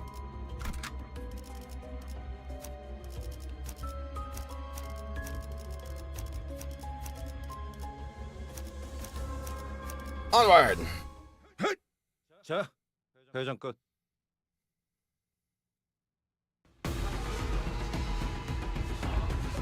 What do we got here? Eightfold blade lineage, huh? Oh boy. If this unit is defeated, apply 5 poise and 2 poise count on all blade lineage allies next turn. At 20 plus poise potency, equip slash series on the leftmost slot. Oh great. At 1 poise count, lose 10 HP instead of losing poise count. I see. This effect cannot stagger this unit, does not drop this unit's HP below 1. Deal plus damage on critical using base skills. Great. When gaining poise potency using this unit's own skills, the coin effects apply 1 potency on ally that does not have poise or has the lowest poise potency 5 times per turn. If Bamboo Head Kim is on the field, gain 1 slash damage. Damn it! Well, that sucks. Okay, well. Game called me out.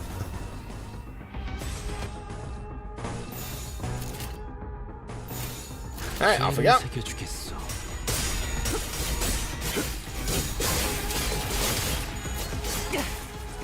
Oh, you're using Bamboo Head Kim? Well, haha, you guys take more damage.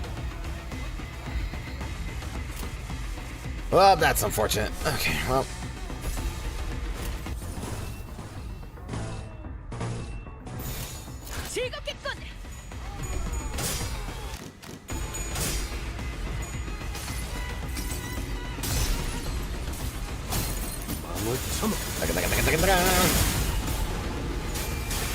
Boom.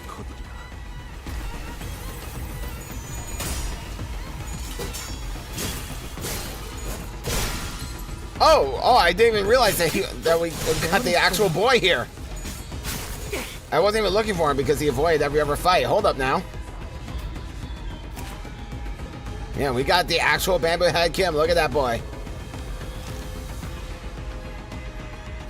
Base offense level minus something, huh? I see. Level 81. Damn.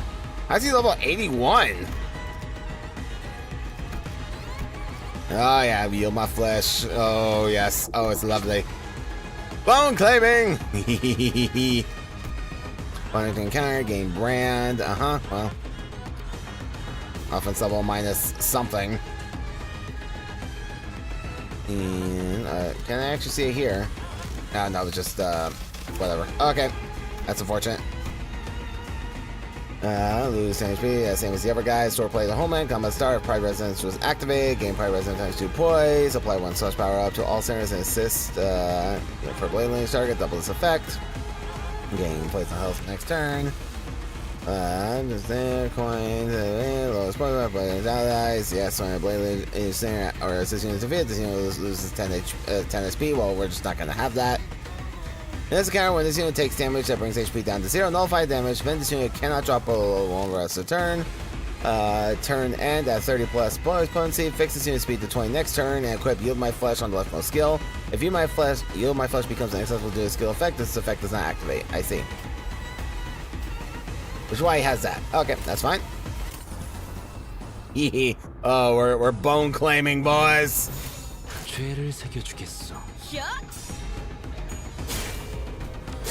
Oh, these lads are so dead.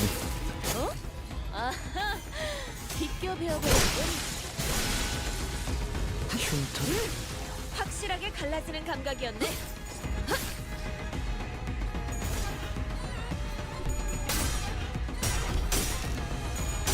bruh. You had no reason to lose that. Flipping tails at that level of sanity. 순순히 목을 내놓으시죠. 달빛이 된다. Oh. We were gonna claim bones. It got ruined. 배워냈어요. That's what I hate about unfocused encounters. Alright, well, let's kill this bloke and move on. 아름다운 것. 그렇지 않은 것. 흐트러지게.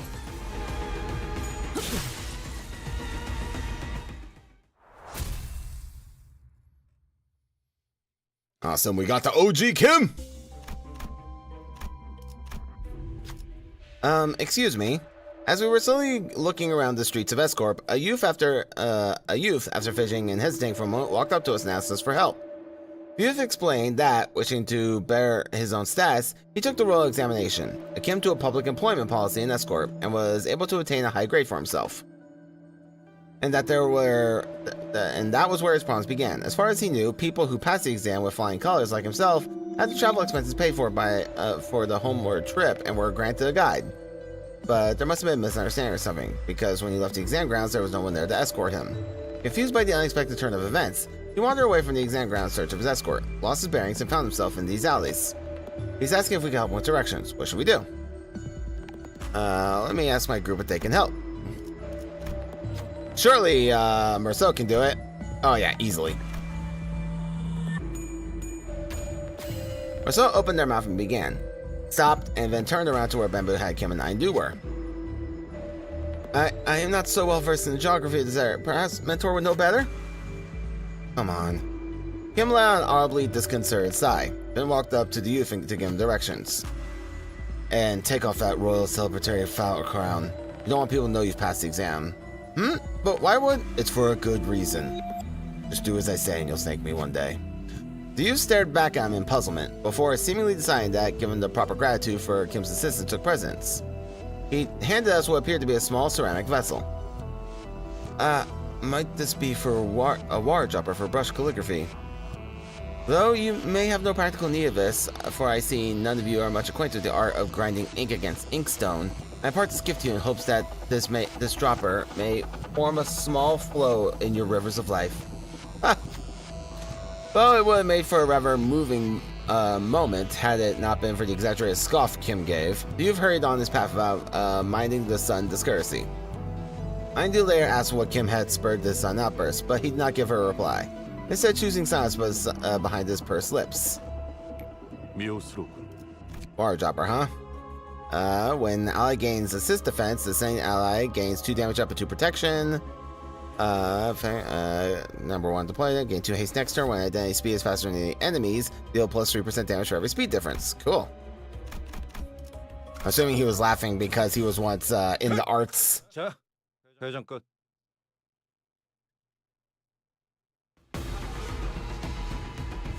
Ah, look, more dudes. 죄를 새겨주겠어.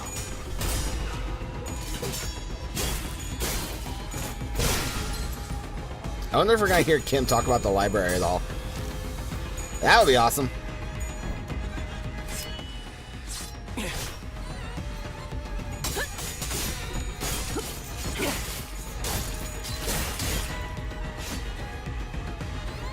혈이 난자하오.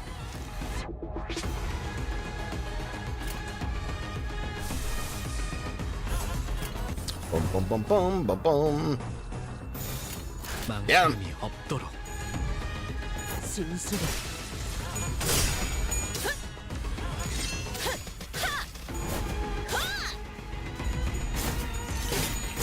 살을 베어 Wipe them out. 마음을 참아. 숨을 거두라.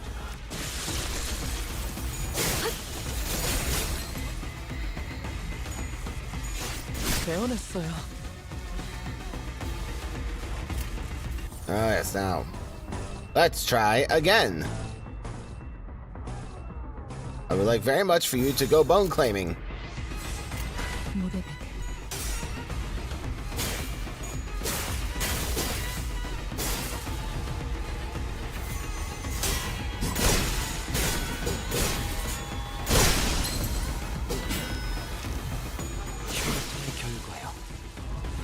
Damn it. 달빛이 The OG Kim keeps ruining my bone claiming.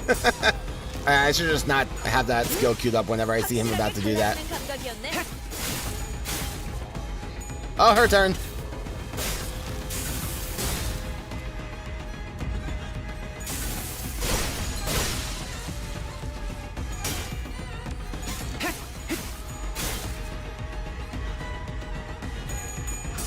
Oof. That was close. Yeah, screw your unbreakables. Yeet.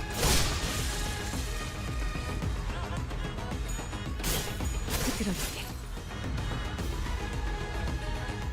물러서지 않겠습니다. Later. Yeah, I'm just not gonna queue up to claim their bones anytime.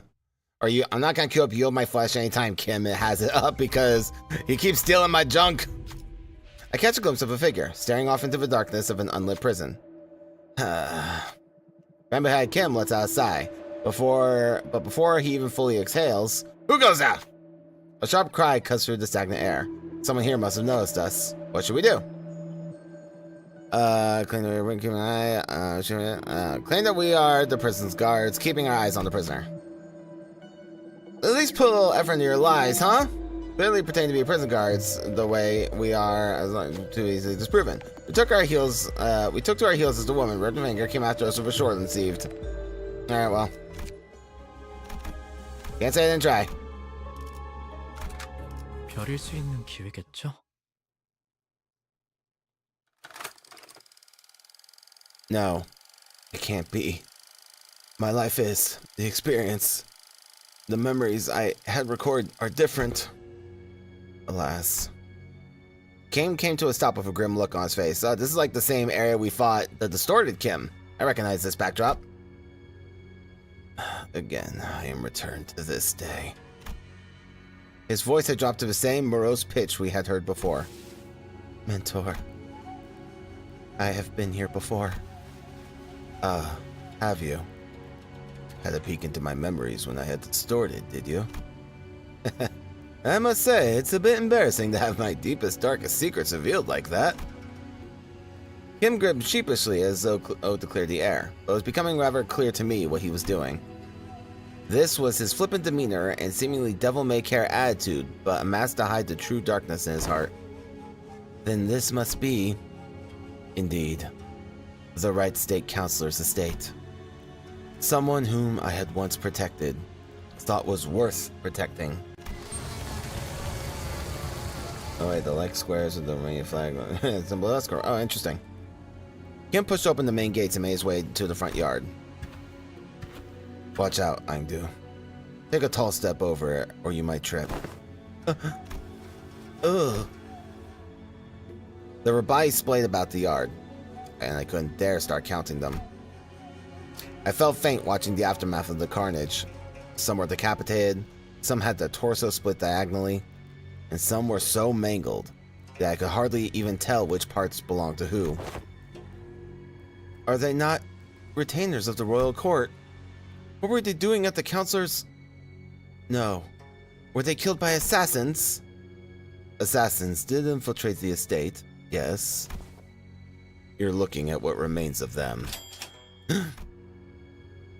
Though I had but a moment to glimpse it, I clearly remembered that the S-Corp logo I saw in Kim's Fathoms looked like. The hats these corpses are, or were wearing, are adorned with the same logo.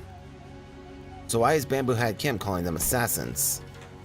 In this corrupt land, the right state counselor's life was always as precarious as a candlelight in the tempest. Such is the fate of all who have the guts to speak the truth in S-Corp, where positions of influence are hoarded by corrupt sycophants, whose chokehold on power is ironclad. Yeah, we learned about this story in Merceau's Uptie story like a long time ago. The most prominent among them, the left state counselor, with the chief state counselor's blessing, sought to wield his own private army to silence forever the tongues of those who would advocate against the corrupt. Private army? But they're prohibited in our homeland!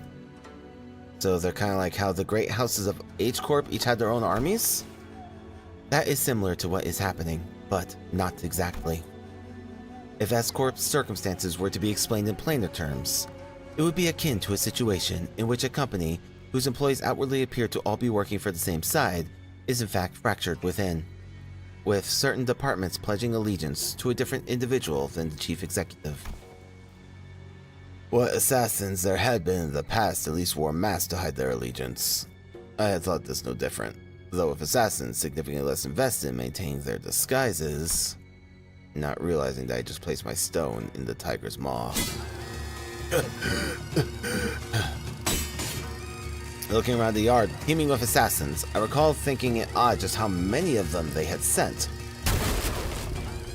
But the left state councilor's power had grown to loom over that of the king. I should have realized how ridiculous such a brazen attempt on the life of one, triumvirate counselors at the royal court would have been. Foolish.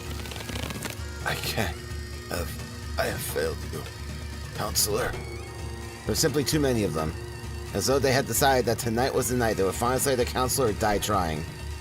I was soon overwhelmed, and some of them managed to get around me and reach the counselor's bedchamber. The moment I heard them breach the door, all strength left me. I fell to my knees. I, Kim Lib, am a poor excuse of a bodyguard, and I have failed you.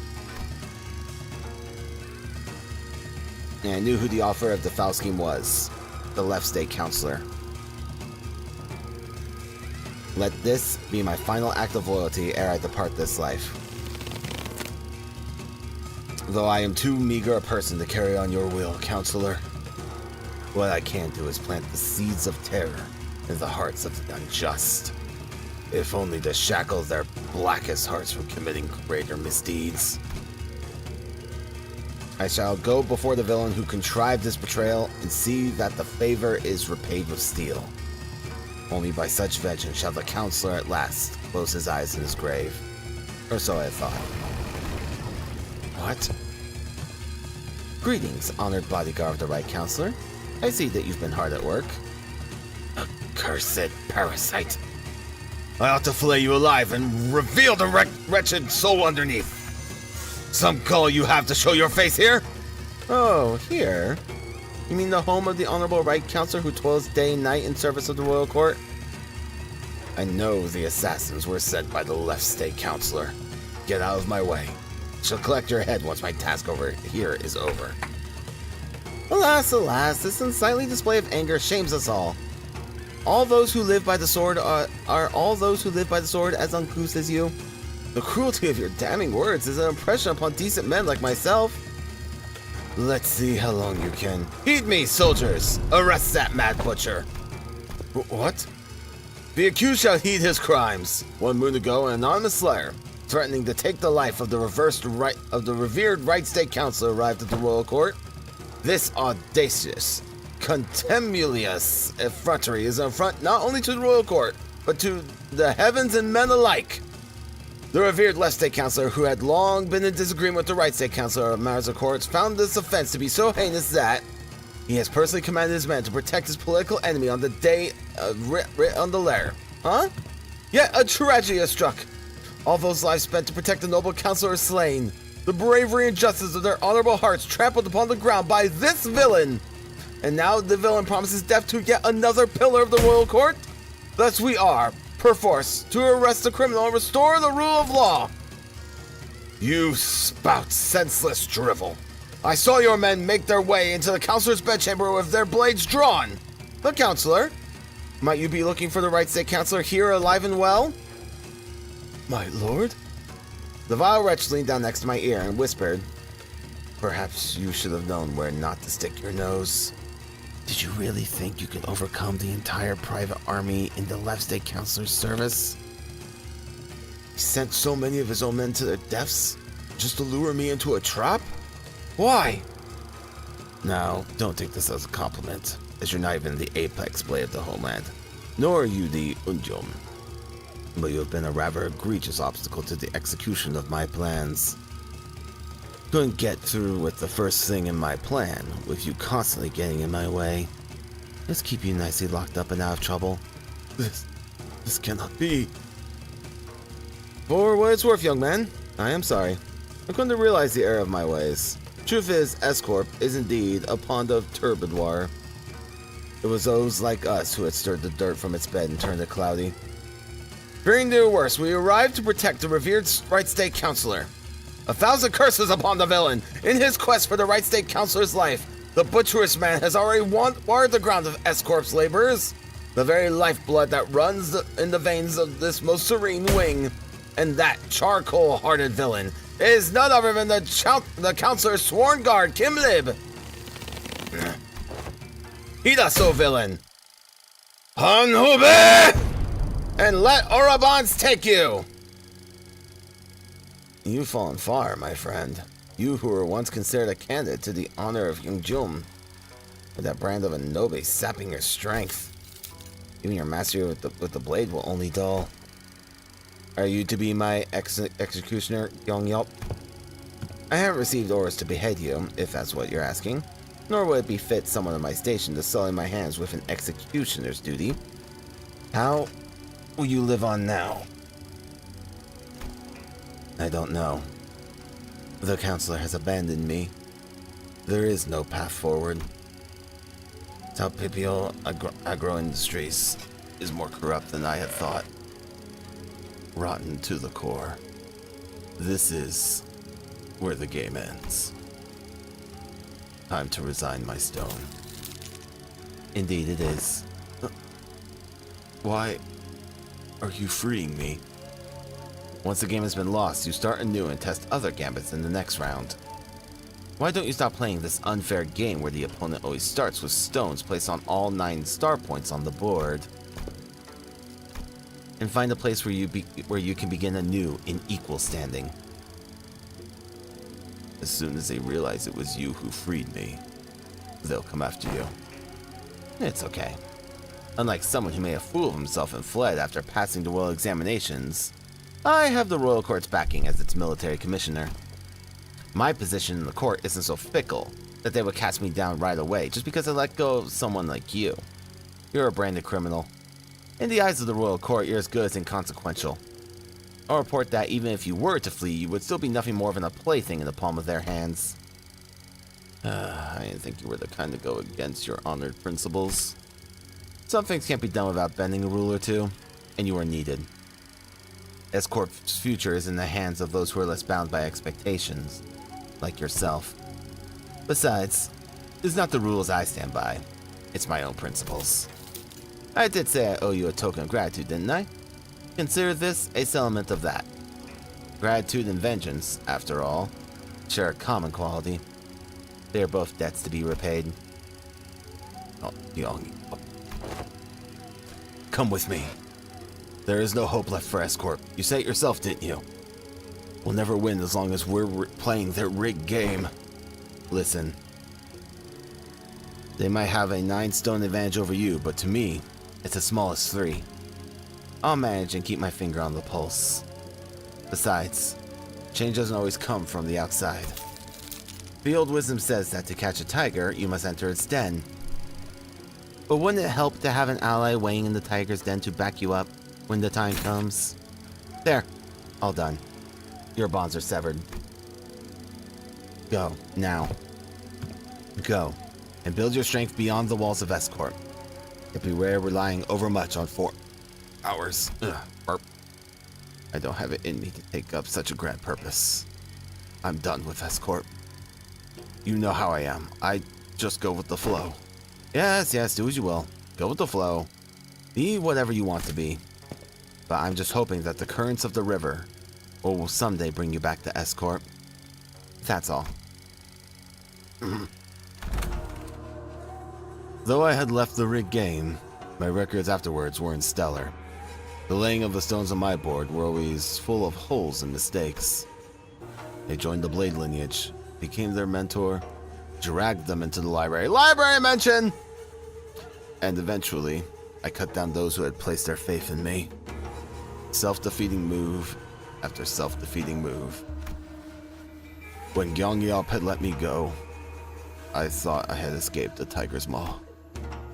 But as I left the game began progress with the flow, I soon came to the realization that my life was an endless cycle of connect and dies. I was in a losing play from the start. Shouts dancing by the distant humanoid form began to grow like wildfire. And those in the entire of the blade lineage, one by one, leapt over the wall and approached us, like the projections of Kim's darkening fathoms. They're from his memories. Films and photographs can sometimes remain undoctored, but the impression of a person gets from viewing the photograph is malleable. Then they must be after. Yeah. Kim believes that if the blade lineage were to come back to life, they would want to kill him. Oh my.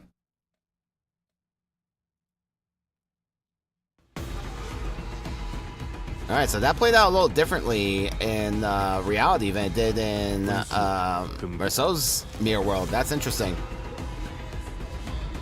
Well then. We got ourselves a cheeky little focus battle. Let's see here. Yeah, I'm dominating all over the place. Why wouldn't we be? Grumble, grumble. Alright. Where are you going? Oh, you're doing a counter thing, huh? Over there. Okay.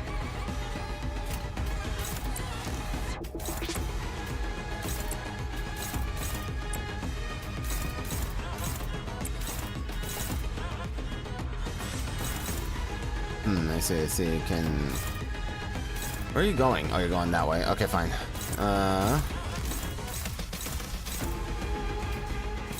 Go ahead and tie up that boy. 죄를 새겨주겠어.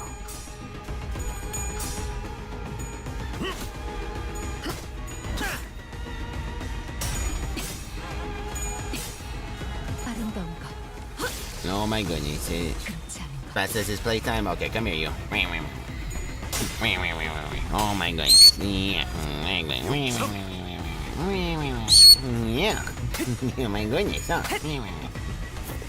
You came to me? Yeah, you're the one being bitey. Yeah, we're gonna fight. Oh my god. Tickle the bird, I tickle the bird. Oh my goodness. Yeah. I give you kisses. Yes, I do. Oh my goodness. Oh my goodness, Papa, you're not dignified. Alright, let's see here. Where is... Yep, there's Hong Lu. Go after your trust boy. Go here.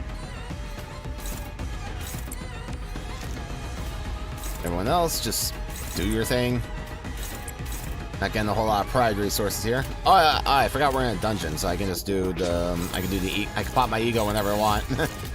죄를 새겨주겠어. 살을 베어내고 Experienced the moment of madness and forgot how dungeons work.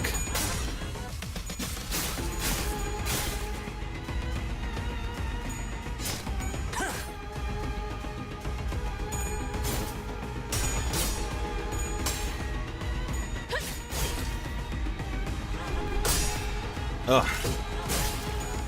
That scene snuck up on me. Hit the mute button just in time.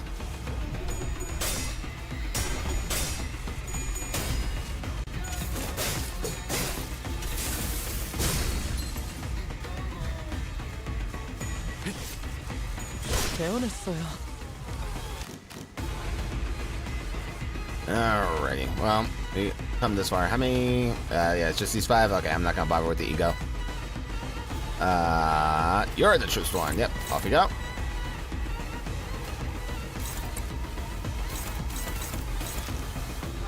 Let me think here. Can you? Yeah, you can dominate there. Alright, you two... actually, probably... no, you two should be enough to kill that guy. And then... you guys do that, and off you go. 잡아드리죠.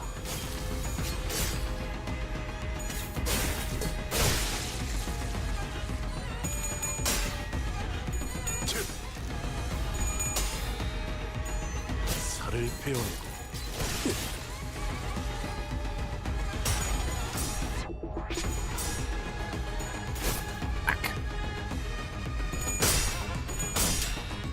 We got the goat, we got Kim. I can't believe how much, he's so much stronger than I would have expected him to be, you know, considering, like, where we meet him in the library and all that. Being in the 80s is nuts. Like, isn't he, like, in the, Urban Nightmare tier?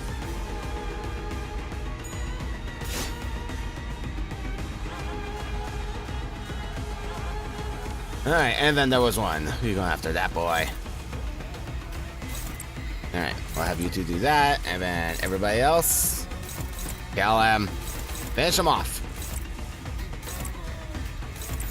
죄를 새겨주겠어.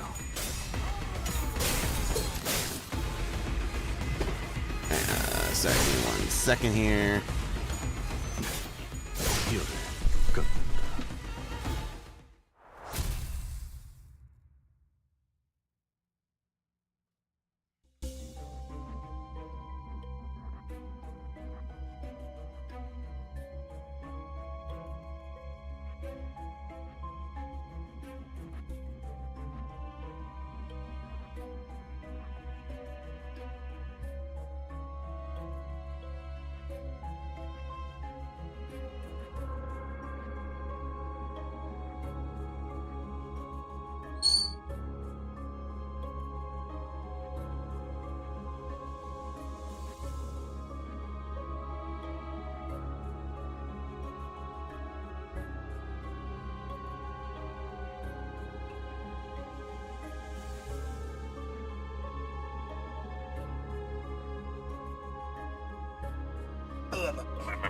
Alright, sorry about that.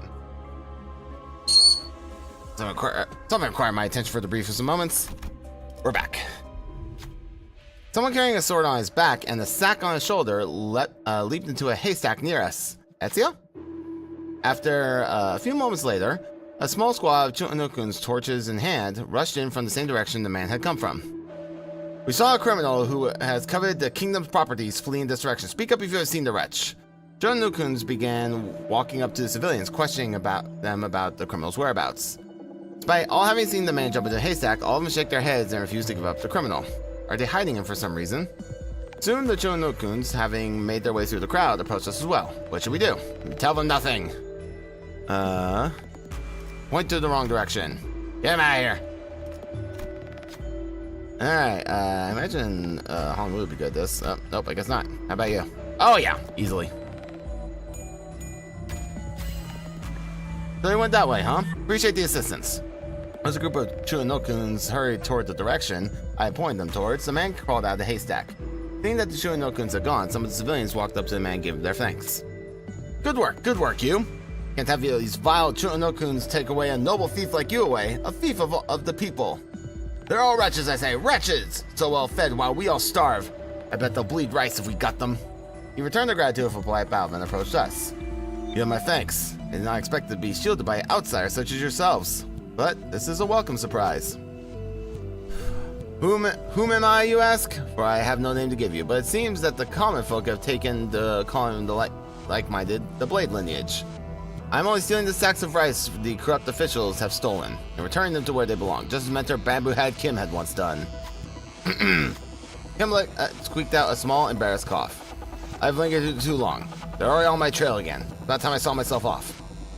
Even in a hurry, he bade us to wait a moment as he rummaged through his sack as he produced a few packages of food. Take these. It's not much, but it should be quite filling for those on the road like yourselves. Gratitude and vengeance, after all, share a common quality. They are both debts to be repaid, eh? For that, he withdrew into the shadows.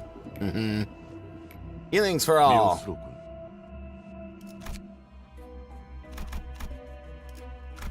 꽃을 피워볼까요?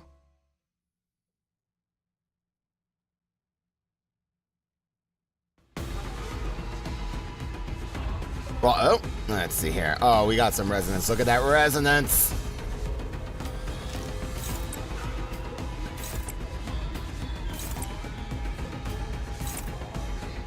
Alright, and then the rest of you down here. Take him out. 랜덤이 사월을 건너.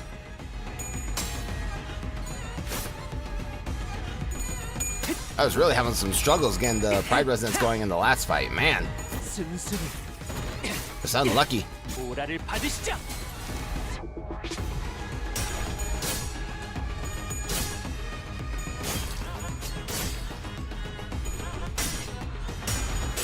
Oh, yeah, I do come right back.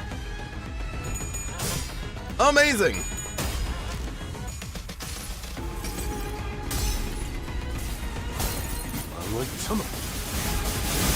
Yes, come. 숨을 거두라.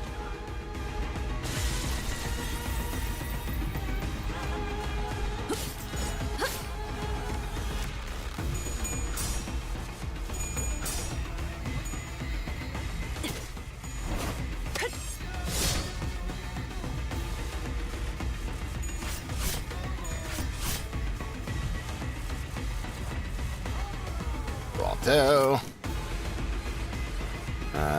Which one of y'all is the truest one? Or is he dead? He's probably dead. Damn it.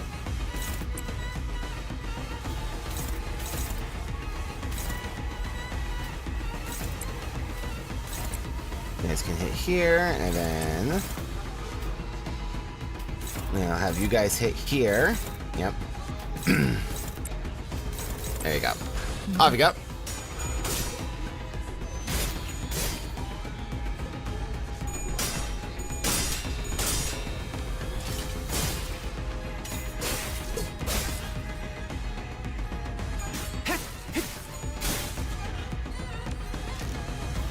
아름다운 것.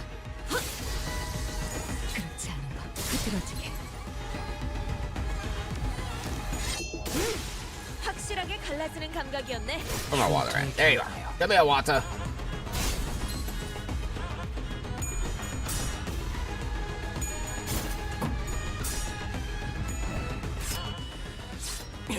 재현했어요.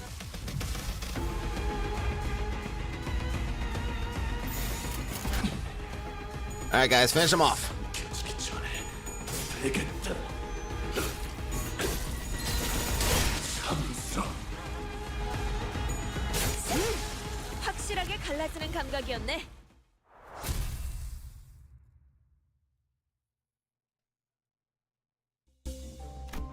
All right, time for the battle. 주소에 게시할게요.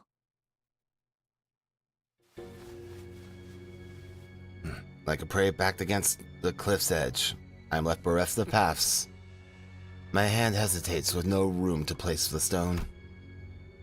Misjudgment burgeon with contemplations harrow the mind, indeed. Now, all that remains is to neutralize that one enemy combatant in the courtyard. Tell me, who's waiting for us in there? You should know. This place and its enemies are projections of your memories. Not the hardest guess to make, is it? I expect to find Im Gyong-yop in there. Gyong-yop was a woman of loyalty and principles. Even as a military commissioner, she never stopped wanting to change the way the royal court was. But even she must have been broken in the end. I scoured the newspapers and TV for anything I could find on the current state of S-Corp. But it was plain as day that nothing had changed there since my departure. Mentor, is that not but a baseless speculation? Your concerns grown uncontrollably? Never have you spoken to us about such a monstrous one in the past. What lies before you is but a figment of the distortion reflecting upon your memories. Did this Im Gyong-yop appear as that monster does, Mentor? No. Gyong-yop wasn't like that. Gyong-yop. I still believe that Salpipio Agro Industries deserves to die. But destruction's not the point. The point is that I want it to be a place where I can cut away the avaricious, corrupted, and have it be a wing that cares for its common folk. If I didn't know better, I would have thought you were seeking to supplant the current S-Corp. You know that's not what I'm talking about. I'm just a wanderer, floating down the river to flow where the currents take him. When the river bed nigh hill wall, someone picked me up and made a blade out of me. Once abandoned, I returned to the flow and found myself a mentor to those who afforded me the undeserved faith. And the river continues to wind, carrying me back to S-Corp, whence I had fled. Shall I let the blade sing my inner thoughts? You think I'm satisfied with the way S-Corp is? But your method is, as it is now, goes against the principles. I expected better from someone of your wiles. If you enjoy these principles so much, then why ask me to leave the game? Because someone has to stay behind to try to bring change within the limits of their principles. I only hope that one of those bends in the river of yours would pull you back to knock on the gates of S-Corp once it was primed for change. Has that changed? What do you think? You, at least, seem to think that I have. Because you believe that I shall stand in your path. Stand in my path. And stem the flow of this river evermore. Very well. The law states that denial of the will of the royal court is a crime deserving of punishment by beheading. I, Im Gyong-yup, Second Ordinate of South Pipio Agro Industries, official of the sword and military commissioner to the royal court, shall uphold the command. And sever the buds of rebellion before they propagate.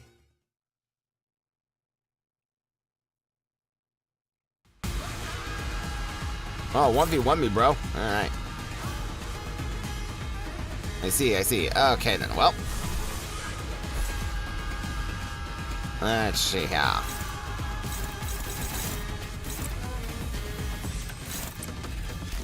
The true son. Yeah, do that. Oh, yep, dominating. We're okay with that. Yeah, and yeah. Yeah. You just offset that. That'll be fine. Just get the pride resonance going. Es mucho importante.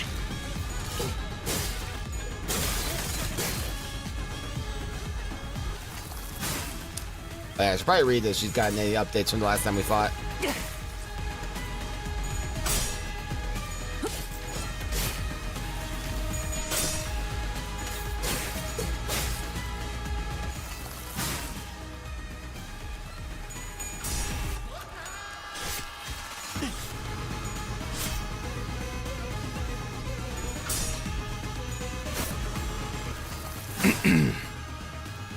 Tell him. Yeah. Beat our ass.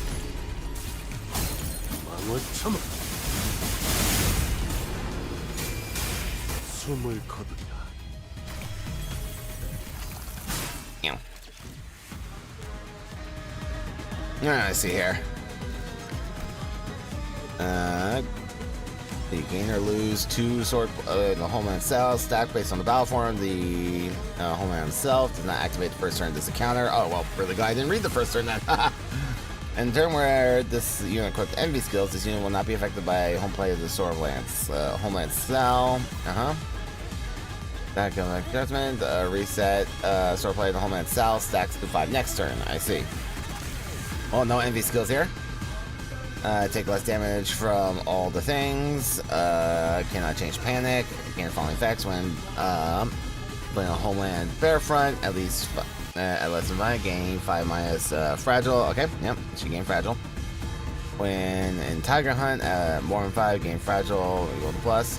The 3 port circles of Sao, Pai, and Pio each remade the standard Dujong Brigading of Escort into forms suited to their own doctrines. The oldest tale that say that the Sao has never been the first to spearhead a slaughter, eagerly the enemy's flesh before any other. The Pai harvests the blood that spills forth from each open flesh wound and turns it into the endurance on the battlefield. The Pio takes the close of the slaughter. They part one joint from the other, bringing the enemy to their knees. Then the blade through the neck bone finishes the collective act of killing. They're playing the Homeland, refresh. I'm gonna gain 5 of that.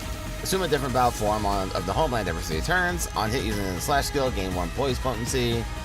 When the following conditions are met, use a pattern that includes bow the Homeland, the arrow loose skill. When you lost all clashes for 2 turns in a row, does not check for unopposed attacks. Turn after stagger, when low morale or panic. And Mindermax or play the Homeland South stacks, use a powerful skill. If this unit used both the Homeland Arrow Loose skill in the last turn, use a powerful skill regardless of the home plan. At 55% of lower HP, use a powerful skill regardless of sword play stack on self. The sword, the homeland passed down in the South Court circle is not as hard in active killing. To cut and cut until the blood runs dry and the bone is laid bare. That is the essence of this art that strips the opponent's flesh into ribbons. That is the sword land the home play practiced by Sal. Martial Arts of Perseverance. On Clash 1 Game 2 Poise Count, if this unit skill hit has if the target this unit's skill hit has less than 5 bleed points, they inflict 1 bleed and 2 bleed count at the attack end. Once per turn. Those who persevere in training for lack of talent. Then there are those who are blessed with talent only to let it rust. All men say that the power of Apex Blades can be seized only by the gifted, and matters not. Until the day comes for display of mine to rise high enough to meet the clouds, I shall persevere in honing my prowess. Clash lose, gain 1 hit swing memory. Combine, Feel my flesh, deal and take 20% damage on critical hit against and from Bamboo Head Kim. This flesh I claim. I see. Okay, well, moving on.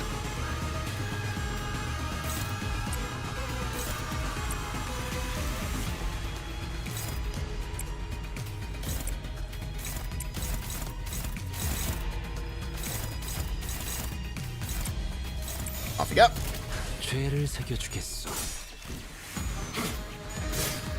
I wonder if the Bamboo Head Kim like extra damage thing counts for him or so. Probably not.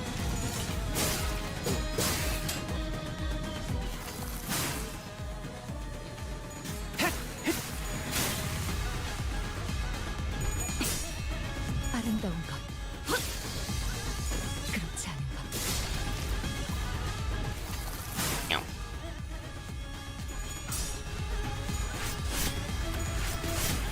You face the wrath of the Blade lineage.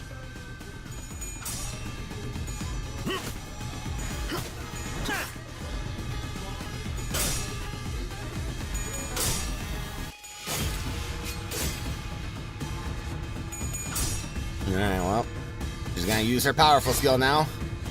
Like the arrow loose thingy.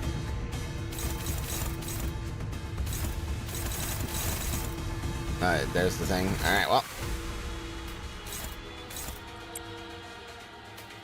Yep, go ahead and claim her bones.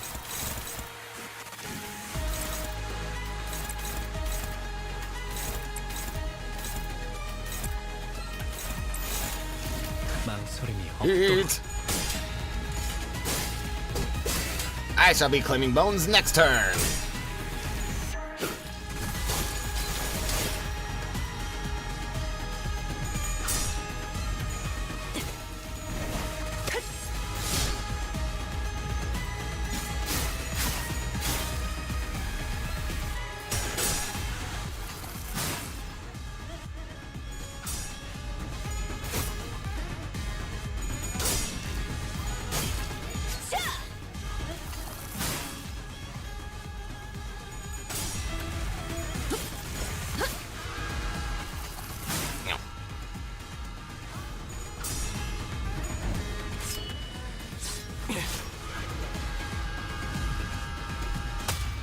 Here comes the bow of the homeland. Alright, and there's that envy skill. No tiger slash, well. I see. Alright, so Kim's already taking care of that. Well, you know, sort of. Reverie didn't, but yeah, I'd actually really rather you not, quite honestly. This skill always flips heads, hits critically, and does not consume poise count. Yep. Clash lose, deal less damage. Yeah. Okay, great. Yeah. Yeah, so definitely want to be winning that clash. Sorry, you will not be yielding flesh today.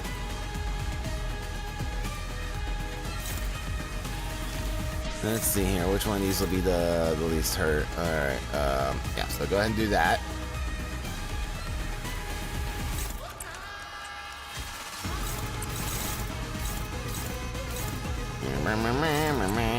Go over here, you go over here, and then that just leaves you. I'm feeling we're gonna need some healing. I didn't equip, I did not equip Fluid Sack apparently. I thought I did that. I either didn't save or I just forgot. Either way, moving on.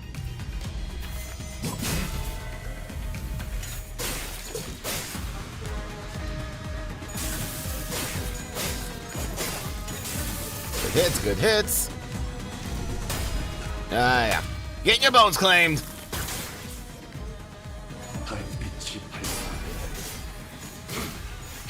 금은까지 발진단을 떠. Get paralyzed.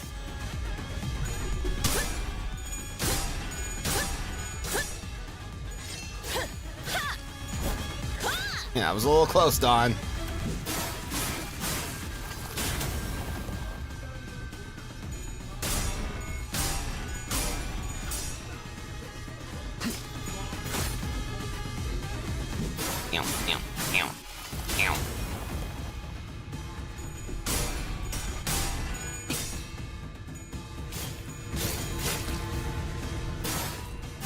No hunting tigers here. If only Lei Hang were here, I could throw him in the way. Yeah, you don't need any of that. 보라를 받으시죠. Pain train incoming! Ow. Ow. Ow. Ow. Bloody hell.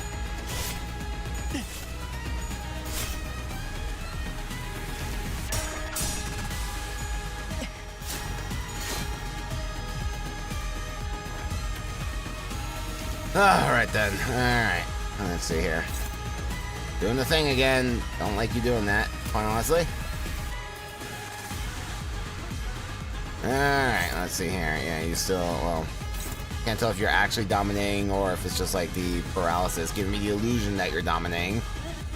It's always so hard to judge clashes at this point in time.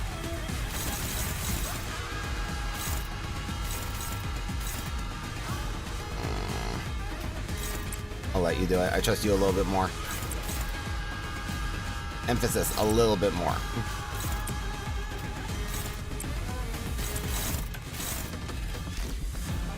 Oh, if I told you to go over there. 전부 잡아드리죠.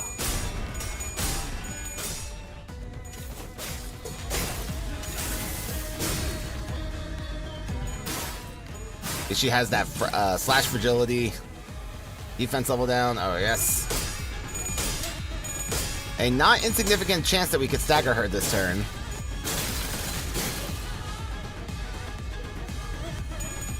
Ah, you flipped tails. You ruined it. You soiled it. You soiled it. You had it. You were fine. You were fine. And you decided to flip tails. You idiot. Ah, Jesus Christ. Okay, well, that's unfortunate. Yeah, alright. Good job, idiot.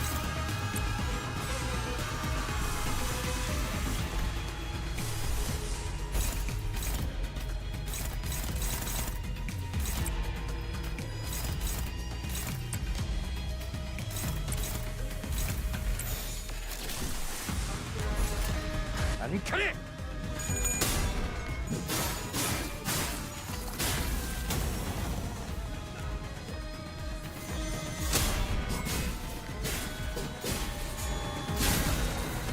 Well, unfortunately, not all is lost here, but yeah, we're playing on the back foot now. 목이 피었잖아. 이 순간이 다 되어내리. Stagger? No stagger. Damn.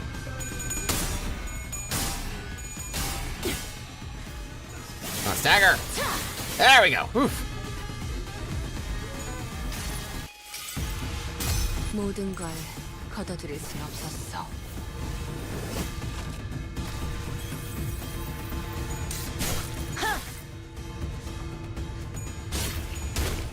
Also, first time using Kurokumo Gregor.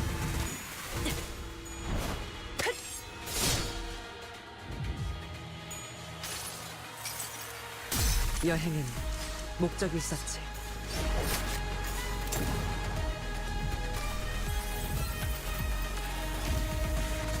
Alright, everyone's up. Everyone begin the ruthless beatdown. 그려낸 게 나가서 싸워.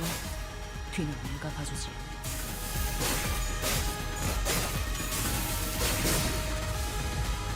I do is literally like inches away from dying of bleed.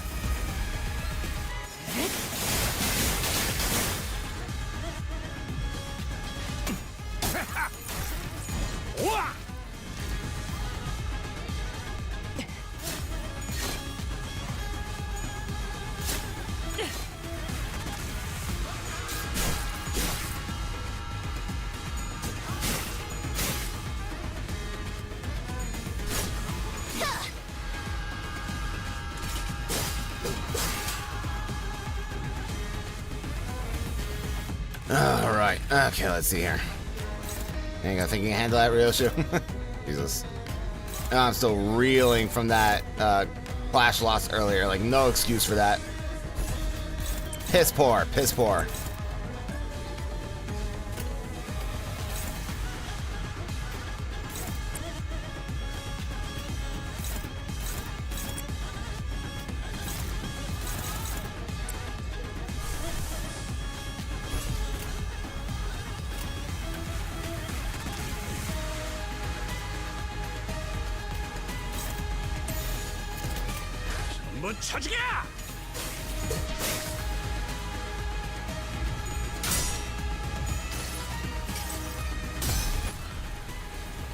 도망쳐봤자 헛수고다. 퍼져나간 탄환이 어디에서든 이 머리통을 화려하게 터뜨릴 테니.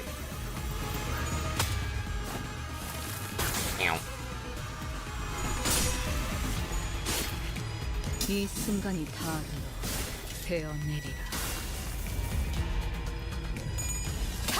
Oh yeah, good job, Ryoshu. 밤도치 숨을 다 들어 베어낸다.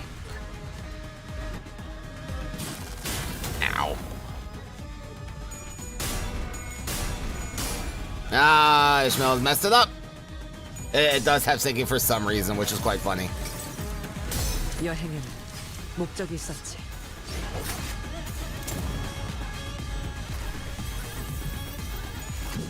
Ow. Of all the Blade Lands to be the one standing, it's Otis.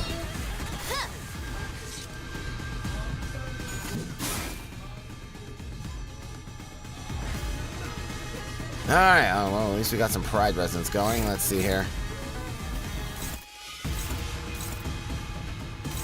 She's almost dead. We got that going for us.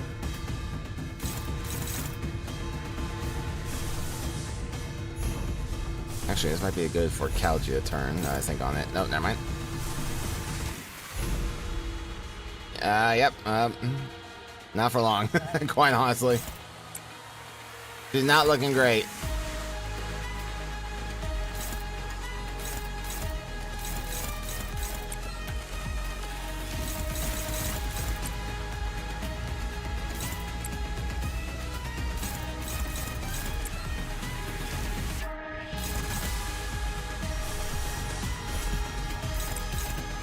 Ego spam time, that's all I can do.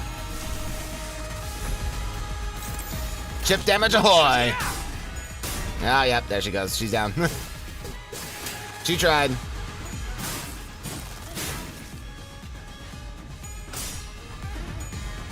We would have been fine if only Marcel hadn't flipped tails and lost the clash.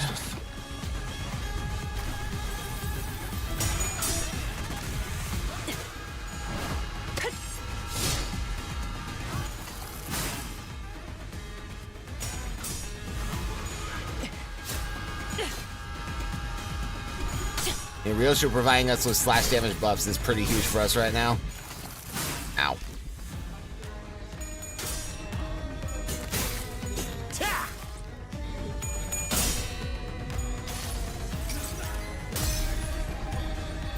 세 번 배웠다.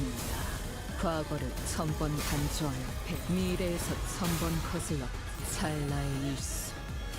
다시 1000번의 그. Yeah, unfortunately, Ishmael is only up tie 3. She's not up tie 4, so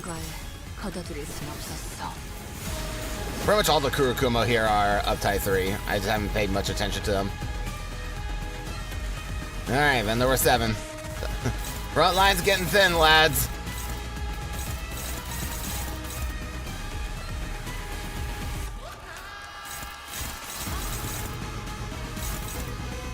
Alright, let's see here. What can I even do? Oh boy.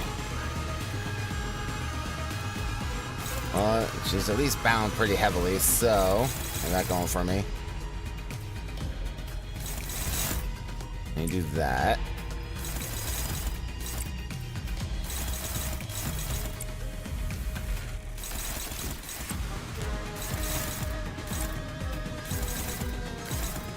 And if it's hopeless all over, I'm not even gonna bother clashing.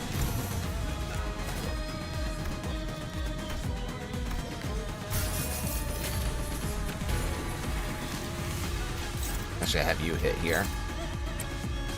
Yeah, I should be able to. I was gonna go nuts on the one-sided attacks.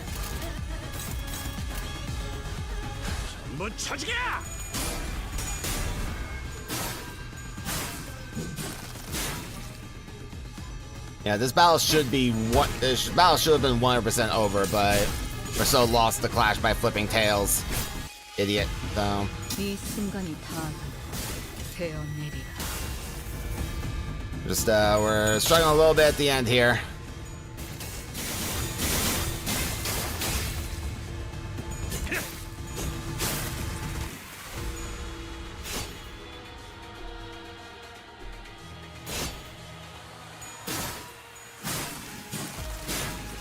I just find it so interesting that the bleed does damage to shields. Like, we're bleeding the shield? How's that work?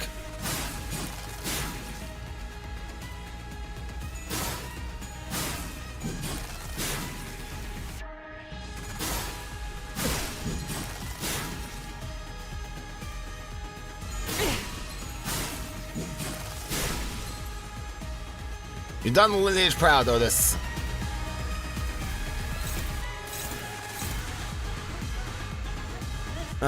Oh, let's see here. Are you dominating anywhere? Yeah, you're dominating on these two specifically, so I'm okay with that. You guys, of course, are not. Dominating here. Just whatever damage I can reduce, I may as well. I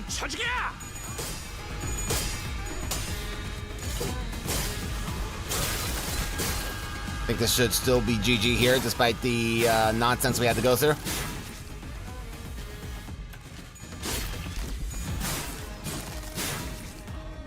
이 순간이 다 되어내리라. 낫도 방긋이. A bad time to flip tails, but alright. That was way closer than it should have been. She's not as powerful as I recall. You're weighed down by the brand. I'm not so far ahead or behind. I don't know. I think you're doing pretty well. Beverly, they appear evenly matched yet. He's wielding that sword like he's trying to get himself killed. That blade work is far beneath him. Seeking the end here, is he? Can you afford to look away in a duel? What are you doing? You'd rather lock your sword with mine than parry it away? Can't have a proper sword fight without a blade lock, though. The duel between the mentor of a syndicate and the military commissioner of S-Corp is neck to neck, clash after clash. The two warriors eventually lock their blades in a contest of might before it comes to a close in a final, fatal bout. When the dust settles, the mentor lies in the sand, dead. If that's what you want, I will grant it. Good. Let's finish this. This is Bamboo Head Kim and Im Gyung Yop, ready for their final battle. Spat, please. Here, get off my head. You're gonna... Don't do that. Ready for their final bout. I do leapt in between them. I do? Are you really so ashamed that you would choose death over life, Mentor? Are you so scared to live that you would rather die? Yes, I am. I am scared. I am terrified of my own audacity to live these days as though I hadn't failed everything and everyone who had the misfortune of placing their faith in me. My mission, my honor, my fellows. As though my path isn't haunted by ghosts. As though I can stand shamelessly before the watching eyes of the heavens. Hydrate time. Thank you, egg.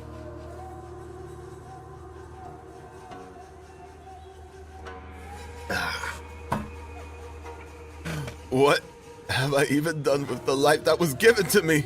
Blind to the reality of my homeland. I served a master who chose politics over loyalty and justice. I will cut down my fellows who chose to trust a fool like me.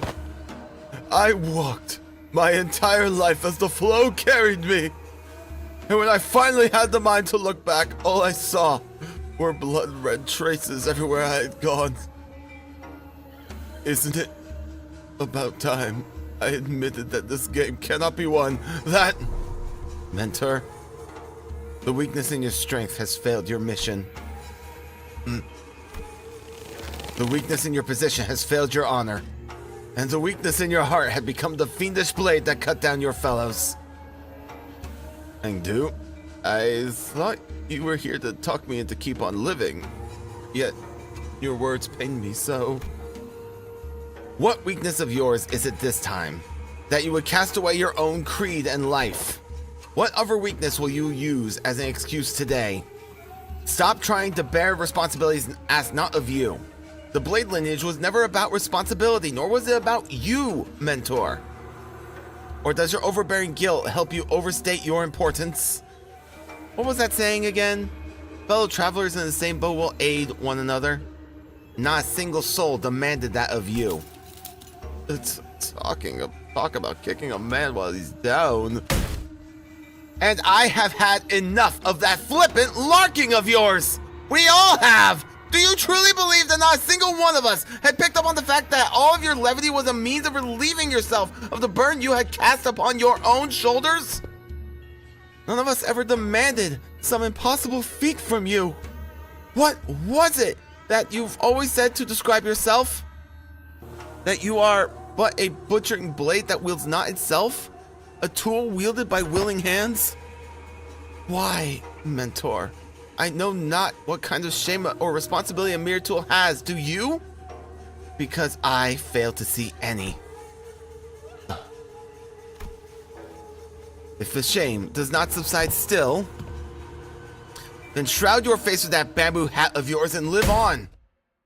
Live on so that you may repay your debts.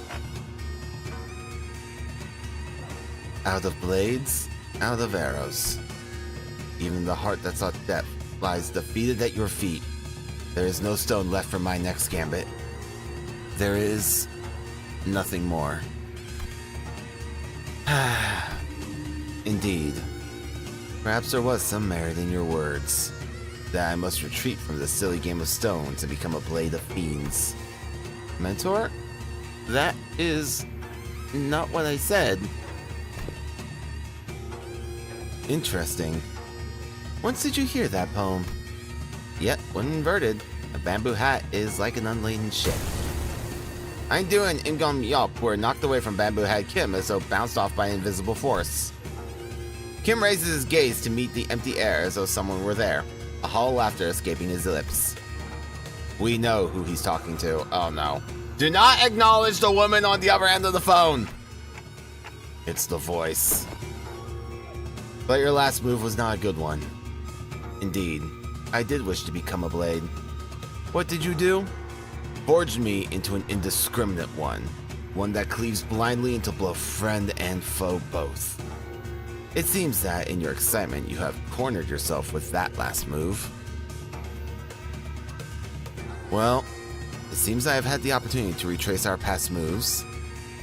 Allow me to do something different this time. Be not so vexed by this round. As you say, we never know what the next game shall bring. I appreciate and will treasure the other bits of your advice, but let us play by my rules for tonight's game. Something different this time, isn't it? Yep, he's manifesting ego! Let's go, Kim! He ain't the Stolton. I think that's an efflorescence, perhaps. Nothing is for certain indeed. Yet, I trust that the words of my last remaining follower have also reached your ears, I am but a tool, and by willing hands. Nothing in my life has ever been certain. Not by else. I know not whether this move is what cements my defeat, but I desire to be a victorious stone, nonetheless. Thank you. I will take what encouragement I can. The strange invisible pressure dissipates, and the armored woman, Im Gyeong-yeop, readjusts the grip on her sword. Kim turned around to look at her, and I saw that a weighty shadow seemed to have been lifted from his face, replaced by a mix of relief and determination.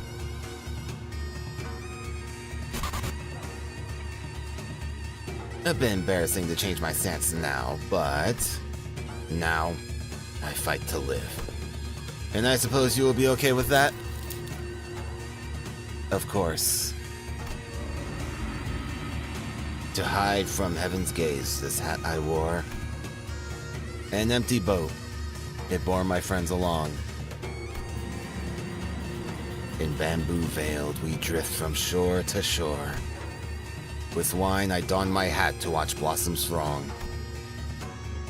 In mirth, I doff that shroud to moon adore. Get him, boy!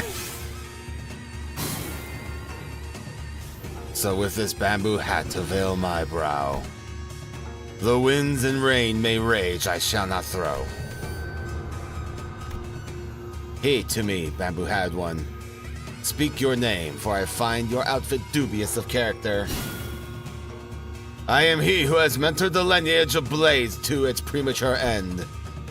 I am he who has sought to bring salvation to the downtrodden to no avail.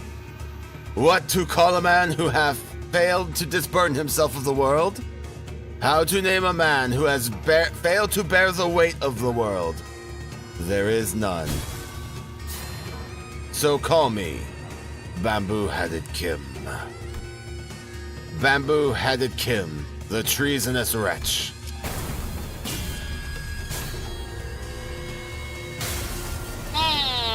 Got her! Amazing! Victory! And really glad I started as early as I did. I got finished with like barely enough time. The photographs rapidly fold away from reality. Perhaps because Kim had successfully managed to face his own past. When the photographs and memories that were overlaid upon the fountains are pulled away, what remains is a man in dirty, ragged clothing. The fountains of Escort slowly lose their grip on this world, and soon reveal the fountains of the distortion that was hidden behind it. I see residents of the back streets in their blissful highs from taking the canned experiences, and the man who's watching them with disapproval. Why? Why is everyone running away from all this? A baker, always surrounded by the smell of freshly baked bread. A florist who makes love with bouquets for graduating youngsters. A photographer who captures beautiful sights to remember.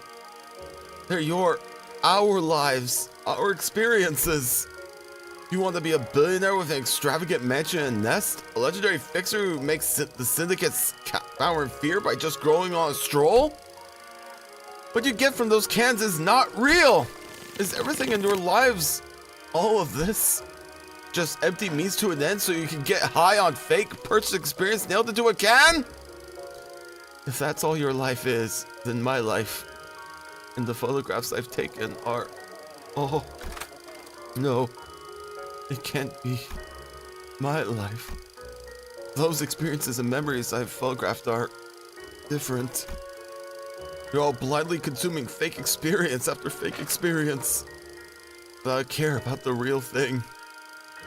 That's why you're all floundering, grasping at illusions. So, let me show you the things I've shot. The memories, the experiences, the reality of your lives.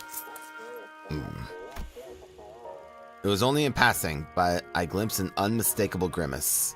A scowl on Merceau's face.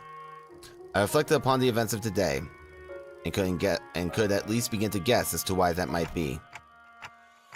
You don't believe there's any experience in either the canned experience or that guy's photograph, do you, Merceau? Because experiences and memories aren't the same thing. What really distinguishes them, I wasn't sure. Correct, manager. But what I knew was that the distinction was, for whatever reason, important to Merceau.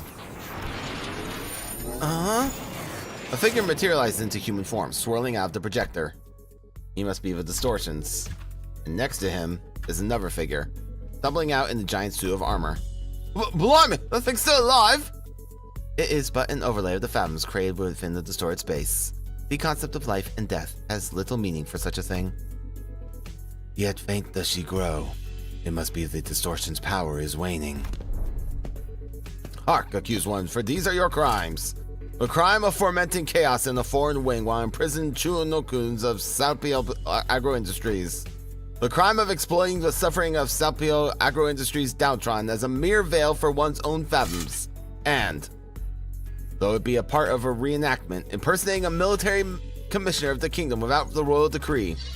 Pursuant to the law of the homeland, the accused is to be sentenced to death by beheading.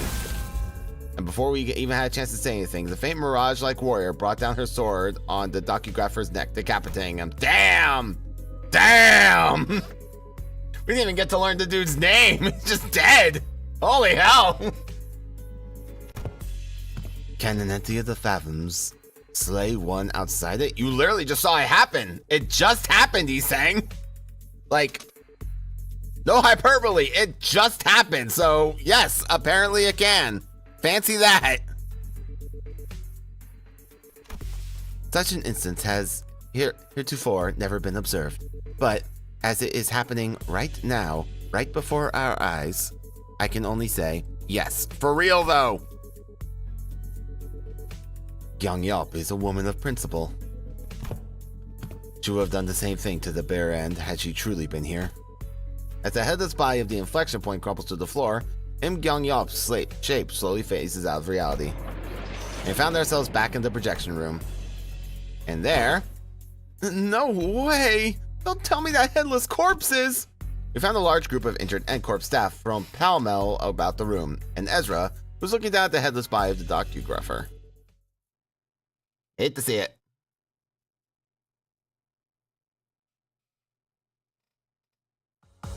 승부수가 먹혀들었고. Yeah, we won. Very much not thanks to you. 판세는 완벽히 우리에게 있었다. 정착지를 찾을 때까지 이 기세를 잃지 않게. Yep, right on.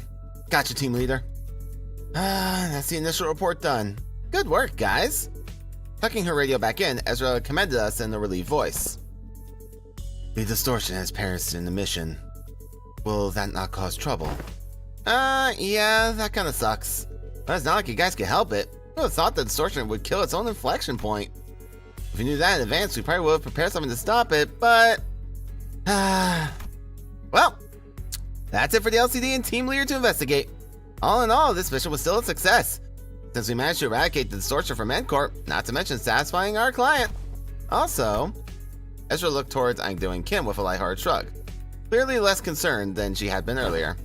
Now, I finally see why you've been disappearing on your own without letting us know. Glad you seem to don't have any more reason to, though, so it's all good. Hey, that's the real win of this mission in my book. Phew-wee. Point is, we did it. We did the thing. It's done. Gosh, I swear, I am never doing one of these without the team leader ever again. Seriously, I got this close to losing it more than a few times. It seemed that the responsibility of looking after her LCD juniors had kept her stressed and high-strung throughout the mission. I hadn't noticed it, but her brows had finally relaxed, bringing back the chipper Ezra I was more familiar with. Thus, I shall not abide any more of your indolence. You will now join us on missions and tasks as you are expected to. Is that understood, Mentor? Do you mind releasing the hems of my sleeve? Oh, but I wouldn't give to lie down and pass out right about now. The raw emotion in Kim's voice had likewise faded. Divine Du's voice no longer as barbed as it had been in the Fathoms. It seemed to me the two were back on more relaxed selves I knew. Can't exactly say more relaxed for Kim though, because that's how he's always been. At least from what I've seen in any case. Fine, you are released. Oof. Give me a good, hard shake. I don't feel so good. I do. I'm afraid they may have gone overboard with upgrading your arm. With your hem released, allow me to reiterate that. Stop. My heart finds peace as I watch them bicker. Is everyone doing okay? Yes, Executive Manager. Our forces have only suffered minor injuries that do not require you to go through the trouble of rewinding the clock. Hang on, mate. I've got a dislocated shoulder. I can pop that right back into place for you. Allow me. I've taken care of similar injuries in the field. Oh, this place. Yeah, I guess what happened to the last time I let you do that? You retained my bloody arm in the wrong way and turned the bones into the shoulder and the little chips. Don't sweat it. I can rewind that. By now, I've already grown used to the pain of rewinding this injury. A dislocated shoulder shouldn't be a big deal. I have ought to ask thee a clarification if thou wilt. Yeah? Dost thou recall how we battled the NCorp's pin brain team? The foes have taken photographs of us. And? They are those who were sent to identify and capture the one who had violated taboo, forsooth? As we stood in their path, 'tis no mystery that why we had come to blows, yet I find this to be most perplexing. Wherefore did they take so many photographs of us? Maybe they're taking photographs to report their locations? Storing footage is taboo in NCorp, meaning they can't install security cameras here. The only option for keeping a consistent record would when tracking down a case of persons by photographs. Nothing more told water yet. Most puzzling forsooth. For I recall with clarity from a certain point, they've begun photographing us with renewed obsession. Oh, that sounds like a question from Merceau. Given how often I had to rely on the information Merceau provided us in this mission, I think I've gotten enough practice on how to phrase my questions the right way to pull the answers I need from him. I couldn't get him to tell us his own judgments on matters, but since he seems to have a near photographic memory of what he's seen. Merceau, do you remember how many pictures us the NCorp staff took? I do.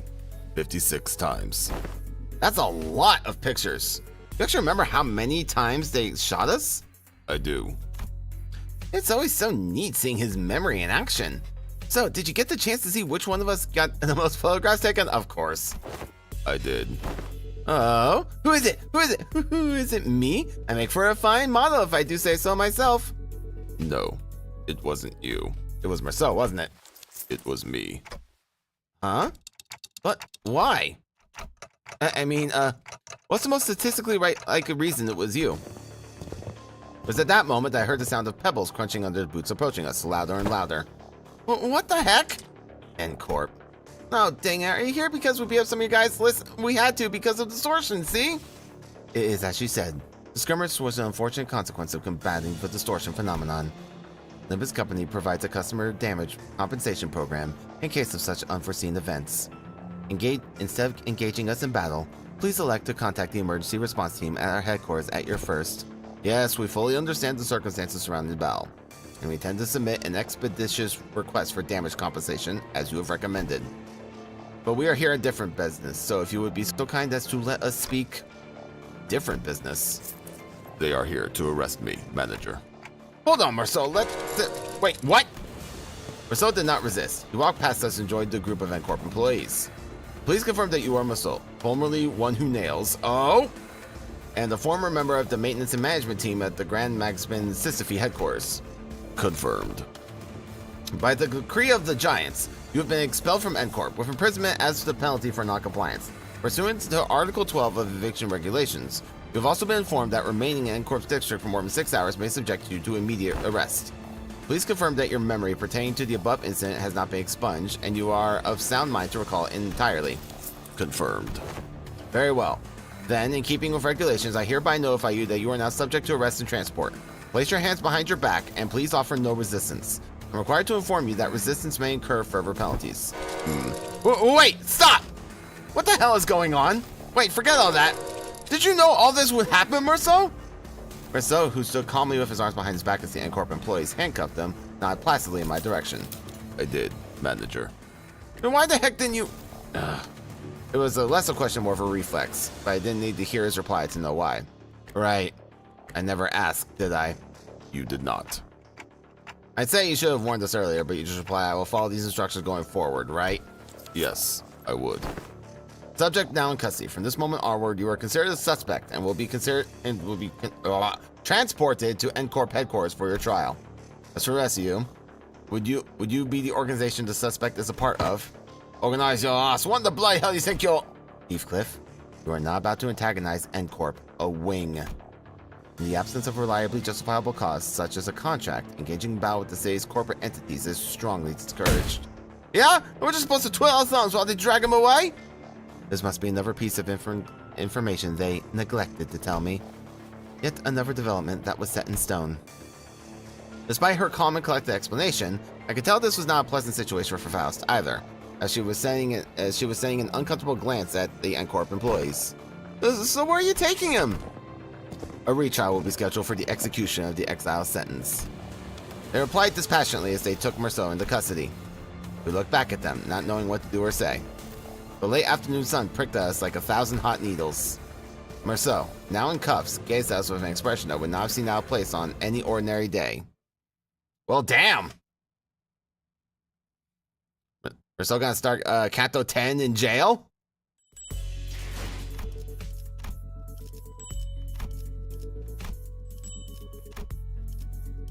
Alright, well, there we go. That's that.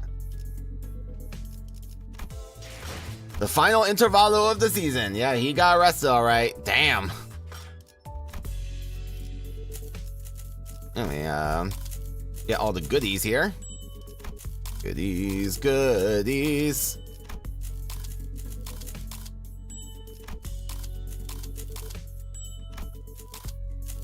Ah, man, all that and still not enough to get all of them. There's gonna be more mirror dungeons in my near future. Nope, that's not what I want. Stop that. Wherefore out. Yeah, that. Open the boxes. Thank you.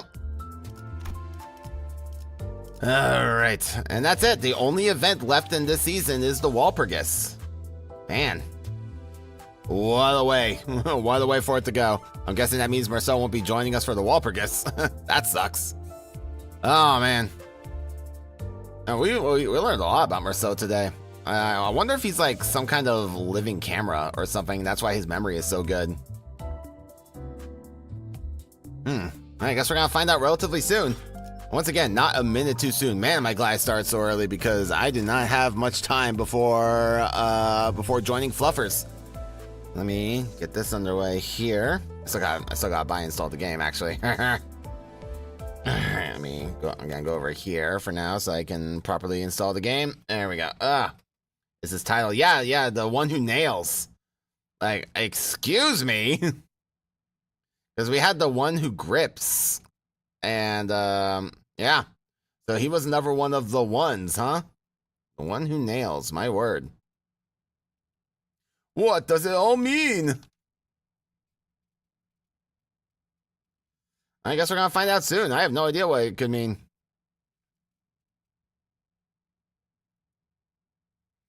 Oh, cool. Golf with Your Friends is on sale, too. They don't have to worry about that. Isn't that lovely? All right. So I'm going to set up a raid here. I think I'm going to be having an off collab with Captain Fluffers, who's currently still playing Dead by Daylight. So I think I'll just have you all raid over on her channel. I may as well, I think. That makes sense. So I'll be playing golf with your friends with her in an off collab. I just don't really feel like streaming the game myself, so I'm just gonna be hanging out. So I'm gonna send you all her way so you can say hello to her. One moment.